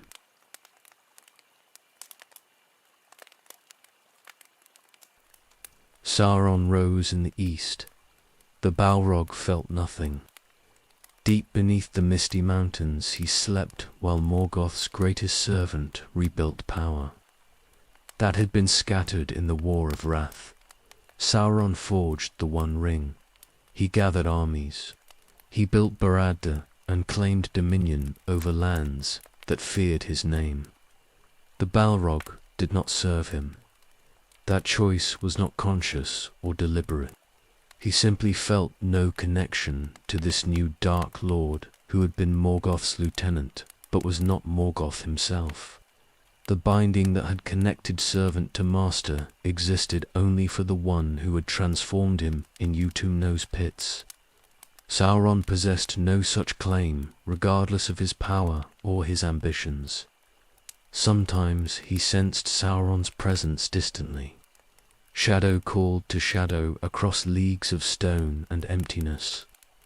The rings making scent ripples through Middle-earth that penetrated even the deepest caverns. The Balrog stirred in his sleep when these disturbances reached him but did not wake fully. Whatever was happening overhead was not his concern.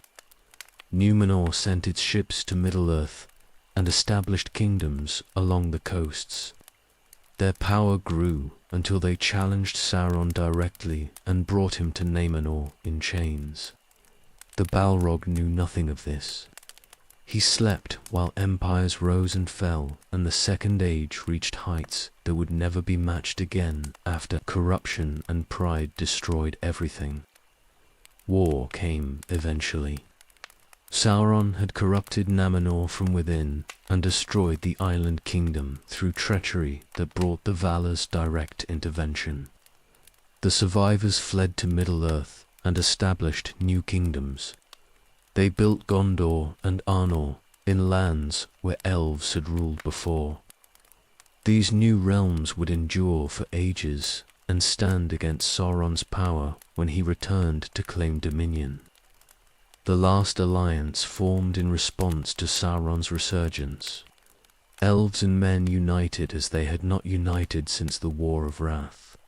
They marched east toward Mordor, where Sauron ruled from his dark tower. Their armies numbered in hundreds of thousands. This was war on a scale not seen since Morgoth fell.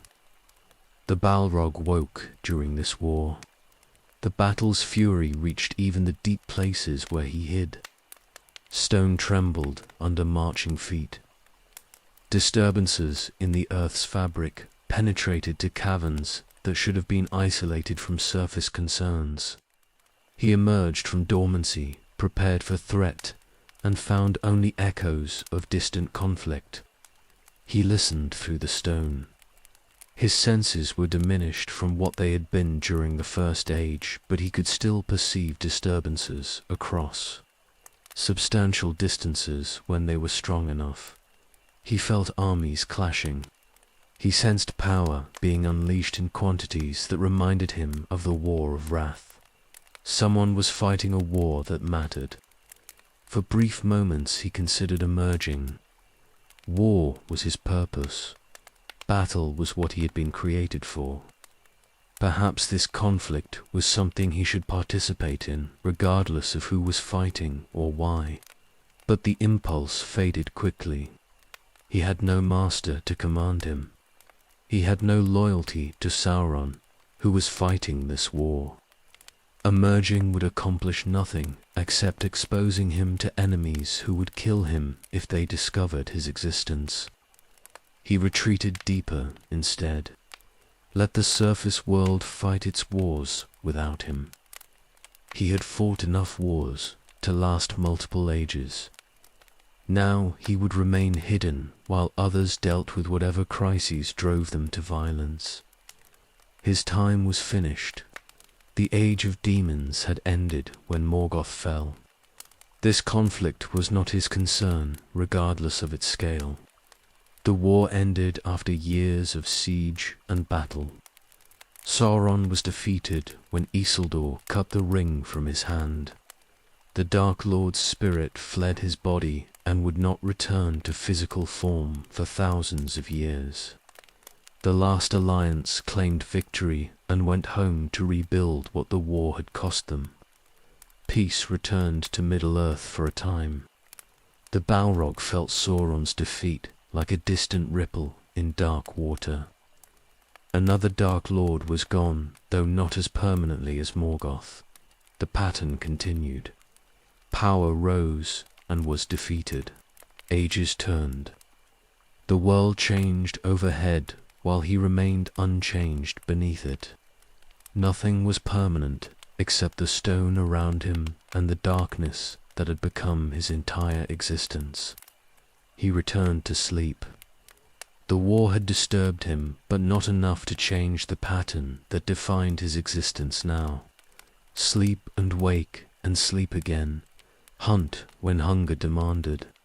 Retreat deeper when threat approached. Exist without purpose because purpose was gone and would never return.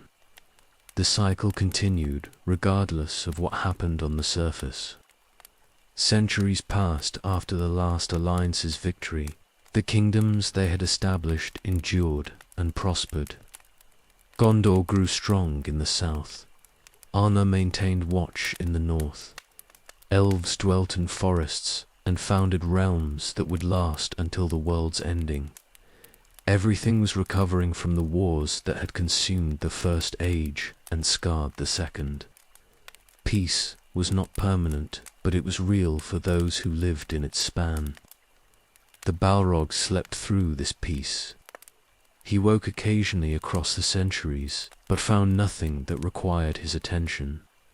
The deep places remained empty except for himself and the life that had always existed in darkness. No one came seeking him. No disturbance suggested threat. He was forgotten completely by a world that had moved beyond the age when demons walked in fire and shadow. The Second Age ended in Sauron's defeat. The Third Age began with hope that the evil was finished forever. The Balrog knew nothing of these transitions. Time held no meaning in the depths where he existed. Ages were the same as days in darkness that never varied. He continued the pattern that had sustained him for millennia. Sleep, wake, sleep again. Alone in the roots of mountains, while the world overhead forgot he had ever existed.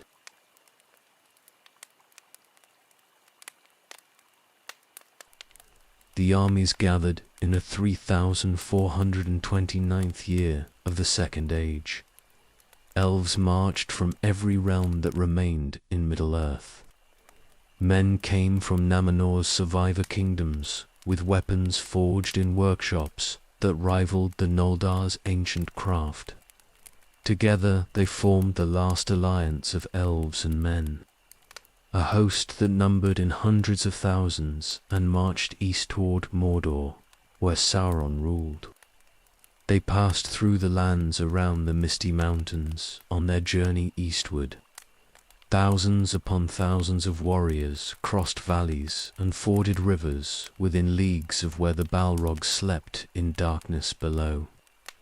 The stone trembled under their passage. Drums beat rhythms that penetrated through rock. Horns sounded that echoed in caverns no surface dweller knew existed. The Balrog woke. This was not distant disturbance like the war's earlier phases had been. This was immediate presence directly overhead. Armies were marching across stone that was connected to the depths where he hid. He could feel their weight and their numbers. He could sense the power they carried with them. This was war on a scale he recognized from the First Age's great battles. He rose from his resting place and moved through the caverns listening. The armies were heading east. They were not stopping or searching. They had purpose that drove them past his position, toward destinations further away. But their proximity was closer than anything had come since he fled Angban's fall millennia before. The temptation came again. War was overhead. Real war with armies and purpose both. He was a weapon forged for exactly this kind of conflict. Every instinct bred into him across the transformation urged him to emerge and join the battle. It did not matter whose side he fought on. Battle itself was the purpose he had been created for. But he had no master. That fact overwhelmed every instinct. He was a weapon, and weapons required wielders. Morgoth was gone into the void beyond any possibility of return. Sauron was not his master and possessed no claim on his service, regardless of being Morgoth's former lieutenant. Emerging to fight for no one would accomplish nothing except exposing him to destruction. He remained in the deep places while the armies passed overhead. The temptation faded as the sounds grew more distant. The host was traveling away from his position toward Mordor. Soon they would be too far away for him to sense, even if he wanted to follow. The moment was passing. He let it pass. Years followed while war raged in the east. The Balrog felt echoes of great battles fought at distances too far to perceive clearly. Stone carried vibrations from sieges and assaults. The earth itself trembled occasionally when powers beyond mortal strength were unleashed. The war was progressing, but he could not tell who was winning or how long it might continue. 7 years the siege lasted. The last alliance surrounded Barada and assaulted it repeatedly without achieving breakthrough. Sauron's power was immense, and his defenses were strong. The armies ground forward through attrition that cost both sides dearly. Finally, in the war's 7th year, the defenses cracked and the alliance broke through to Sauron himself. The Balrog felt Sauron's defeat like a blow to his own being, not because he served Sauron or cared about his fate, but because Sauron was Morgoth's greatest servant, the last lieutenant who had commanded armies in the ancient wars. When he fell, something fundamental changed in the world's fabric. The last connection to Morgoth's active power was severed. Only this hidden Balrog remained as evidence that Morgoth had ever commanded demons in his service. The defeat was not permanent. Sauron was Maya like the Balrog himself, and could not be killed as long as the One Ring existed. But his body was destroyed and his spirit fled. He would not return to physical form for thousands of years. The war was won. The last alliance claimed victory and began the long march home. The armies returned past the misty mountains, heading west toward their realms. The Balrog felt them passing overhead again, fewer now. The war had cost them dearly despite victory, but they were singing. He could hear it faintly through the stone. Victory songs and hymns of homecoming. They had defeated Sauron and were returning to peace. The Balrog listened until they passed beyond his sensing. Then he returned to the depths he had left and settled into dormancy again. The war was over. Sauron was defeated. The last alliance was dissolving as the armies went home. Peace would return to Middle-earth for a time, and he would remain hidden through all of it. He was alone, absolutely now. Morgoth was gone beyond the world. Sauron was defeated and dispersed. No other servant of the ancient darkness remained active in Middle-earth. The Balrogs were extinct, except for this final one, who survived by hiding rather than fighting. He was the last remnant of an age that had ended thousands of years before. The thought brought no emotion. Demons did not feel loneliness or grief, but he understood his situation with clarity that had been absent before. He was not waiting for anything. No master would return to command him. No war would call him to service. He would remain in these depths until death or discovery ended his existence. Nothing else was possible. The second age was ending overhead. The third would begin soon. He would sleep through the transition as he had slept through so much already. Ages meant nothing to him. Only the pattern remained. Sleep and wake and sleep again. Alone in darkness while the world overhead moved into futures that would never include him. The last demon enduring in the roots of mountains that would someday know dwarven names but did not yet. Existing without purpose because purpose was gone and would never return regardless of how long he survived.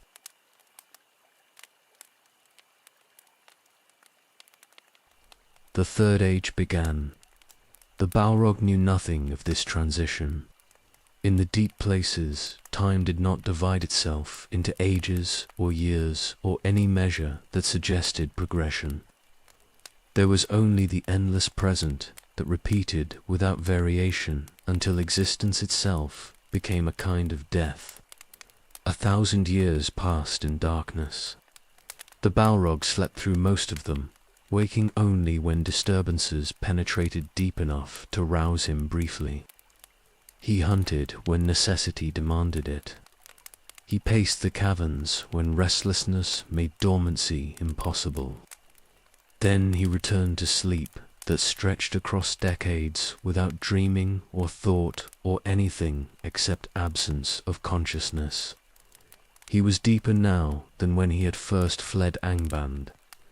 The passages around him were so far beneath the surface that almost nothing from above penetrated here. No tremors from marching armies. No sounds of building or delving. Only stone and water and darkness that had existed before the world was shaped and would exist after its ending. The mountains above him were called Misty now, though he did not know this. Men had given them that name, and elves used it when they travelled the passes. One peak was called Caradhras by those who feared its cruelty. The Balrog dwelt beneath it in spaces that had no names, because no one who walked the surface knew they existed. Sometimes he wondered if he was truly alive. Life implied change and growth and purpose directed toward something beyond mere continuation. He possessed none of these. He simply existed because his form had not yet dissolved completely into the nothingness that surrounded him. Perhaps this was what death looked like from the inside. Consciousness persisting beyond the point where it served any function. His flames were dim now. Where once they had blazed bright enough to be seen from leagues away, now they barely illuminated the immediate stone around him. The shadow that was half his nature had grown stronger as the fire diminished. He was becoming more darkness than flame.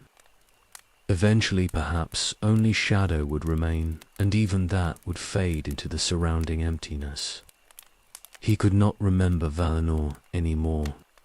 Those memories had eroded completely under the weight of millennia. He could barely remember the wars. Specific battles blurred together into general impressions of violence and fire. Even Gothmog's face was fading from memory, though Gothmog had led them for thousands of years. Everything was being worn away by time that stretched beyond what consciousness was meant to endure. But he did not die. His form persisted.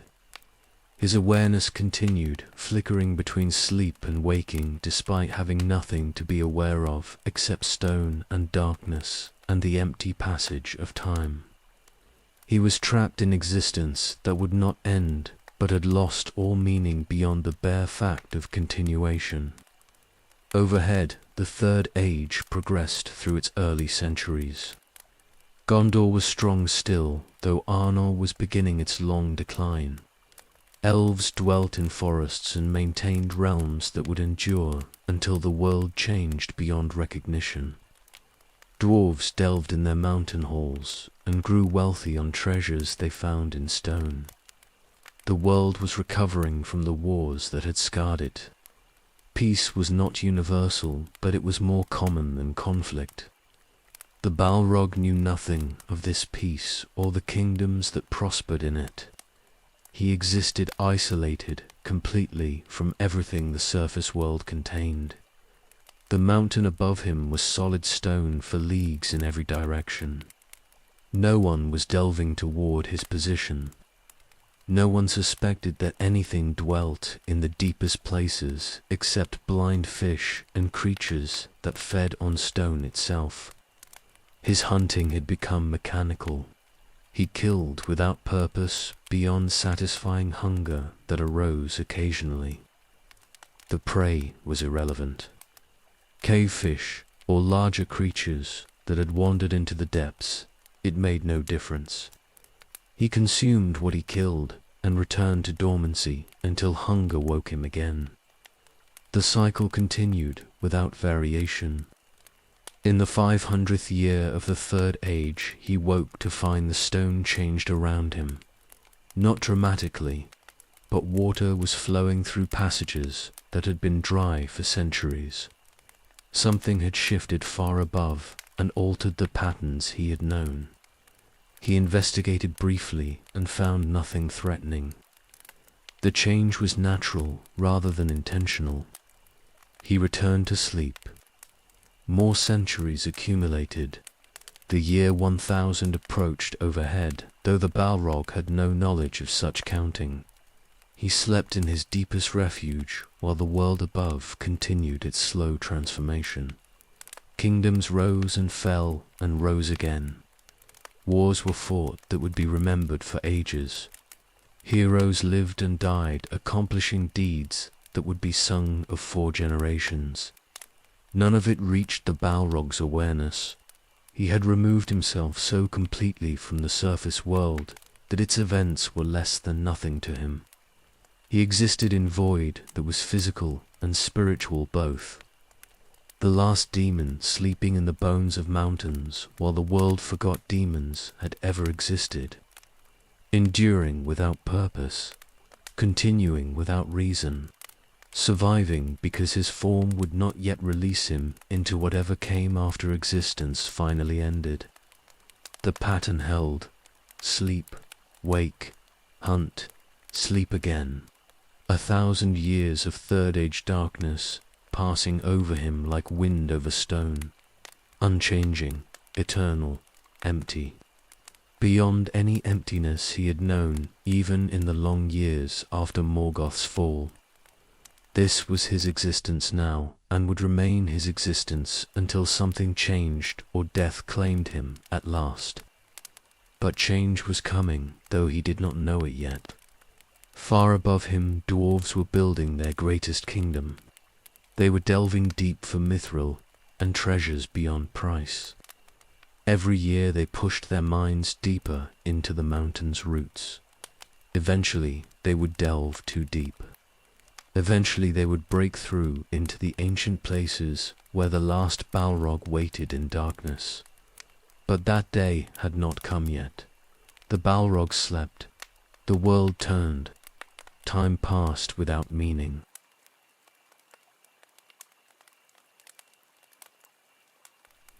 Dwarves came to the mountains. The Balrog felt their presence distantly, like pressure building in stone that had known only stillness for millennia. Something was different overhead. Movement, purpose, the weight of construction settling into the mountains. Upper reaches where before there had been only wind and weather and the slow erosion of ages. This was not armies passing through on their way to distant wars. This was establishment. The newcomers were building something permanent in the heights above him. He could sense it through the stone, even though the distances were immense. Whatever was happening was substantial enough to register in the deep places despite all the rock between. He did not investigate. The activity was too far above to concern him directly. His refuge was leagues beneath the surface in caverns that would take centuries to reach, even if someone was deliberately digging toward them. He returned to sleep after noting the change and filed it away as information that might matter eventually, but did not matter now. Years passed and the activity overhead intensified. More dwarves arrived. More building. The mountain was being shaped deliberately by hands that understood stone and knew how to work it properly. The Balrog recognized craftsmanship when he sensed it. These were not crude diggers. These were artisans creating something that would endure. The kingdom they were building was called Khazad-dûm. It would become the greatest of all dwarf realms, spanning the mountains and delving deep for treasures that made its people wealthy beyond measure. But the Balrog knew none of this.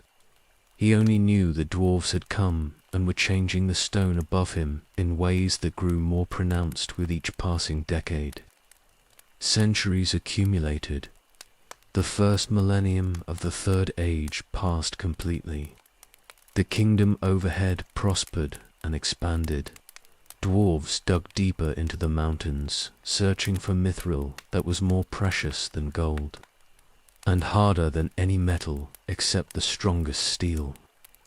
Every year they pushed their mines lower. Every decade brought them closer to depths that should have remained undiscovered. The Balrog woke more frequently now. The disturbances from above were growing stronger as the dwarves delved closer to his position. He could hear them sometimes through the stone, hammering, drilling, the sounds of picks breaking rock and carts rolling through newly cut passages. They were still far away, but the distance was diminishing year by year. He moved deeper in response.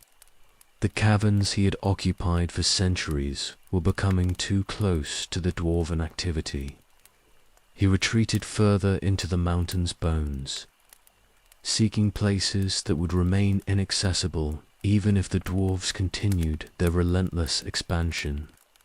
The pattern that had sustained him for so long was threatened by proximity to surface dwellers who did not know he existed. The new refuge was deeper and darker than anywhere he had dwelt before. The stone here was primal, unchanged, since the world's foundations were laid. Water ran through channels that had been carved when mountains were young. This was the absolute bottom of everything. Nothing lay beneath except the world's bones. If the dwarves reached him here, then there was nowhere left to flee. He settled into this final refuge and resumed the dormancy that had become his existence. But the sleep was lighter now. Awareness remained closer to the surface. He could not sink into the deep unconsciousness that had sustained him through previous centuries because the threat overhead required vigilance. He was prepared to wake and respond if the dwarves came too close. More centuries passed. 500 years, 700. The dwarves continued delving without knowing what waited in the depths below their deepest mines. They found mithril in quantities that made Khazad-dûm the wealthiest realm in Middle-earth. They created works of beauty that rivaled anything the Noldor had made in the First Age. Their kingdom flourished and their people multiplied. The Balrog felt their success through the stone. He sensed the joy they took in their crafting and the pride they felt in their expanding realm. These emotions meant nothing to him except as indicators of how permanent their establishment had become. They were not passing through. They had made these mountains their home and would remain here for ages unless something drove them out. He was that something. He did not choose this role or desire it, but his presence in the deep places was threat absolute to any who discovered him. If the dwarves broke through to his refuge, they would die in numbers that would empty their halls. Not because he wanted to kill them, but because demons did not permit discovery by surface dwellers who would inevitably attempt to destroy what they found. The year 1980 of the Third Age approached. The dwarves had been in the mountains for nearly a millennium now. Their kingdom was at its height. Their minds were deeper than any had delved before. They were searching for mithril in passages that ran beneath Caradhras itself. The Balrog felt them getting closer. The sounds were louder now. The vibrations were stronger. They were within leagues of his position and still digging deeper. Soon they would break through into the ancient caverns where he waited. Soon the long isolation would end and violence would return to existence that had known only emptiness for thousands of years. He did not want this. He had fled to these depths specifically to avoid contact with surface dwellers. But the dwarves' ambition was driving them toward him regardless of his desires. They would break through eventually. The stone between them was diminishing with every passing year. And when they finally reached him, everything would change for both of them in ways that could not be prevented or avoided. The awakening was coming. The last Balrog would walk in fire and shadow again.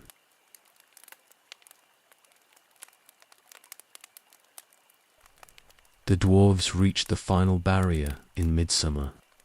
They were mining for mithril beneath Caradhras, at depths their fathers had never reached.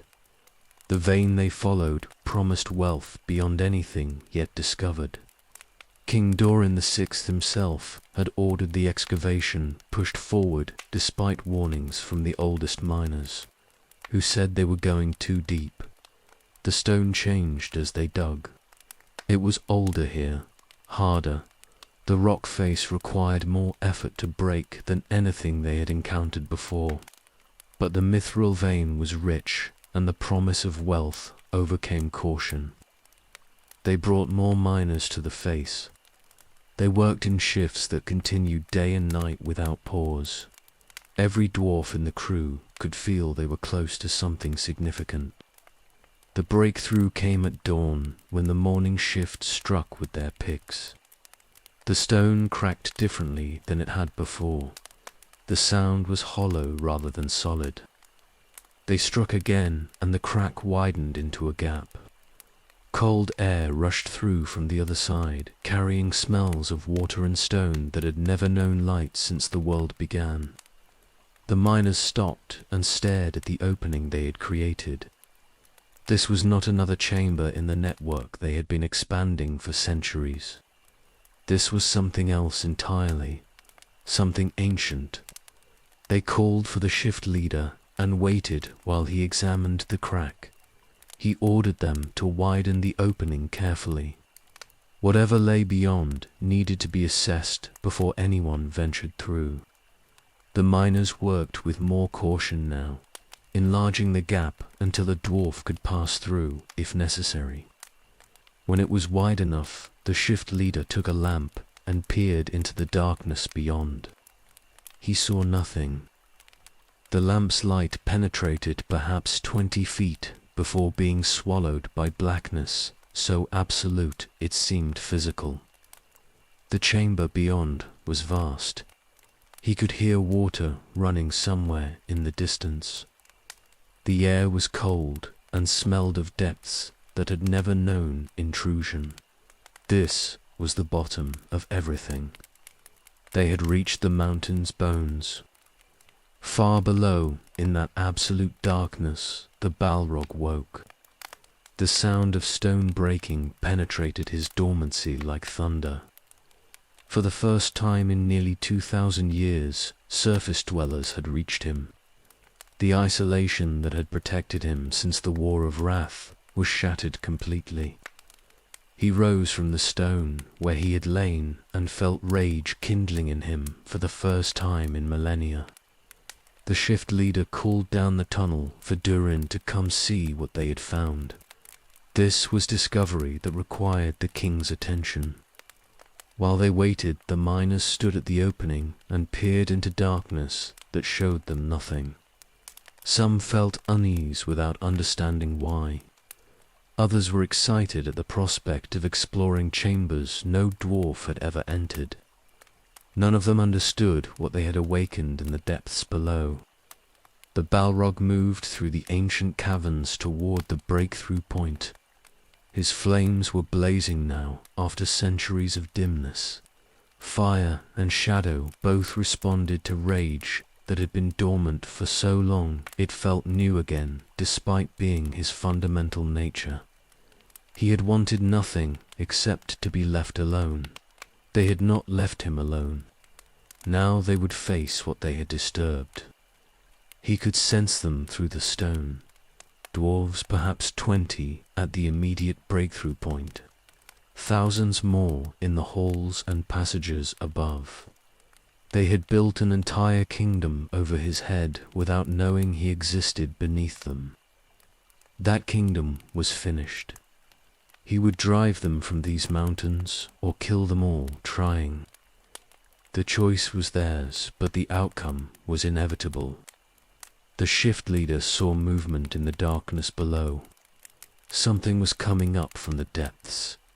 Something massive. He called warning to the others, and they grabbed their tools as weapons. Whatever emerged from that ancient dark would find dwarves ready to meet it, with steel and courage both. Then they saw the fire. It blazed in the darkness like sunrise in a place that had never known day. Behind the fire came shadow that swallowed the flames even as it burned. The thing approaching was vast and terrible and wrong in ways their minds struggled to comprehend. This was not natural creature or beast gone mad.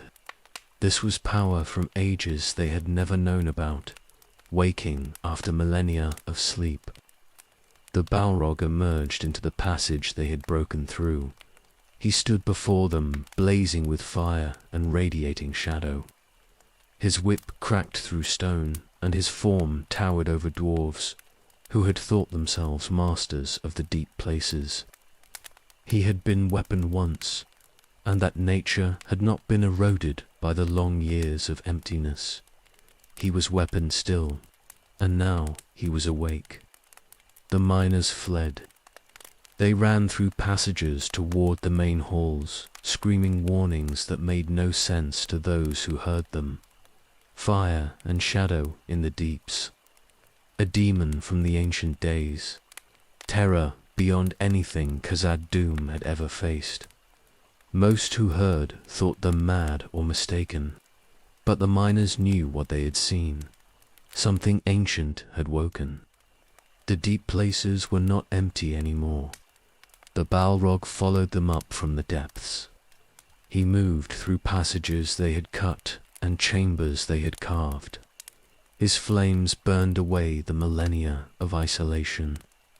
His shadow spread through halls that had known only lamplight and the honest work of dwarf hands. Durin's kingdom had hours remaining before everything changed. The last demon was walking in fire and shadow again after 2,000 years of darkness. The awakening was complete.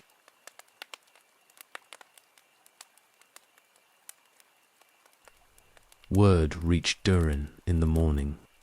Something had emerged from the deepest excavations. The miners were fleeing in terror. The shift leader was dead already, killed when he tried to stand against whatever had come from the ancient dark. The reports made no sense, but the fear in the messenger's eyes was real enough. Durin armed himself and gathered his household guard. If something threatened his people in the deep places, then he would face it as kings had always faced threats. With courage and steel and the strength that dwarves had maintained through all the ages since their awakening, he marched toward the lowest levels where the breakthrough had occurred. The passages were empty. Every dwarf who had been working in the deep mines had fled to higher levels. Lamps still burned along the walls, but they illuminated nothing except abandoned tools and mining equipment. The silence was absolute and wrong. These halls should have echoed with hammering and voices. Now they held only emptiness and the smell of smoke. Durin led his guard down the main shaft toward the excavation site. They descended for nearly an hour through passages that grew older and less finished the deeper they went. Finally, they reached the level where the breakthrough had occurred. The king stopped and looked at what his miners had found. The opening was ragged and recent. Stone dust still hung in the air. Beyond it stretched darkness that the lamps could not penetrate adequately. Durin approached the gap carefully with his guard surrounding him. He peered into the ancient chamber and saw nothing. Whatever had emerged was not waiting at the breach point. Then he felt heat. It was coming from the darkness ahead. Not the warmth of forges or the heat of honest labor. This was something else. Something that made the air shimmer and the stone itself warm to the touch. Durin raised his axe and called into the dark. No answer came except the sound of movement in the depths. The Balrog emerged from the ancient chamber like judgment incarnate. Fire blazed around his massive form, and shadows spread behind him until it filled the passage. He towered over the dwarves who had thought themselves mighty in their mountain halls. His whip cracked and stone shattered where it struck. This was power from the First Age, when demons walked openly in Middle-earth and terror was given physical form. Durin stood his ground. He was king under the mountain. He had ruled Khazad-dûm for centuries and defended his people against every threat that challenged them. This creature was monstrous, but he would face it regardless. His guard formed around him with weapons ready. If this was his death, at least he would die defending what he had built. The combat was brief. Durin struck first, his axe blazing with runes that had been forged when dwarves first learned their craft. The weapon found its mark and bit deep into fire and shadow both. The Balrog roared pain and struck back with his whip. It caught Durin across the chest and burned through armor that should have turned any blade. The king fell. His guard rushed forward to protect him, but the Balrog killed them in moments. His whip and his fire consumed dwarves, who had trained for war but never faced anything like this. They died bravely, but they died quickly. Within minutes, the passage held only corpses and the demon who had killed them. Durin lay dying on stone his people had shaped. The wound across his chest was mortal. He could feel his strength draining away. Around him, his household guard were dead. He had failed his people utterly. He had led them to delve too deep and awakened something that would destroy everything they had built. The knowledge was more painful than the wound that was killing him. The Balrog looked down at the dying king without pity or satisfaction. This dwarf was nothing except the first of many who would die in the days ahead. The demon had not wanted this. He had wanted only to remain in the deep places and be left alone. But they had disturbed him. Now they would face the consequences of that choice. He left Durin dying in the passage and moved deeper into Khazad-dûm. News of the king's death spread through the halls like fire through dry timber.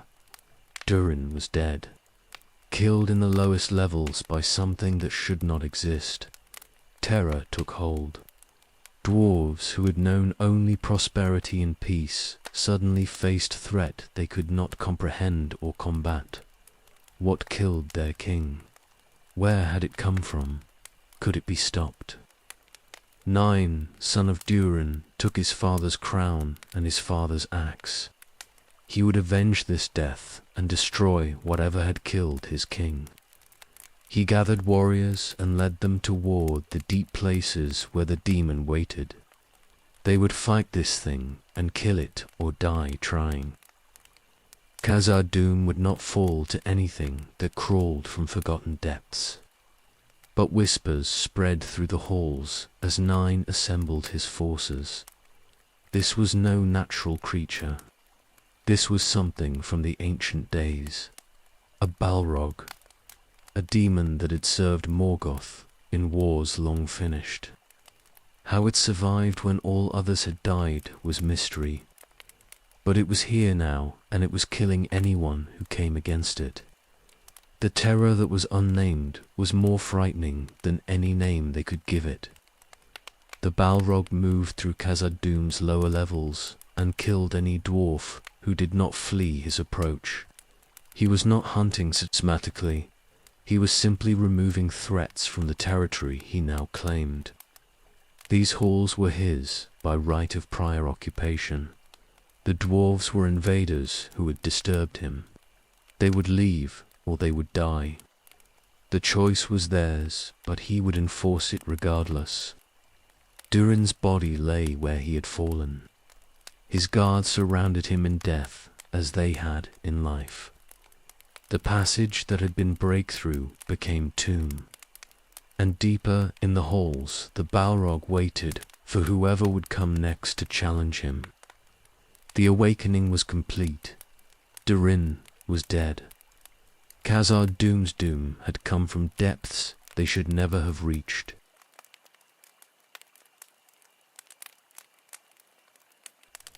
Nine gathered every warrior in Khazad-dûm who could fight.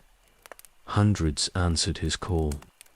They armed themselves with the finest weapons their forges had produced and prepared to face whatever had killed their king. Fear was present in every heart, but duty was stronger. They would defend their home or die in the attempt. The force descended into the lower levels where the Balrog had been sighted last.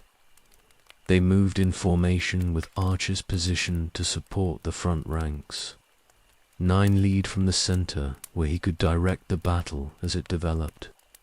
His father's axe was in his hands and vengeance burned in his thoughts.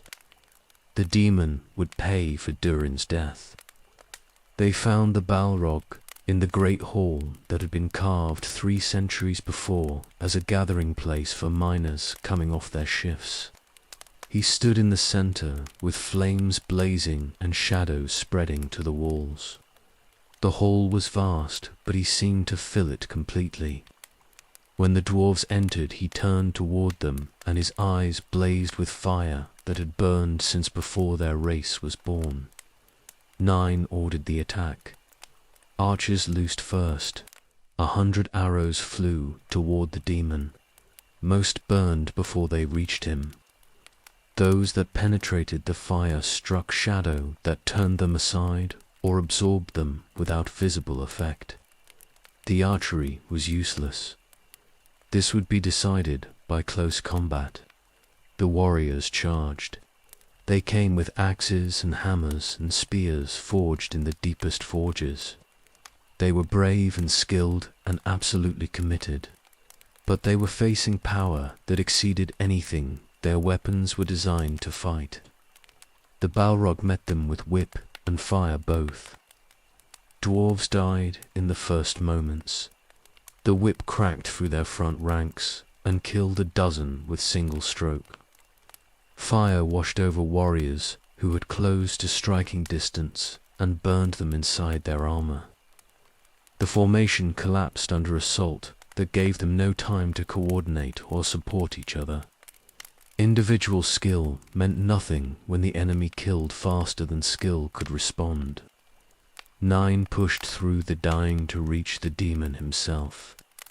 His father had wounded this thing. He would finish what Durin had started. He swung his axe with strength born from centuries of training and rage born from fresh grief. The weapon struck true and bit deep. The Balrog screamed. The wound was real and it hurt. But pain did not stop him, and injury did not slow his response. His whip caught 9 across the throat and burned through flesh and bone. The new king fell with his father's axe still gripped in dying hands. 2 kings in 2 days. Khazad-dûm's line of rulers was bleeding out in the deep places they had thought they mastered. The remaining warriors broke. They had seen their king die as his father had died. They understood finally that this enemy could not be defeated through courage or skill or any weapon they possessed. Survival required retreat. They fled toward the upper levels while the Balrog killed those too slow to escape his reach. Default text: the news reached the main halls within hours. 9 was dead. The assault had failed completely. The demon remained in the lower levels and was killing anyone who came near it. Panic spread through Khazad-dûm like poison in water. What could not be fought had to be fled. There was no other choice remaining. The decision was made that night by the surviving lords. Khazad-dûm would be abandoned. Every dwarf who could walk would leave within days. They would take what they could carry and leave everything else behind. The greatest kingdom under the mountains was being surrendered to a demon who had emerged from depths they should never have reached. The evacuation began at dawn. Thousands of dwarves poured from the gates, carrying children and possessions both. They fled north toward the Iron Hills and south toward other strongholds that might give them refuge. Behind them, the halls they had built across centuries stood empty and silent. Everything they had accomplished was being abandoned because something ancient had woken in the dark. The Balrog watched them flee. He did not pursue. He had not wanted to drive them out. He had wanted only to be left alone. But they had disturbed him, and he had responded with the only nature he possessed. Now they were leaving, and the halls were becoming empty again. Soon he would be alone as he had been alone in the deep places for 2,000 years. Within a week, Khazad-dûm was deserted. The forges were cold. The mines were silent. Lamps still burned in some passages, but no one remained to tend them. The greatest dwarf kingdom in Middle-earth was empty except for the demon who had driven its people into exile. Everything Durin and his fathers had built was abandoned to darkness and fire. The Balrog walked through the halls after the last dwarf departed. He saw the work they had accomplished, the beauty they had carved from stone, the skill evident in every column and arch and passage. They had been master craftsmen building something that would have endured for ages. Now it would stand empty until time itself eroded it away. He felt nothing except the absence of threat. The dwarves were gone. The disturbance that had ended his isolation was resolved. He could return to the deep places and resume the existence he had maintained before they broke through. Nothing had changed except the location of his refuge. Instead of ancient caverns beneath the mountain, he would dwell in the halls the dwarves had abandoned. The isolation would be the same. He descended to the lowest levels where Durin and Nine lay dead. Their bodies remained where they had fallen. He left them there as evidence of what happened to those who disturbed him. Let them rest in the halls their ambition had claimed. They had been kings. Now they were warnings. The dead teaching the lesson that the living had learned too late. Khazad-dûm was his now. Durin's bane they would call him in the years ahead. The terror that had driven dwarves from the greatest kingdom they had ever built. He had not chosen this role or desired it, but it was his regardless. The last Balrog, ruling empty halls in a mountain that had become tomb and fortress both. Alone again as he had always been alone. The pattern continued. Only the location changed. Everything else remained the same. Darkness, silence, existence without purpose. The cycle that would continue until death finally ended it.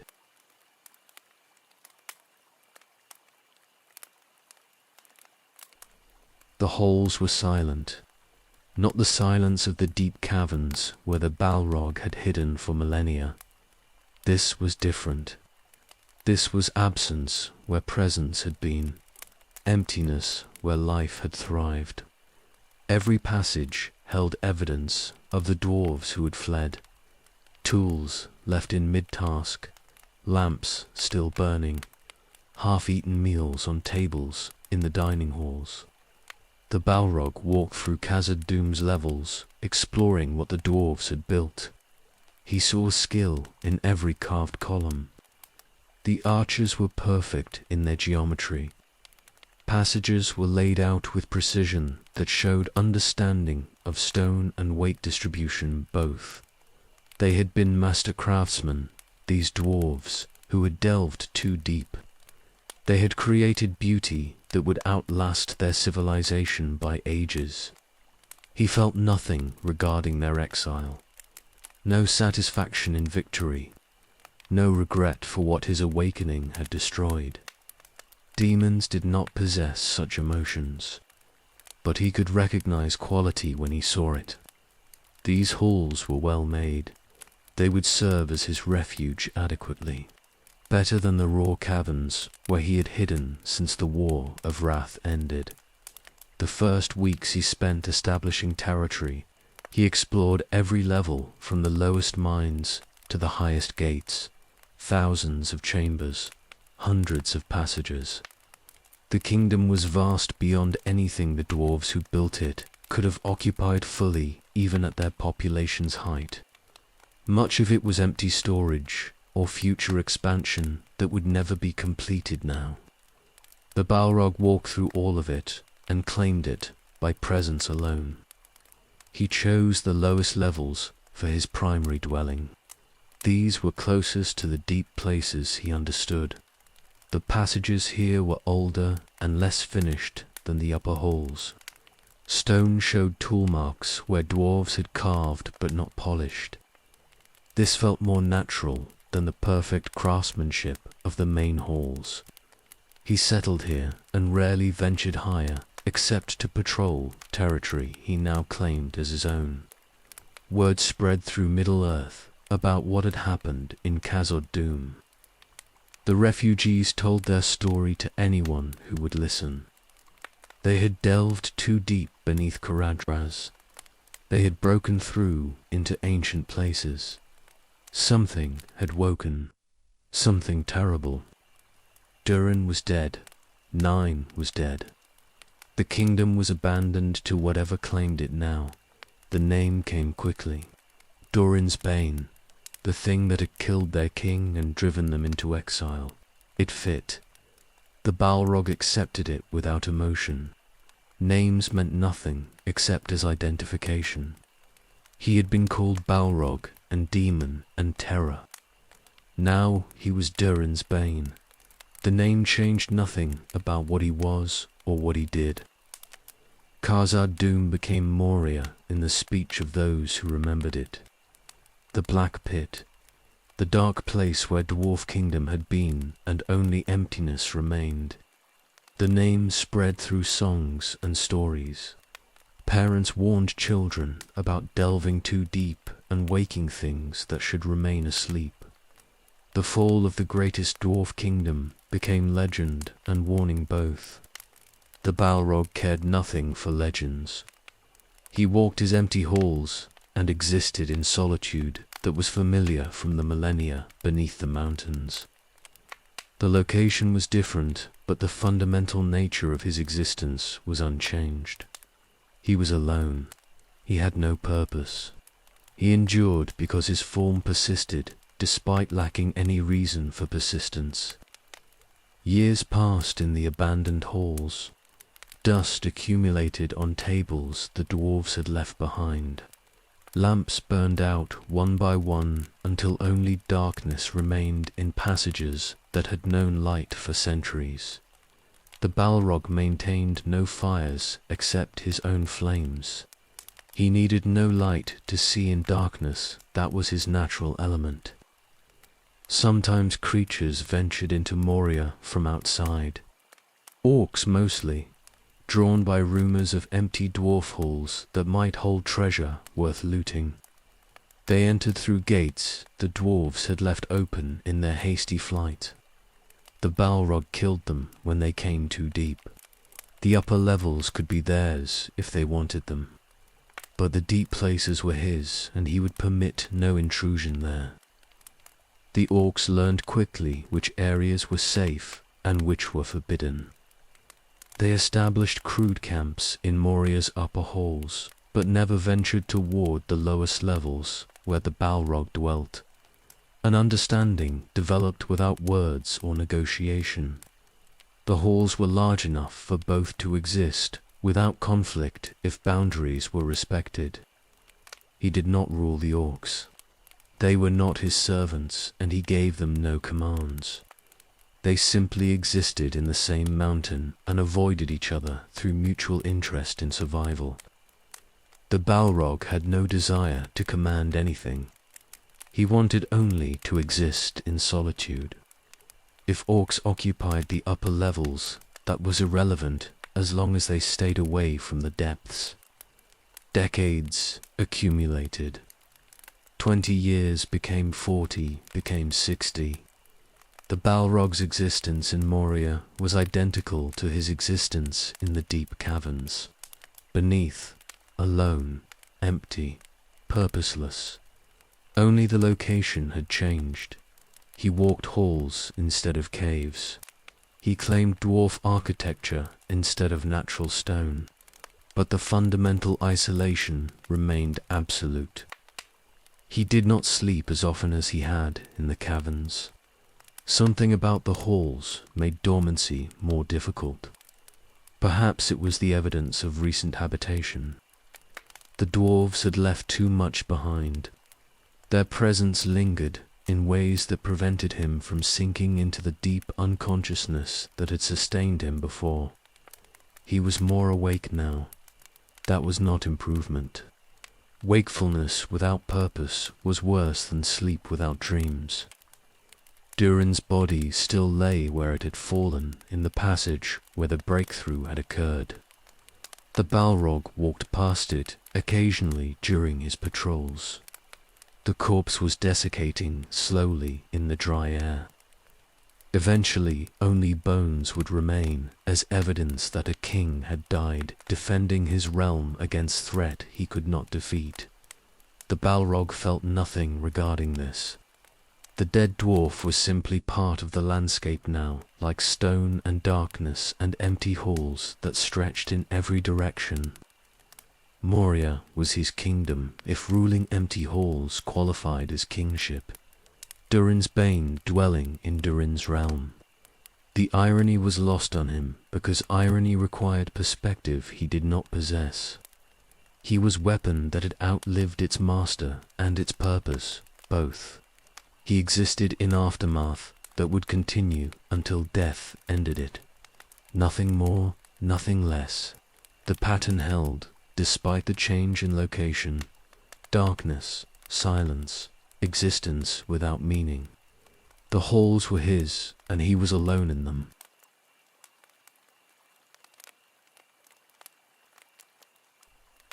A 1,000 years passed in Moria's darkness. The Balrog counted none of them. Time had no meaning in halls that never changed. He existed. The halls existed. Both continued without purpose or progression toward anything except their own persistence. The orcs multiplied in the upper levels. They bred in chambers. The dwarves had carved and fought among themselves over territory and leadership. Their numbers grew until hundreds dwelt in Moria's heights, but they never came deep. The boundaries established in those first years after the dwarves fled remained absolute.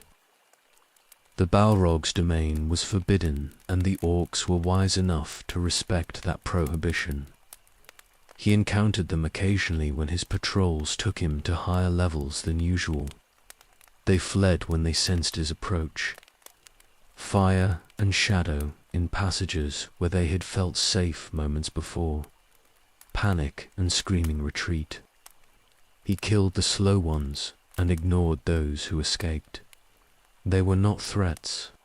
They were simply other inhabitants of halls too vast for either to occupy completely. The orcs feared him absolutely. They called him Flame of Udin and other names that meant terror in their crude speech. Stories spread among them about what happened to those who ventured into the forbidden depths.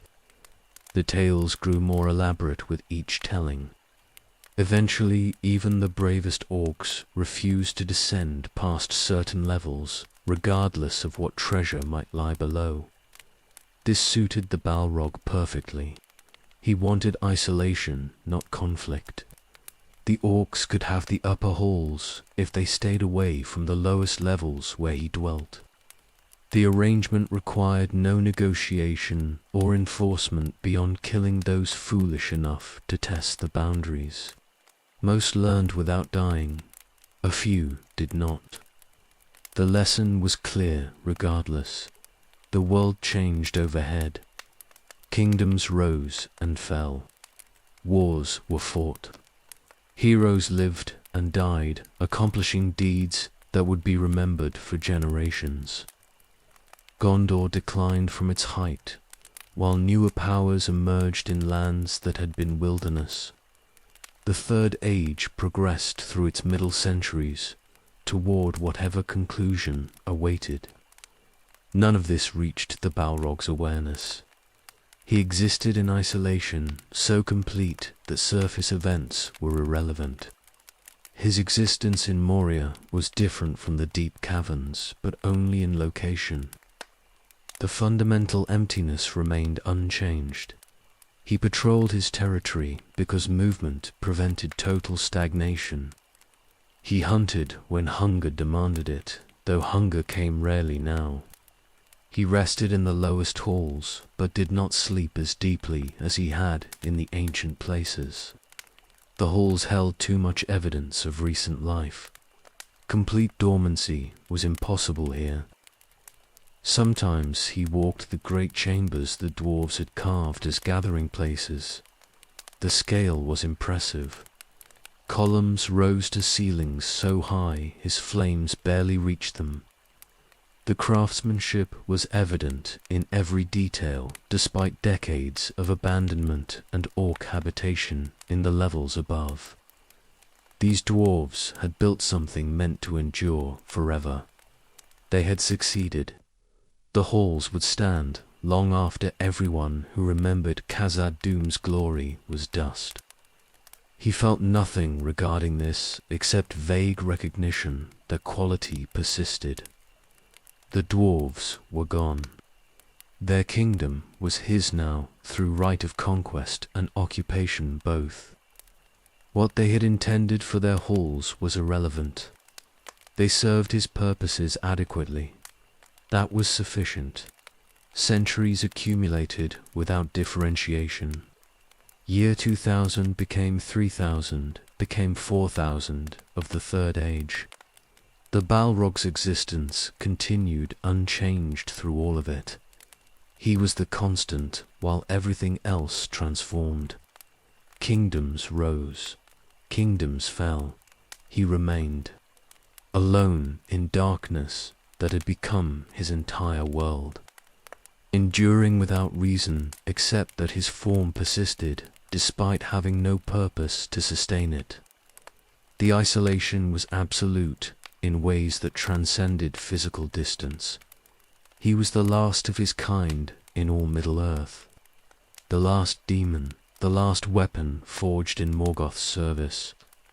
When he died, the Balrogs would be extinct completely and no record would remain, except stories told by those who feared darkness and warned children about delving too deep. He was living extinction, the final representative of something that should have died millennia before, but he did not die. His flames burned dimly, but they burned. His shadow spread through halls that had known dwarf laughter and the ring of hammers on anvils. He claimed territory he had not built and defended boundaries he had not chosen, except through the dwarves' decision to flee rather than fight. Everything about his existence was accident and aftermath. Nothing was chosen or desired. He simply continued because continuation was all that remained. The year 2989 approached, though he had no knowledge of such counting. In the world above, dwarves were planning. Balin, son of Fundin, was gathering warriors and craftsmen. They would reclaim Khazad-dûm. They would drive out the orcs and restore the glory their ancestors had abandoned. They would succeed where Nain had failed. The kingdom would be theirs again. The Balrog knew nothing of these plans or the expedition forming in distant halls. He walked his empty domain and existed in solitude that had become normal across the centuries. The pattern held: patrol, hunt, rest, repeat endlessly, without variation or hope of change. Moria was his, and he was alone in it. The halls stretched in every direction, filled with darkness and silence, and the weight of time that meant nothing because nothing changed. But change was coming. The dwarves were returning. They would enter Maria's gates within months and try to reclaim what their ancestors had abandoned. They would fail. The Balrog would kill them as he had killed Durin and 9 before. The pattern would hold because the pattern was all he possessed. Weapon without wielder, servant without master, demon enduring in aftermath that would continue until something finally ended it. The centuries of isolation were ending. Violence was returning to halls that had known only emptiness for nearly a millennium. But the Balrog waited in the depths and knew nothing of what approached.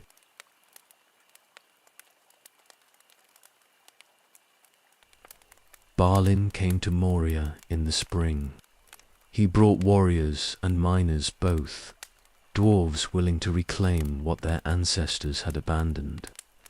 They entered through the eastern gates with weapons ready and determination absolute. This was their heritage. They would take it back from orcs and darkness both. The orcs fled before them. These were not the organized legions that had served Morgoth. These were scattered tribes that had occupied empty halls because nothing challenged them. When armed dwarves marched through the gates, they retreated to deeper levels and waited to see what would happen next. Balin established his colony in the upper halls where evidence of ancient dwarf habitation remained strongest. They cleared rubble and relit forges that had been cold for a millennium. Within weeks, the sound of hammers echoed through passages that had known only orc grunting and the drip of water. Khazad-dûm was being reclaimed. The Balrog felt the disturbance from the depths. Dwarves had returned, not in the thousands like before, but enough to matter. He could sense their activity through the stone. Forges burning, construction resuming. They were establishing permanent presence in halls he had claimed through the previous occupants' abandonment. He did not attack immediately. The dwarves were in the upper levels, far from his domain. They might remain there. They might avoid the mistakes their ancestors made. If they stayed away from the deep places, then coexistence was possible. He would watch and wait and respond only if they approached boundaries he would not permit them to cross. Years passed. The colony prospered in Moria's heights. They cleared more halls and drove orcs from territory they wanted for themselves. They found treasures the original inhabitants had left behind in their flight. Mithril still gleamed in some of the upper mines. Everything was progressing as Balin had hoped.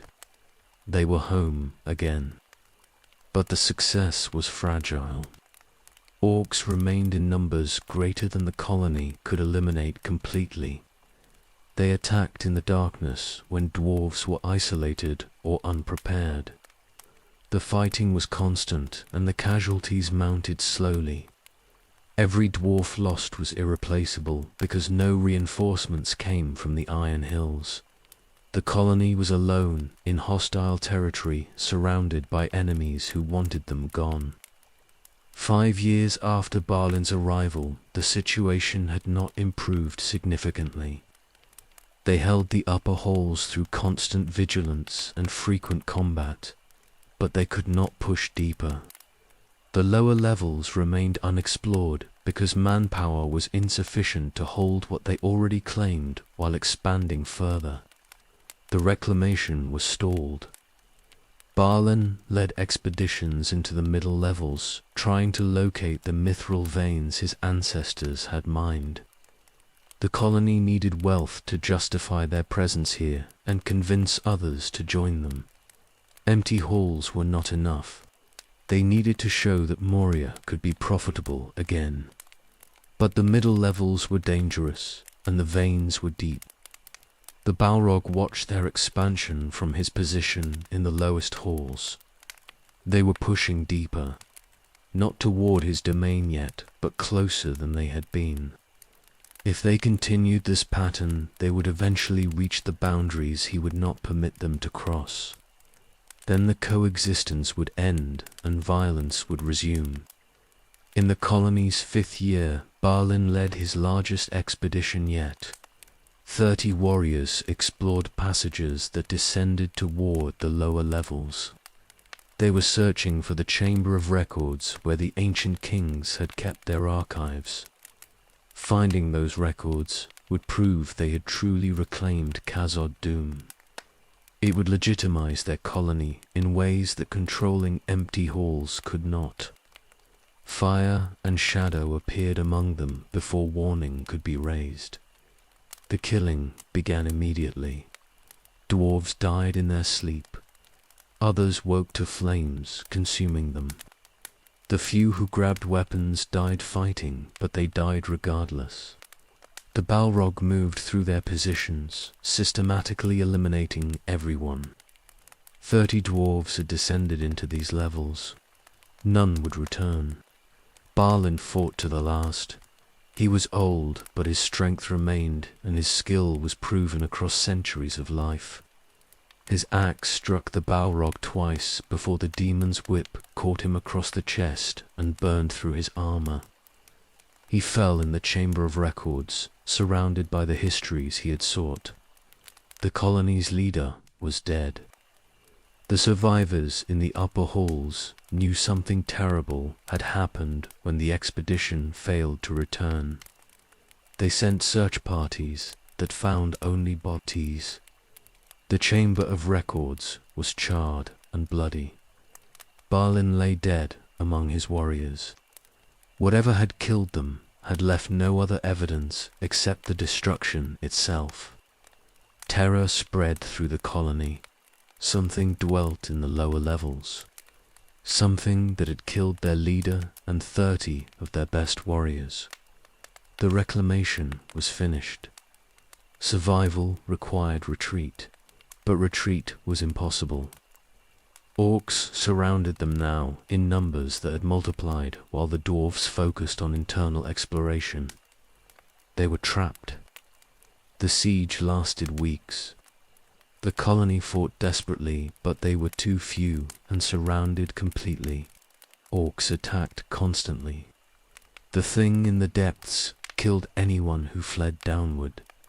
There was no escape. Every dwarf in Balin's colony died fighting or was captured and killed after. Within months of their leader's death, the reclamation was ended completely. The Balrog returned to the lowest levels after the final dwarf died. The halls were his again. The attempt to reclaim them had failed exactly as it had to fail. He was the constant. Dwarves came and dwarves died, and the pattern held. Moria was his domain and would remain his until something changed that fundamental reality.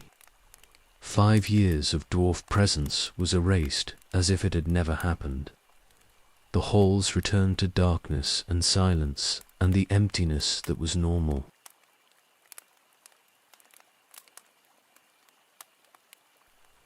The eastern gates opened in winter. 9 figures entered Moria through doors that had stood sealed for years. The Balrog sensed them immediately through stone that carried every disturbance to the depths where he waited. Intruders, not dwarves this time. Something else. Something that felt wrong in ways he could not identify but recognized as threat regardless. He did not investigate immediately. 9 was not an army. 9 could not threaten his domain the way Balin's colony had threatened it. They might pass through the upper levels and exit through the western gates. without ever approaching boundaries that would require his response. He would wait and watch and respond only if they came too deep. The company moved through Moria's halls with caution that showed they understood danger. They were not explorers or treasure seekers. They were travelers trying to pass through hostile territory as quickly as possible. One among them blazed with light that hurt to sense even from leagues away. A wizard, the Balrog recognized power when he felt it. This group was more dangerous than their small numbers suggested. They rested briefly in the upper halls. The Balrog felt them through stone and began moving upward from his depths. Not to attack yet, just to position himself where response would be possible if they did something that required killing them. The wizard complicated everything. Wizards were Maya like himself. Fighting one would be different from fighting dwarves or orcs. Outcomes were less certain. Drums began beating in the deep places. Orcs had discovered the intruders and were gathering to attack them. The Balrog felt the orcs moving through passages in numbers that suggested coordinated assault rather than opportunistic raid. Good. Let the orcs drive these intruders out. He would not need to expose himself if the orcs accomplished what needed accomplishing. But the company fought through the orc assault. The wizard blazed with light and power, both warriors among them, killed with skill that exceeded anything orcs possessed. They broke through the attack and fled toward the western gates, with orcs pursuing behind them. They would escape. The orcs were not sufficient to stop them. The Balrog made his decision. These intruders could not be permitted to pass through his domain unchallenged. The wizard's presence changed everything. This was not simple trespass. This was power walking through his halls. If he allowed it, then boundaries meant nothing, and his claim to Moria was empty pretense. He moved to intercept them. He climbed from the depths, through passages that connected all levels. His flames blazed brighter than they had burned in decades. His shadow spread ahead of him through halls that had known only darkness for years. The orcs felt him approaching, and their drums changed rhythm. They were fleeing now. Even orcs knew better than to remain when Durin's Bane was hunting. The company reached the great hall, where columns rose to ceilings lost in darkness above. They were running now. The wizard was shouting commands. They knew something was pursuing them, but they did not know what yet. They would learn soon enough. The Balrog emerged at the hall's far end. Fire blazed around him, and shadow spread behind until it swallowed the space completely. He stood between them and escape. They stopped. The wizard stepped forward, and light blazed from his staff. Power met power across the hall's width. The company fled while the wizard held position. They ran for the bridge that spanned the chasm at the hall's western end. The Balrog advanced toward the wizard slowly. This Maya was strong. The light he commanded was real. This would not be simple killing like the dwarves had been.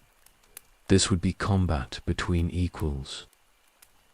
The wizard spoke words in a language the Balrog had not heard since the first. Age, commands, wards, attempts to bind or banish. None of them worked. The Balrog was not some lesser demon who could be dismissed through speaking the right phrases. He was the last of Gothmog's host. He had fought in every great battle of the First Age. Words meant nothing to him. He advanced. The wizard retreated. They reached the bridge with the company crossing ahead and the wizard covering their escape. It was narrow stone spanning a chasm that dropped into darkness deeper than even the Balrog had explored. This was good ground for defense. Only one could cross at a time. But it was also trap. Fighting on the bridge meant no retreat was possible if the combat went badly. The Balrog stepped onto the bridge. The wizard stood at its center with staff raised and light blazing. Power gathered around the old Maya in quantities that would have killed lesser opponents simply by proximity. This wizard was strong, stronger than any enemy the Balrog had faced since the War of Wrath. Respect was appropriate, even though the outcome was inevitable. Power met power, fire met light, and between them the bridge waited to see which would prove stronger. The drums had stopped. The orcs were gone completely. The halls were silent except for the confrontation on the bridge. Everything had narrowed to this moment. Wizard and demon facing each other above the abyss. The company watching from the far side. This was the boundary that could not be crossed. This was where Moria's master would enforce his claim or die trying. The Balrog advanced another step. The wizard struck the bridge with his staff, and the confrontation that would decide everything began in fire and light and stone that trembled under forces. It was never built to withstand.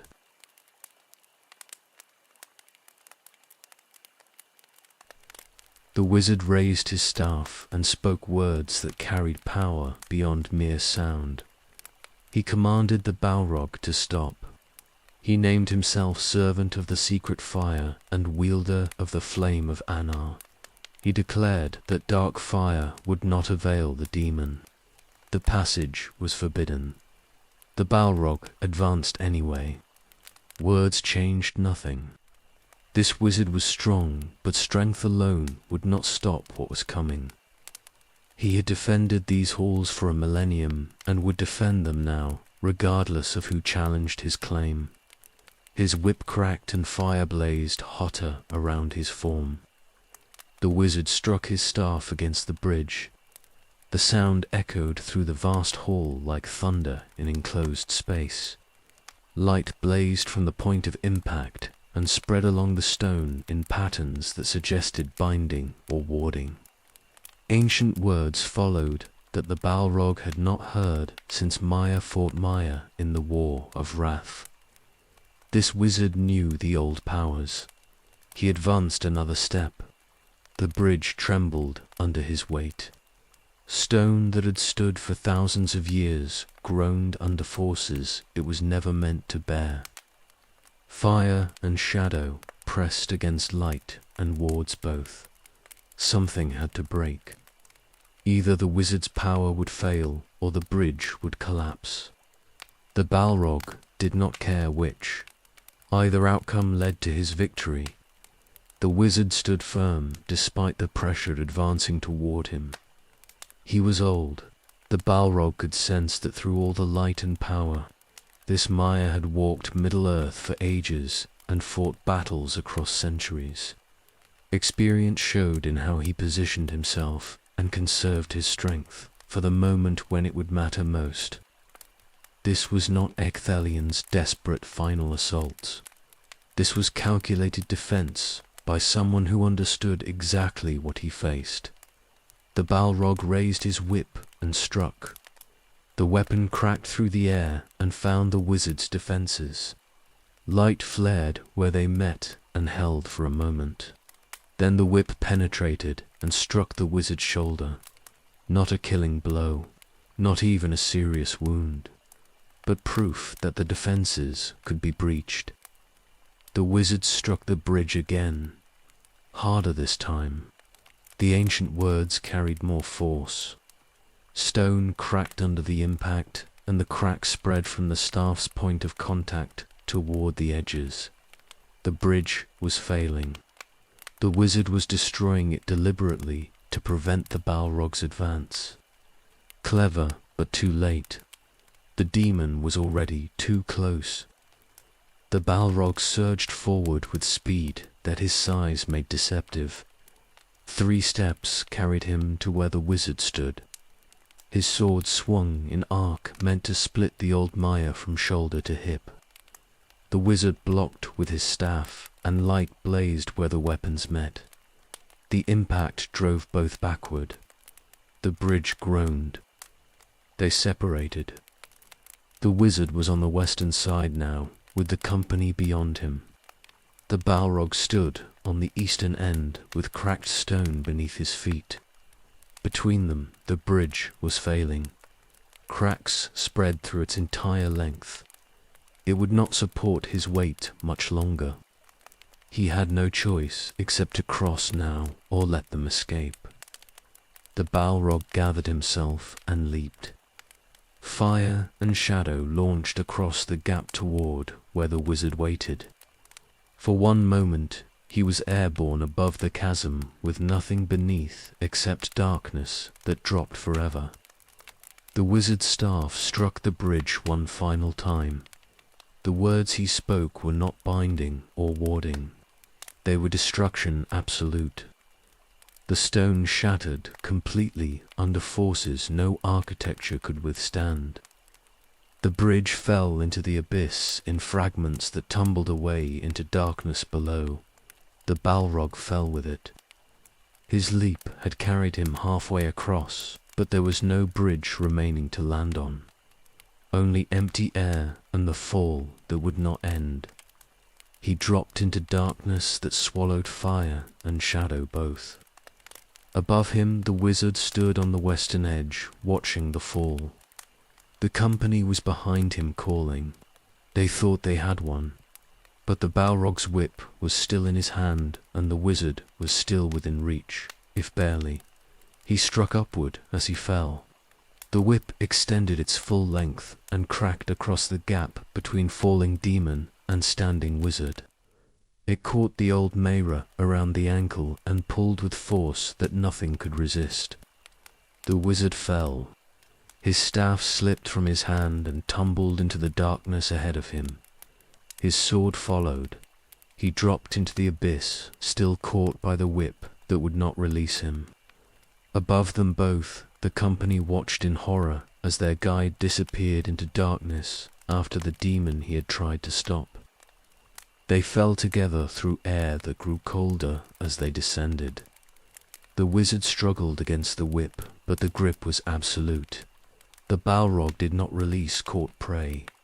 They would fall until they reached bottom, and then combat would resume on whatever ground waited below, or they would fall forever. Either outcome was acceptable as long as the wizard did not escape. The darkness was complete. No light penetrated this deep.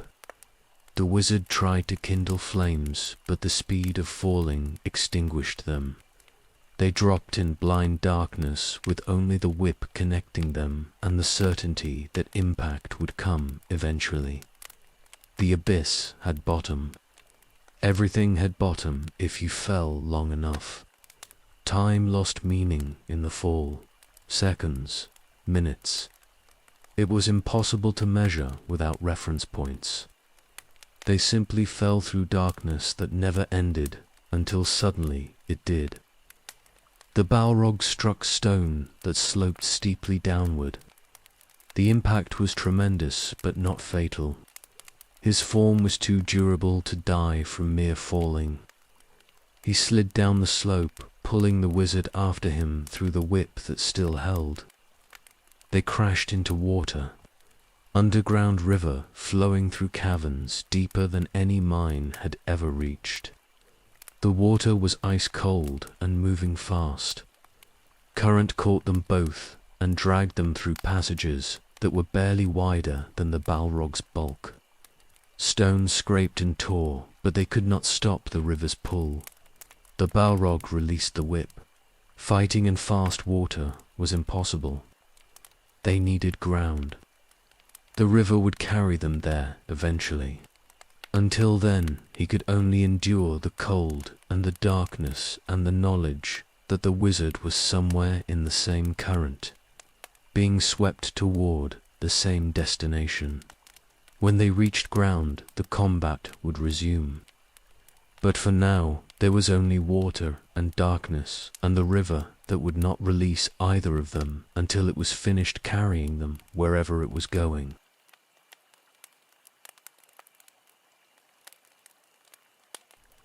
The river carried them through darkness for hours.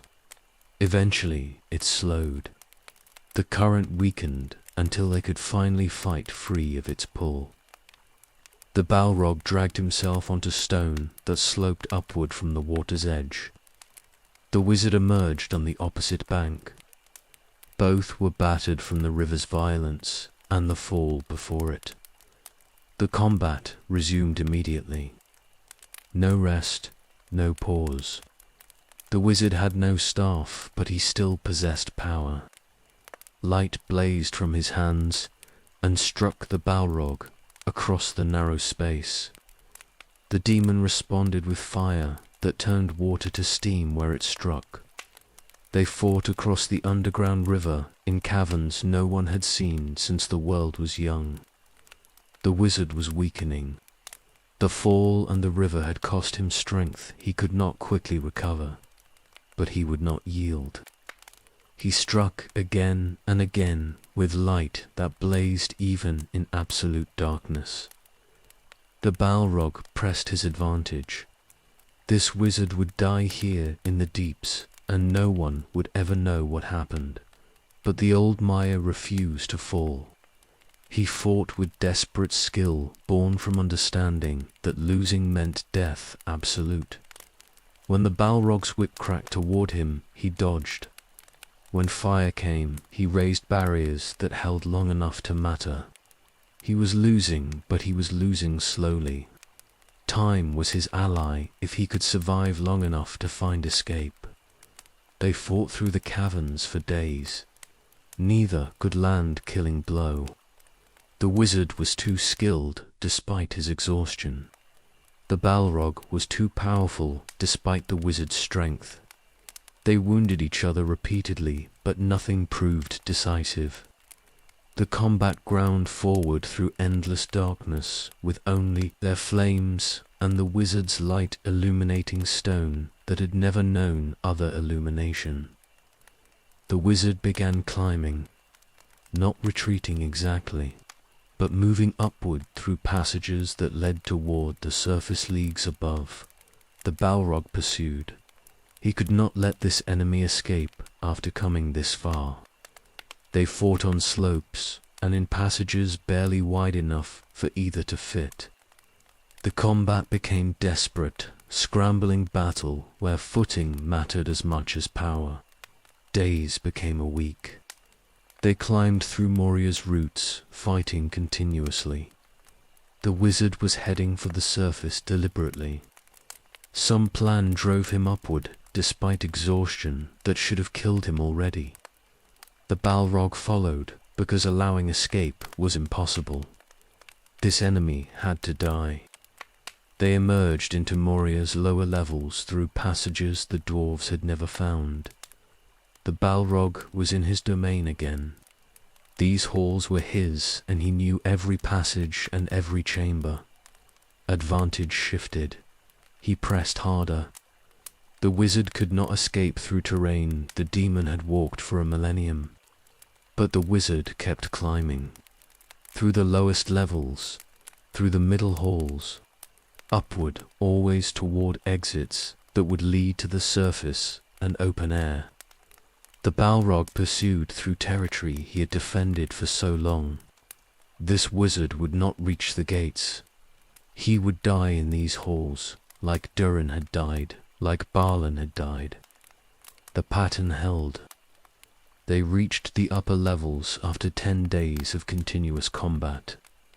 Both were wounded beyond what should have been survivable. The wizard's robes were burned and bloody. The Balrog's flames were guttering, but neither would yield. They fought through halls and passages, destroying stone and shattering columns in their desperation to kill the other. The wizard reached the eastern gates. Daylight blazed beyond them. He staggered through with the Balrog following. They emerged onto Xerxegel slopes in winter cold, that made both flinch.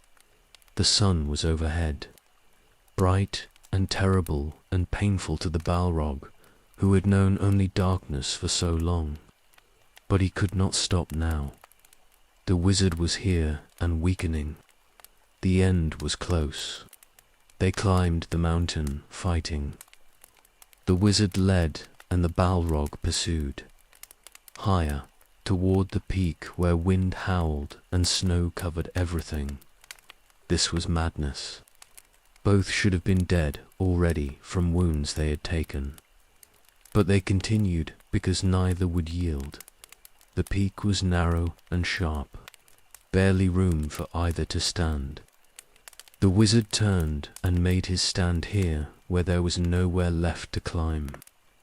The Balrog faced him across stone and snow and wind that tried to blow them both from the mountain. This would end here. One way or another, they fought under sun and stars both. The sky was huge after millennia in darkness, and the cold was absolute. The Balrog's flames were dying in the wind and the cold together. But he had enough left for this, enough to kill one exhausted wizard who could barely stand.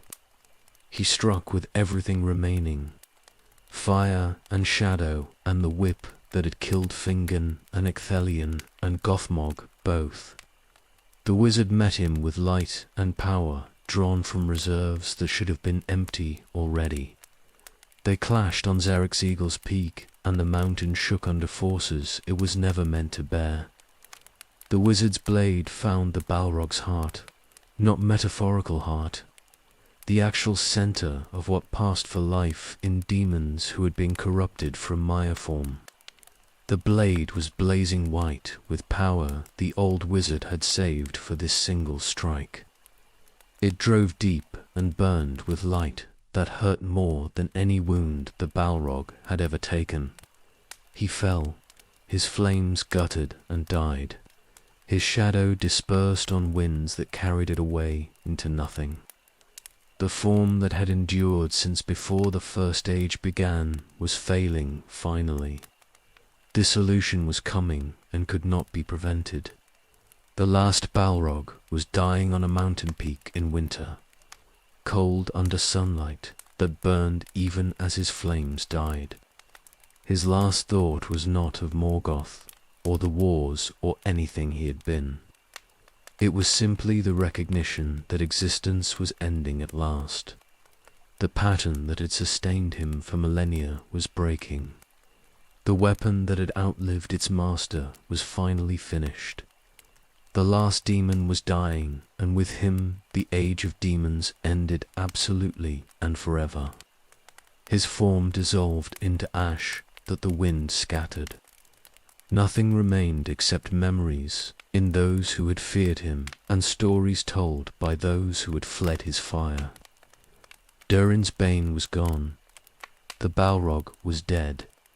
The last of Gothmog's host had fallen, and on the peak beside him the wizard who had killed him lay dying as well from wounds that even Maya could not survive. Both had given everything. Both had lost and won simultaneously. And Xerxeagle stood unchanged in winter cold, caring nothing for the powers that had destroyed themselves on its heights.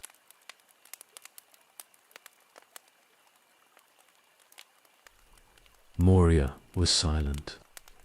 Not the silence that had existed when the Balrog walked its halls, when orcs fled at his approach and dwarves died when they came too deep. This was different. This was absence absolute.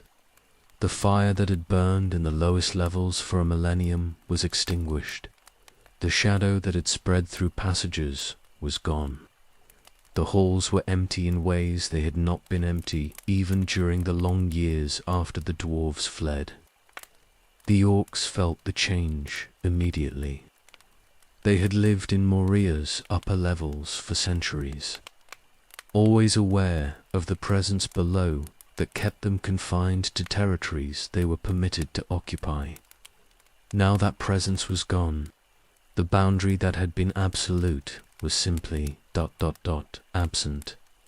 They ventured into the middle levels cautiously, expecting fire and death. They found only darkness and stone. Some orcs fled Moria completely when they understood what the absence meant.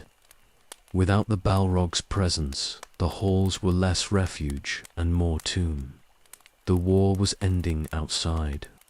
Sauron had fallen when the ring was destroyed. The great darkness that had sustained them was collapsing. Moria held nothing for them now except memories of terror that no longer walked its passages. Others remained because they had nowhere else to go. They occupied the halls without purpose or direction, breeding and fighting among themselves and accomplishing nothing except survival that had no meaning beyond continuing another day. They were remnants of armies that had been defeated. They would diminish and eventually disappear, leaving the halls empty for whoever came next. The ring had been destroyed in Orodruin's fires on the same day the Balrog died on Xerxegal's peak. Coincidence, perhaps, or perhaps not. The great darkness that Morgoth had seeded was ending finally. Sauron was gone into diminishment that would never recover to threaten anyone again. The One Ring was unmade, and the last Balrog was dead on a mountain where his ashes blew away on winter winds. No demons remained in Middle-earth. The Balrogs were extinct completely. What had been 7 when Gothmog led them was reduced to 1 who hid in darkness, and that one was gone now into death that could not be reversed or undone. The age when demons walked in fire and shadow was finished. Only stories remained, warnings told to children about delving too deep and waking things that should sleep forever. The shadow lifted from Moria's halls in ways that transcended mere absence of the Balrog. The stone itself felt different, lighter somehow, as if weight that had pressed upon it for millennia was removed and the mountain could breathe again. Passages that had felt oppressive now simply existed as passages. Chambers that had echoed with dread now held only the sounds that stone and water made naturally. Dwarves would return eventually, not immediately. The wounds were too fresh and the losses too recent. But in time they would come back to see if Khazad-dûm could be reclaimed. They would find halls empty of everything except orcs who were diminishing, and stone that was unchanged by all the violence it had witnessed. What had been lost might be recovered if they possessed courage to try again. The War of the Ring had ended with victory for the Free Peoples. Gondor's king was crowned at last after centuries of stewards ruling in his absence. The hobbits who had destroyed the ring returned to their shire and found peace that had been absent during their quest. Elves prepared to sail west to lands beyond the circles of the world. Everything was changing as the Third Age ended and the Fourth began. Moria stood empty in the misty mountains during all of this. The great dwarf kingdom that had fallen to ambition and awakened terror. The halls where Durin had died and Balin had failed and the Fellowship had barely escaped. The darkness that had claimed it was gone now. What remained was stone and silence and the possibility that someday it might be more than tomb. The Balrog's death meant something beyond his individual ending. He had been the last physical remnant of Morgoth's power still active in Middle-earth. Sauron was Maya and could not be killed permanently, but the Balrog could be and was. When he died on Xerxegal, something fundamental changed in the world's fabric. The First Age's shadow was finally lifted completely. What remained was Fourth Age, beginning with clean slate. No one mourned the Balrog's passing. He had been terror and destruction and death for everyone who encountered him.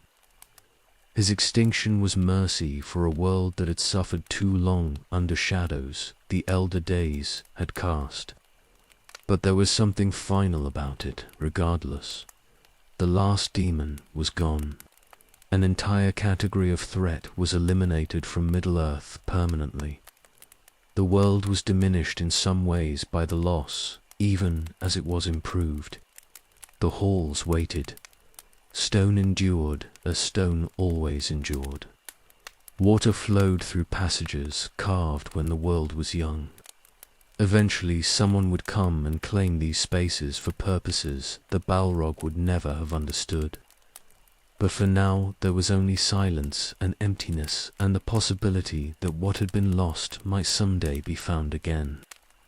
Moria's long nightmare was over. The shadow was lifted. The demon was dead. The halls were free for whoever possessed courage to reclaim them. The silence that filled them now was not the silence of terror. It was simply silence, empty and waiting, patient as stone, enduring until someone came to fill it with life and purpose and all the things that had been absent for too long. The last echo of ancient evil was gone. What came next was unwritten and uncertain, but it would not be demons. That age had ended on a mountain peak in winter cold. The Balrogs were gone forever.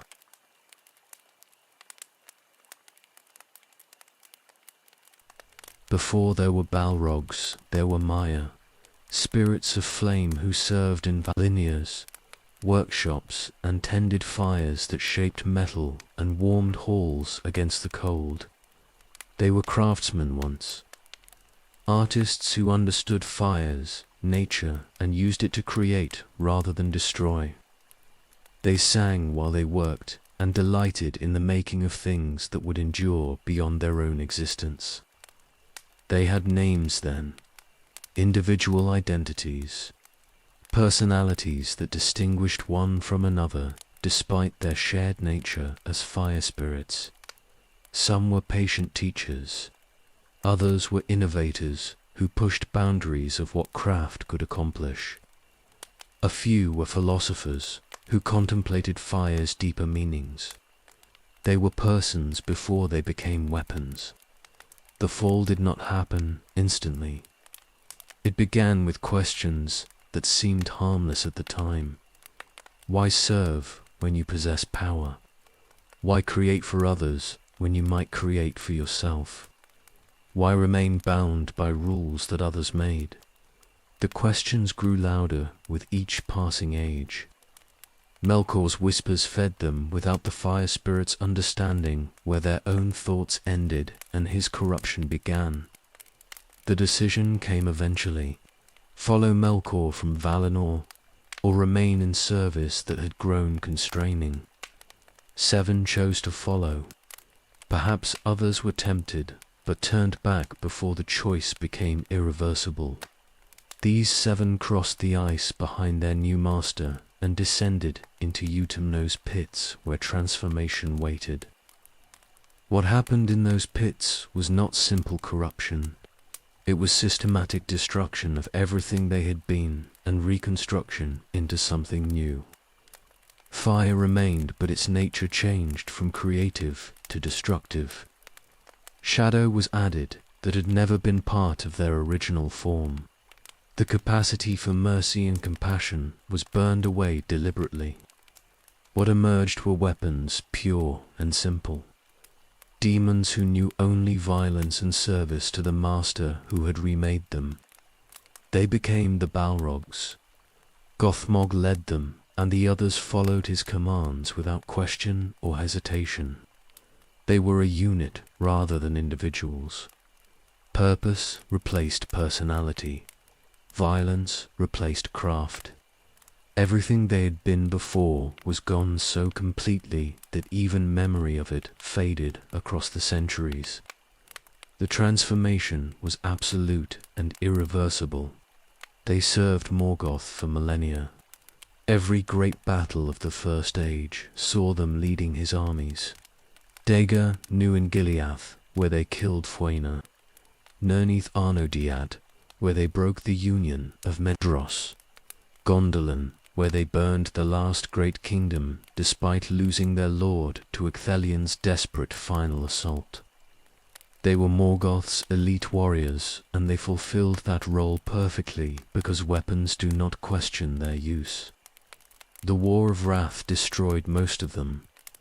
6 fell in battles against the Valar's host, or were hunted down in the war's immediate aftermath. Only 1 escaped by fleeing deep into Middle-earth's roots. That final Balrog survived through hiding rather than fighting. He endured in isolation for 2 ages while the world changed overhead and forgot demons had ever existed. His ending on Xeroc's Eagle was appropriate somehow. Not in battle against armies, but in single combat against another Maya who understood exactly what he faced. The last Balrog and the wizard both gave everything, and both paid the price completely. It was the kind of ending that made sense for weapons that had outlived their purpose and continued, existing only through momentum that could not be stopped except through destruction absolute. What were they? That question has no simple answer. They were craftsmen who became demons. They were persons who became weapons.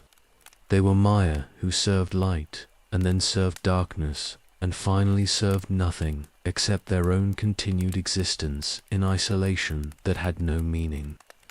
They were corruption made physical and power twisted to purposes that betrayed everything their nature had been before. But they were also testament to how completely good could be perverted into evil through patient malice and systematic destruction of identity. The fire spirits who had tended flames in Valinor's workshops became the Balrogs who burned Gondolin and drove dwarves from Khazad-dûm.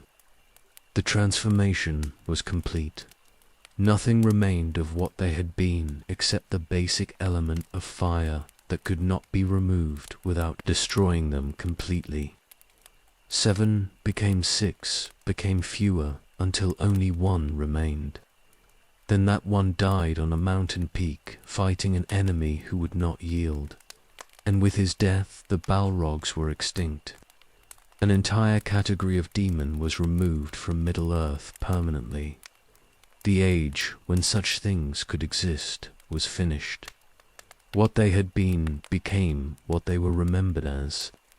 Terror and flame and shadow walking in Middle-earth's deep places. Warnings in stories. Nightmares given form and history. They served Morgoth absolutely from the moment of their transformation until his fall. That service defined them more completely than anything they had been before. Weapons exist to be wielded. The Balrogs were wielded for millennia, and then abandoned when their master was cast beyond the world. 1 survived to endure alone in darkness for 2 more ages. Then he too was gone. Nothing remained except the stories and the memories of those who had faced them and survived. What they were cannot be separated from what they became. The craftsmen and the demons were the same beings, separated by choice and corruption. They made decisions that destroyed them. They followed a master who remade them into weapons and then was defeated while they endured pointlessly. They were tragedy and terror both, victims of their own choices and victimizers of everyone they encountered after. Complex, despite their simple function. Persons who became weapons, who forgot they had ever been persons, until nothing remained except service to purposes that had lost all meaning millennia before they finally ended. The Balrogs were gone. What they had been was finished. What they became was extinct. Only the stories remained, and the warnings.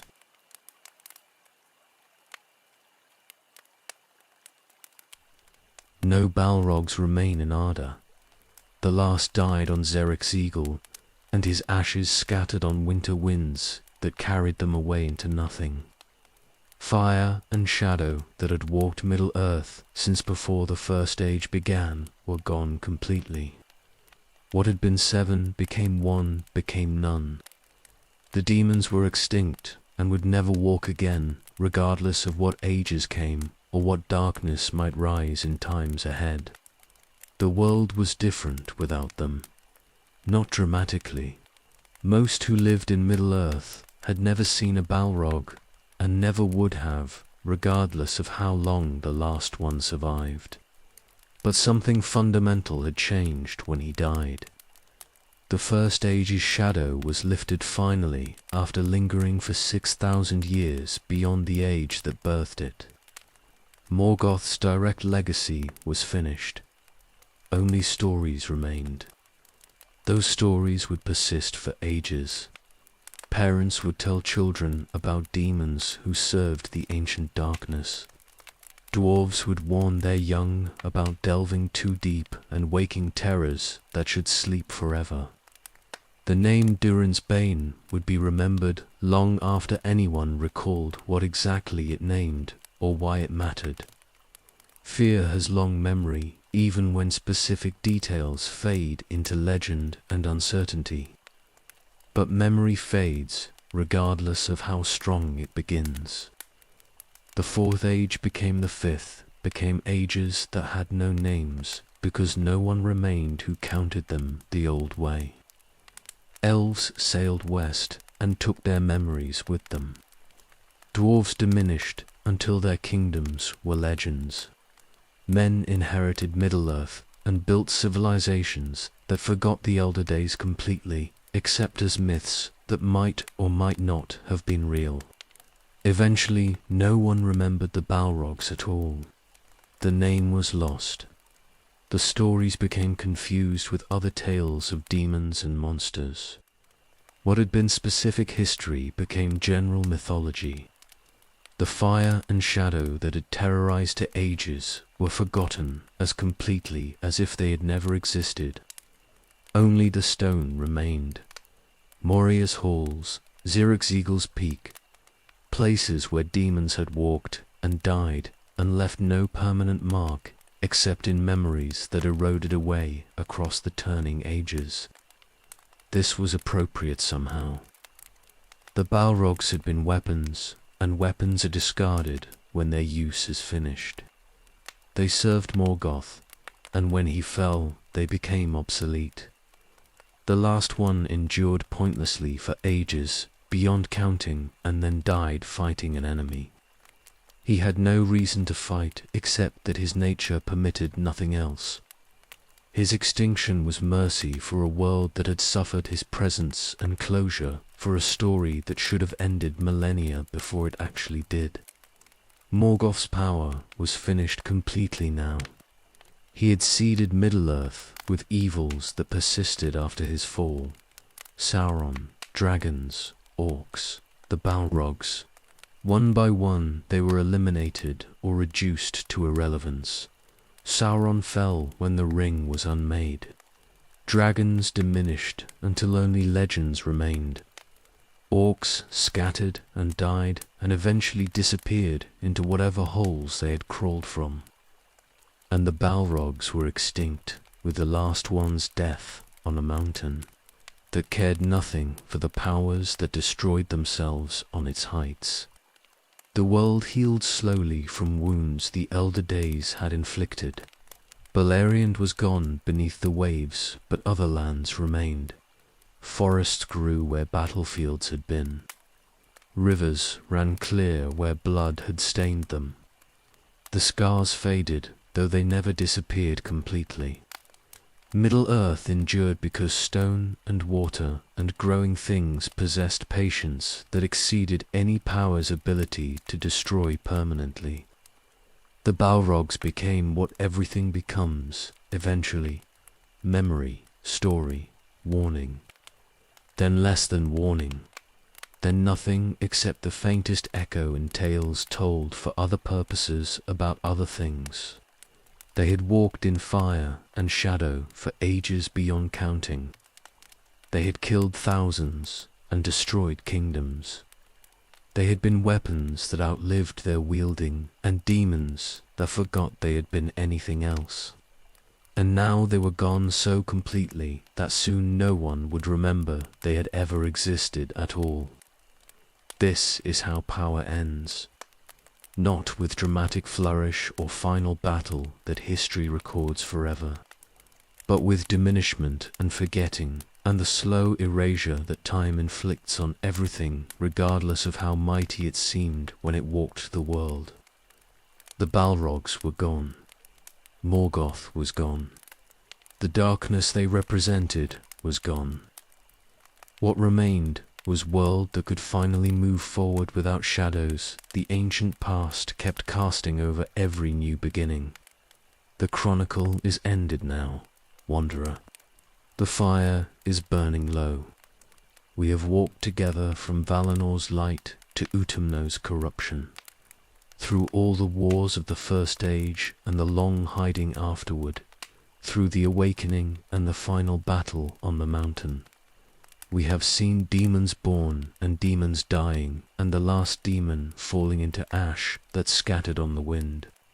Rest now, the tale is told completely. The Balrogs walked in fire and shadow, and now they are gone forever, and all their malice is ended utterly. The world moves on without them. The elder days are finished. The age of demons is closed. Sleep well, wanderer. The night is gentle, and the fire is fading to embers.